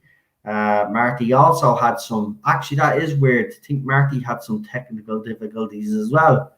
And there, obviously, Super John and myself were able to keep going, but it was a bit touch and go there for a minute, because I went a little bit crazy there on the stream with with the signal or something. Something happened. I couldn't hear anybody for a while either. So listen, Super John, I'd like to thank you for coming on and suggesting those YouTubers as well. We'll have you on again pretty soon. We're going to be doing a lot more streams anyway. Troy, Joe, because we got plenty to talk about, you know, and there'll be plenty more rumors and speculation. I'm sure we'll find something else out on Gallifrey base we'll have something to talk about. And don't forget, actually, remember this video did start off with me talking about the Maxine Alderton rumor that's gone around on Gallifrey base. Now, as I said, and I've shown already, we spoke about this last November. So go and check those 2 videos out. Maxine, just put in Maxine Alderton in the Tardis zone there, search Maxine Alderton, new showrunner series 13 ? And the 2 videos will come up. Take a look at them. Let me know what you think yourselves then. And even if you want to leave a comment, I know it's been a while since those videos are up a while, but if you want to leave a comment, let me know what you think. But yeah, the rumors are flying, and obviously they will. And the other side will say, well, because we're down in lockdown, there's going to be rumors flying all over the place. No, that's not the case. There's always rumors anyway.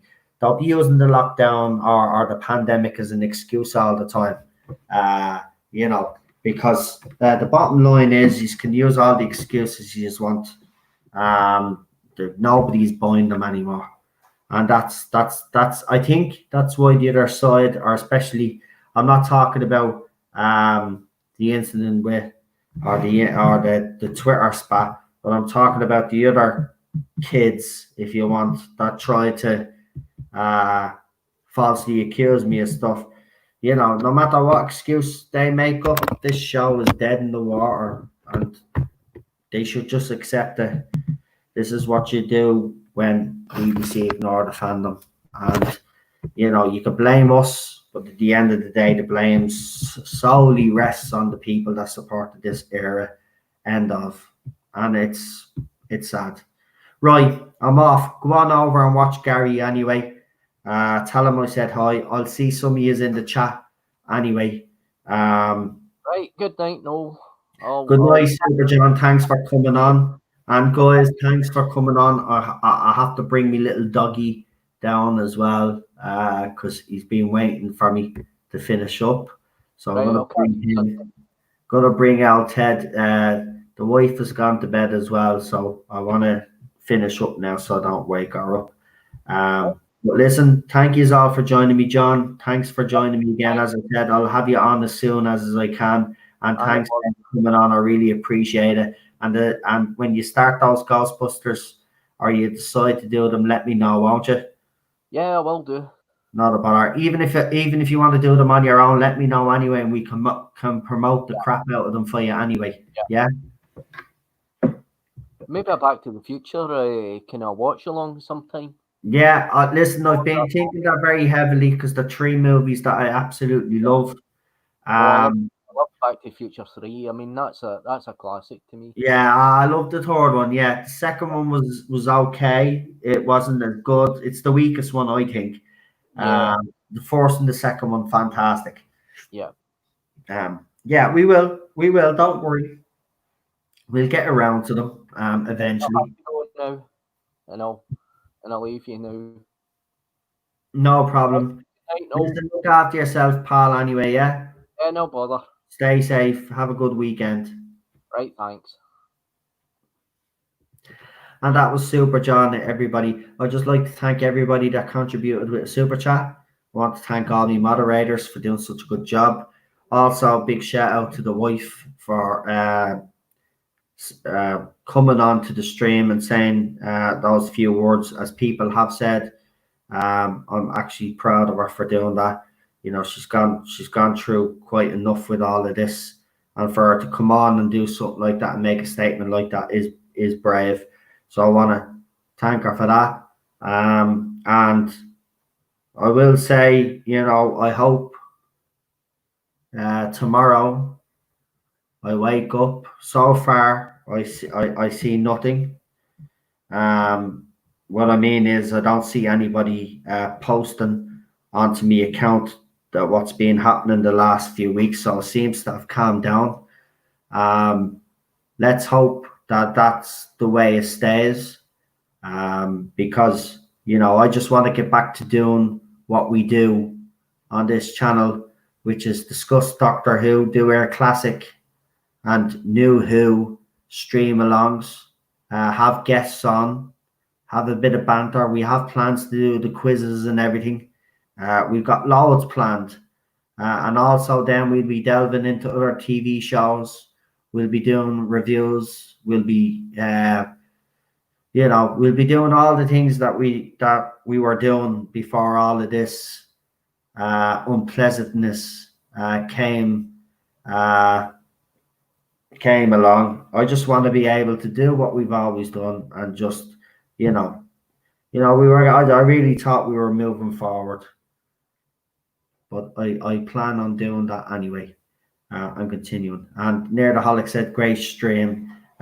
We will listen, Sean. We have to get you on again because that wasn't good enough. I'm disappointed that I couldn't have you on longer because of the technical difficulties. So we'll get you on again because it has been a long time since you're on, and when you're on, we do have a laugh. So we definitely have to get you back on because that really did disappoint me that you couldn't stay on for as long as you because of the technical difficulties. I hate that, because I was looking forward to you coming on. It happens though. It happens. But we'll get you on again. Don't worry. You just let me know anyway when you're free again. But as I said, there's an invite for you on Monday if you're available. Daniel will be on it. We're doing New Who, the Cybermen, fourth story in Series 2. David Tennant, we're doing those watch-alongs. That's Monday. We've pushed everything now. So just to remind people, actually, Classic is on Sunday because obviously we're on tomorrow night. And then then Monday is the New Who. And then we'll be back to normal then next week. Right. Good night. And may your God go with you, says Ronan. And Nerdaholic says, definitely, mate. Yeah, we'll definitely do so. Listen, thank you all for joining me. Have a good weekend. Talk to you all tomorrow. Should be a good stream tomorrow. I'm gonna, as I said, I'll bring Ted down and then I'm gonna fly over to Friday Night Tights if it's still on and join in the chat and discussion there. It's actually good after I do a stream like this and I'm able to sit down and listen to someone else and relax, have a cup of tea and see what they're talking about. Just be very interesting. But listen, as I said, look after yourselves and thank you all. I want to thank you all from the bottom of my heart. Thank you all for the support. It really has meant the world to me and Cheryl, or Cheryl and I, if I'm speaking English properly, Cheryl and I. It really has meant the world to the two of us. But hopefully tomorrow's a brand new day and a fresh start. And, hopefully what was said tonight, especially that person sticks to that. And it'd be nice to see that other people that were involved or that were adding to it, let's hope they take example from those people that have decided that enough is enough. And we can truly move on. That's all I want. I want to be able to do my thing. And I know people will always have a problem with things that I have to say. But if as I said, that's always going to happen when you run a YouTube channel.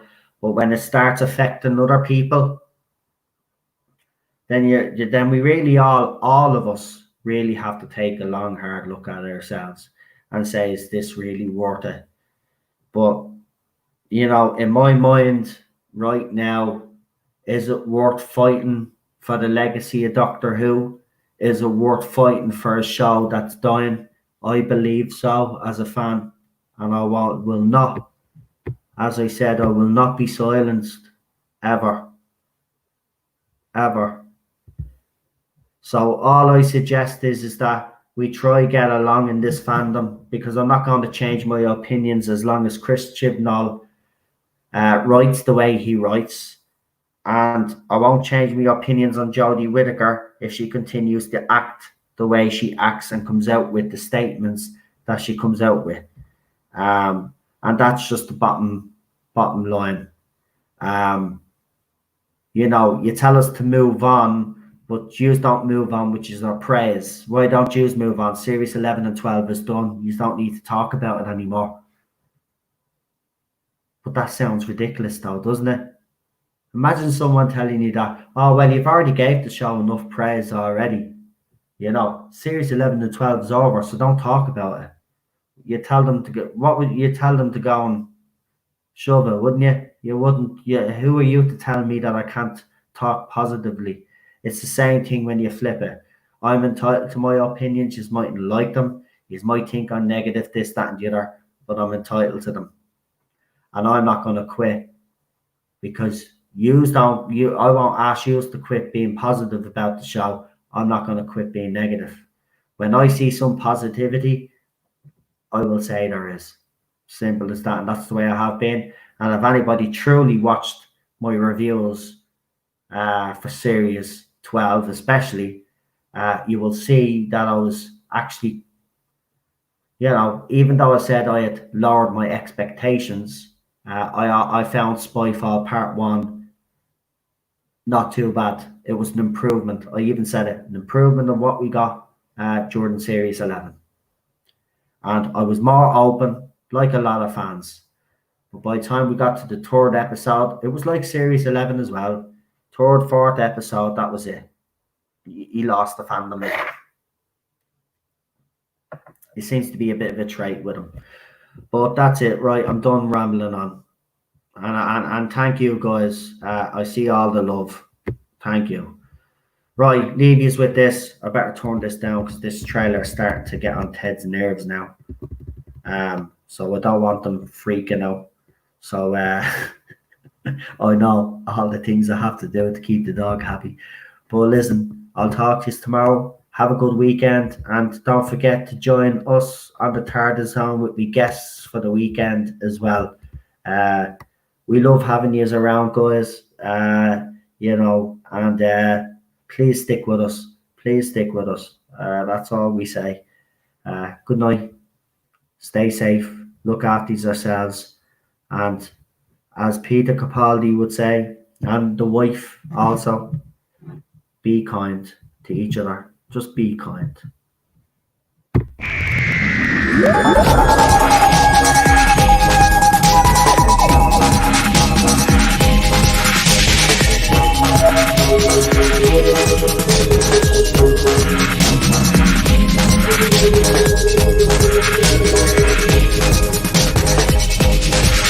Yeah.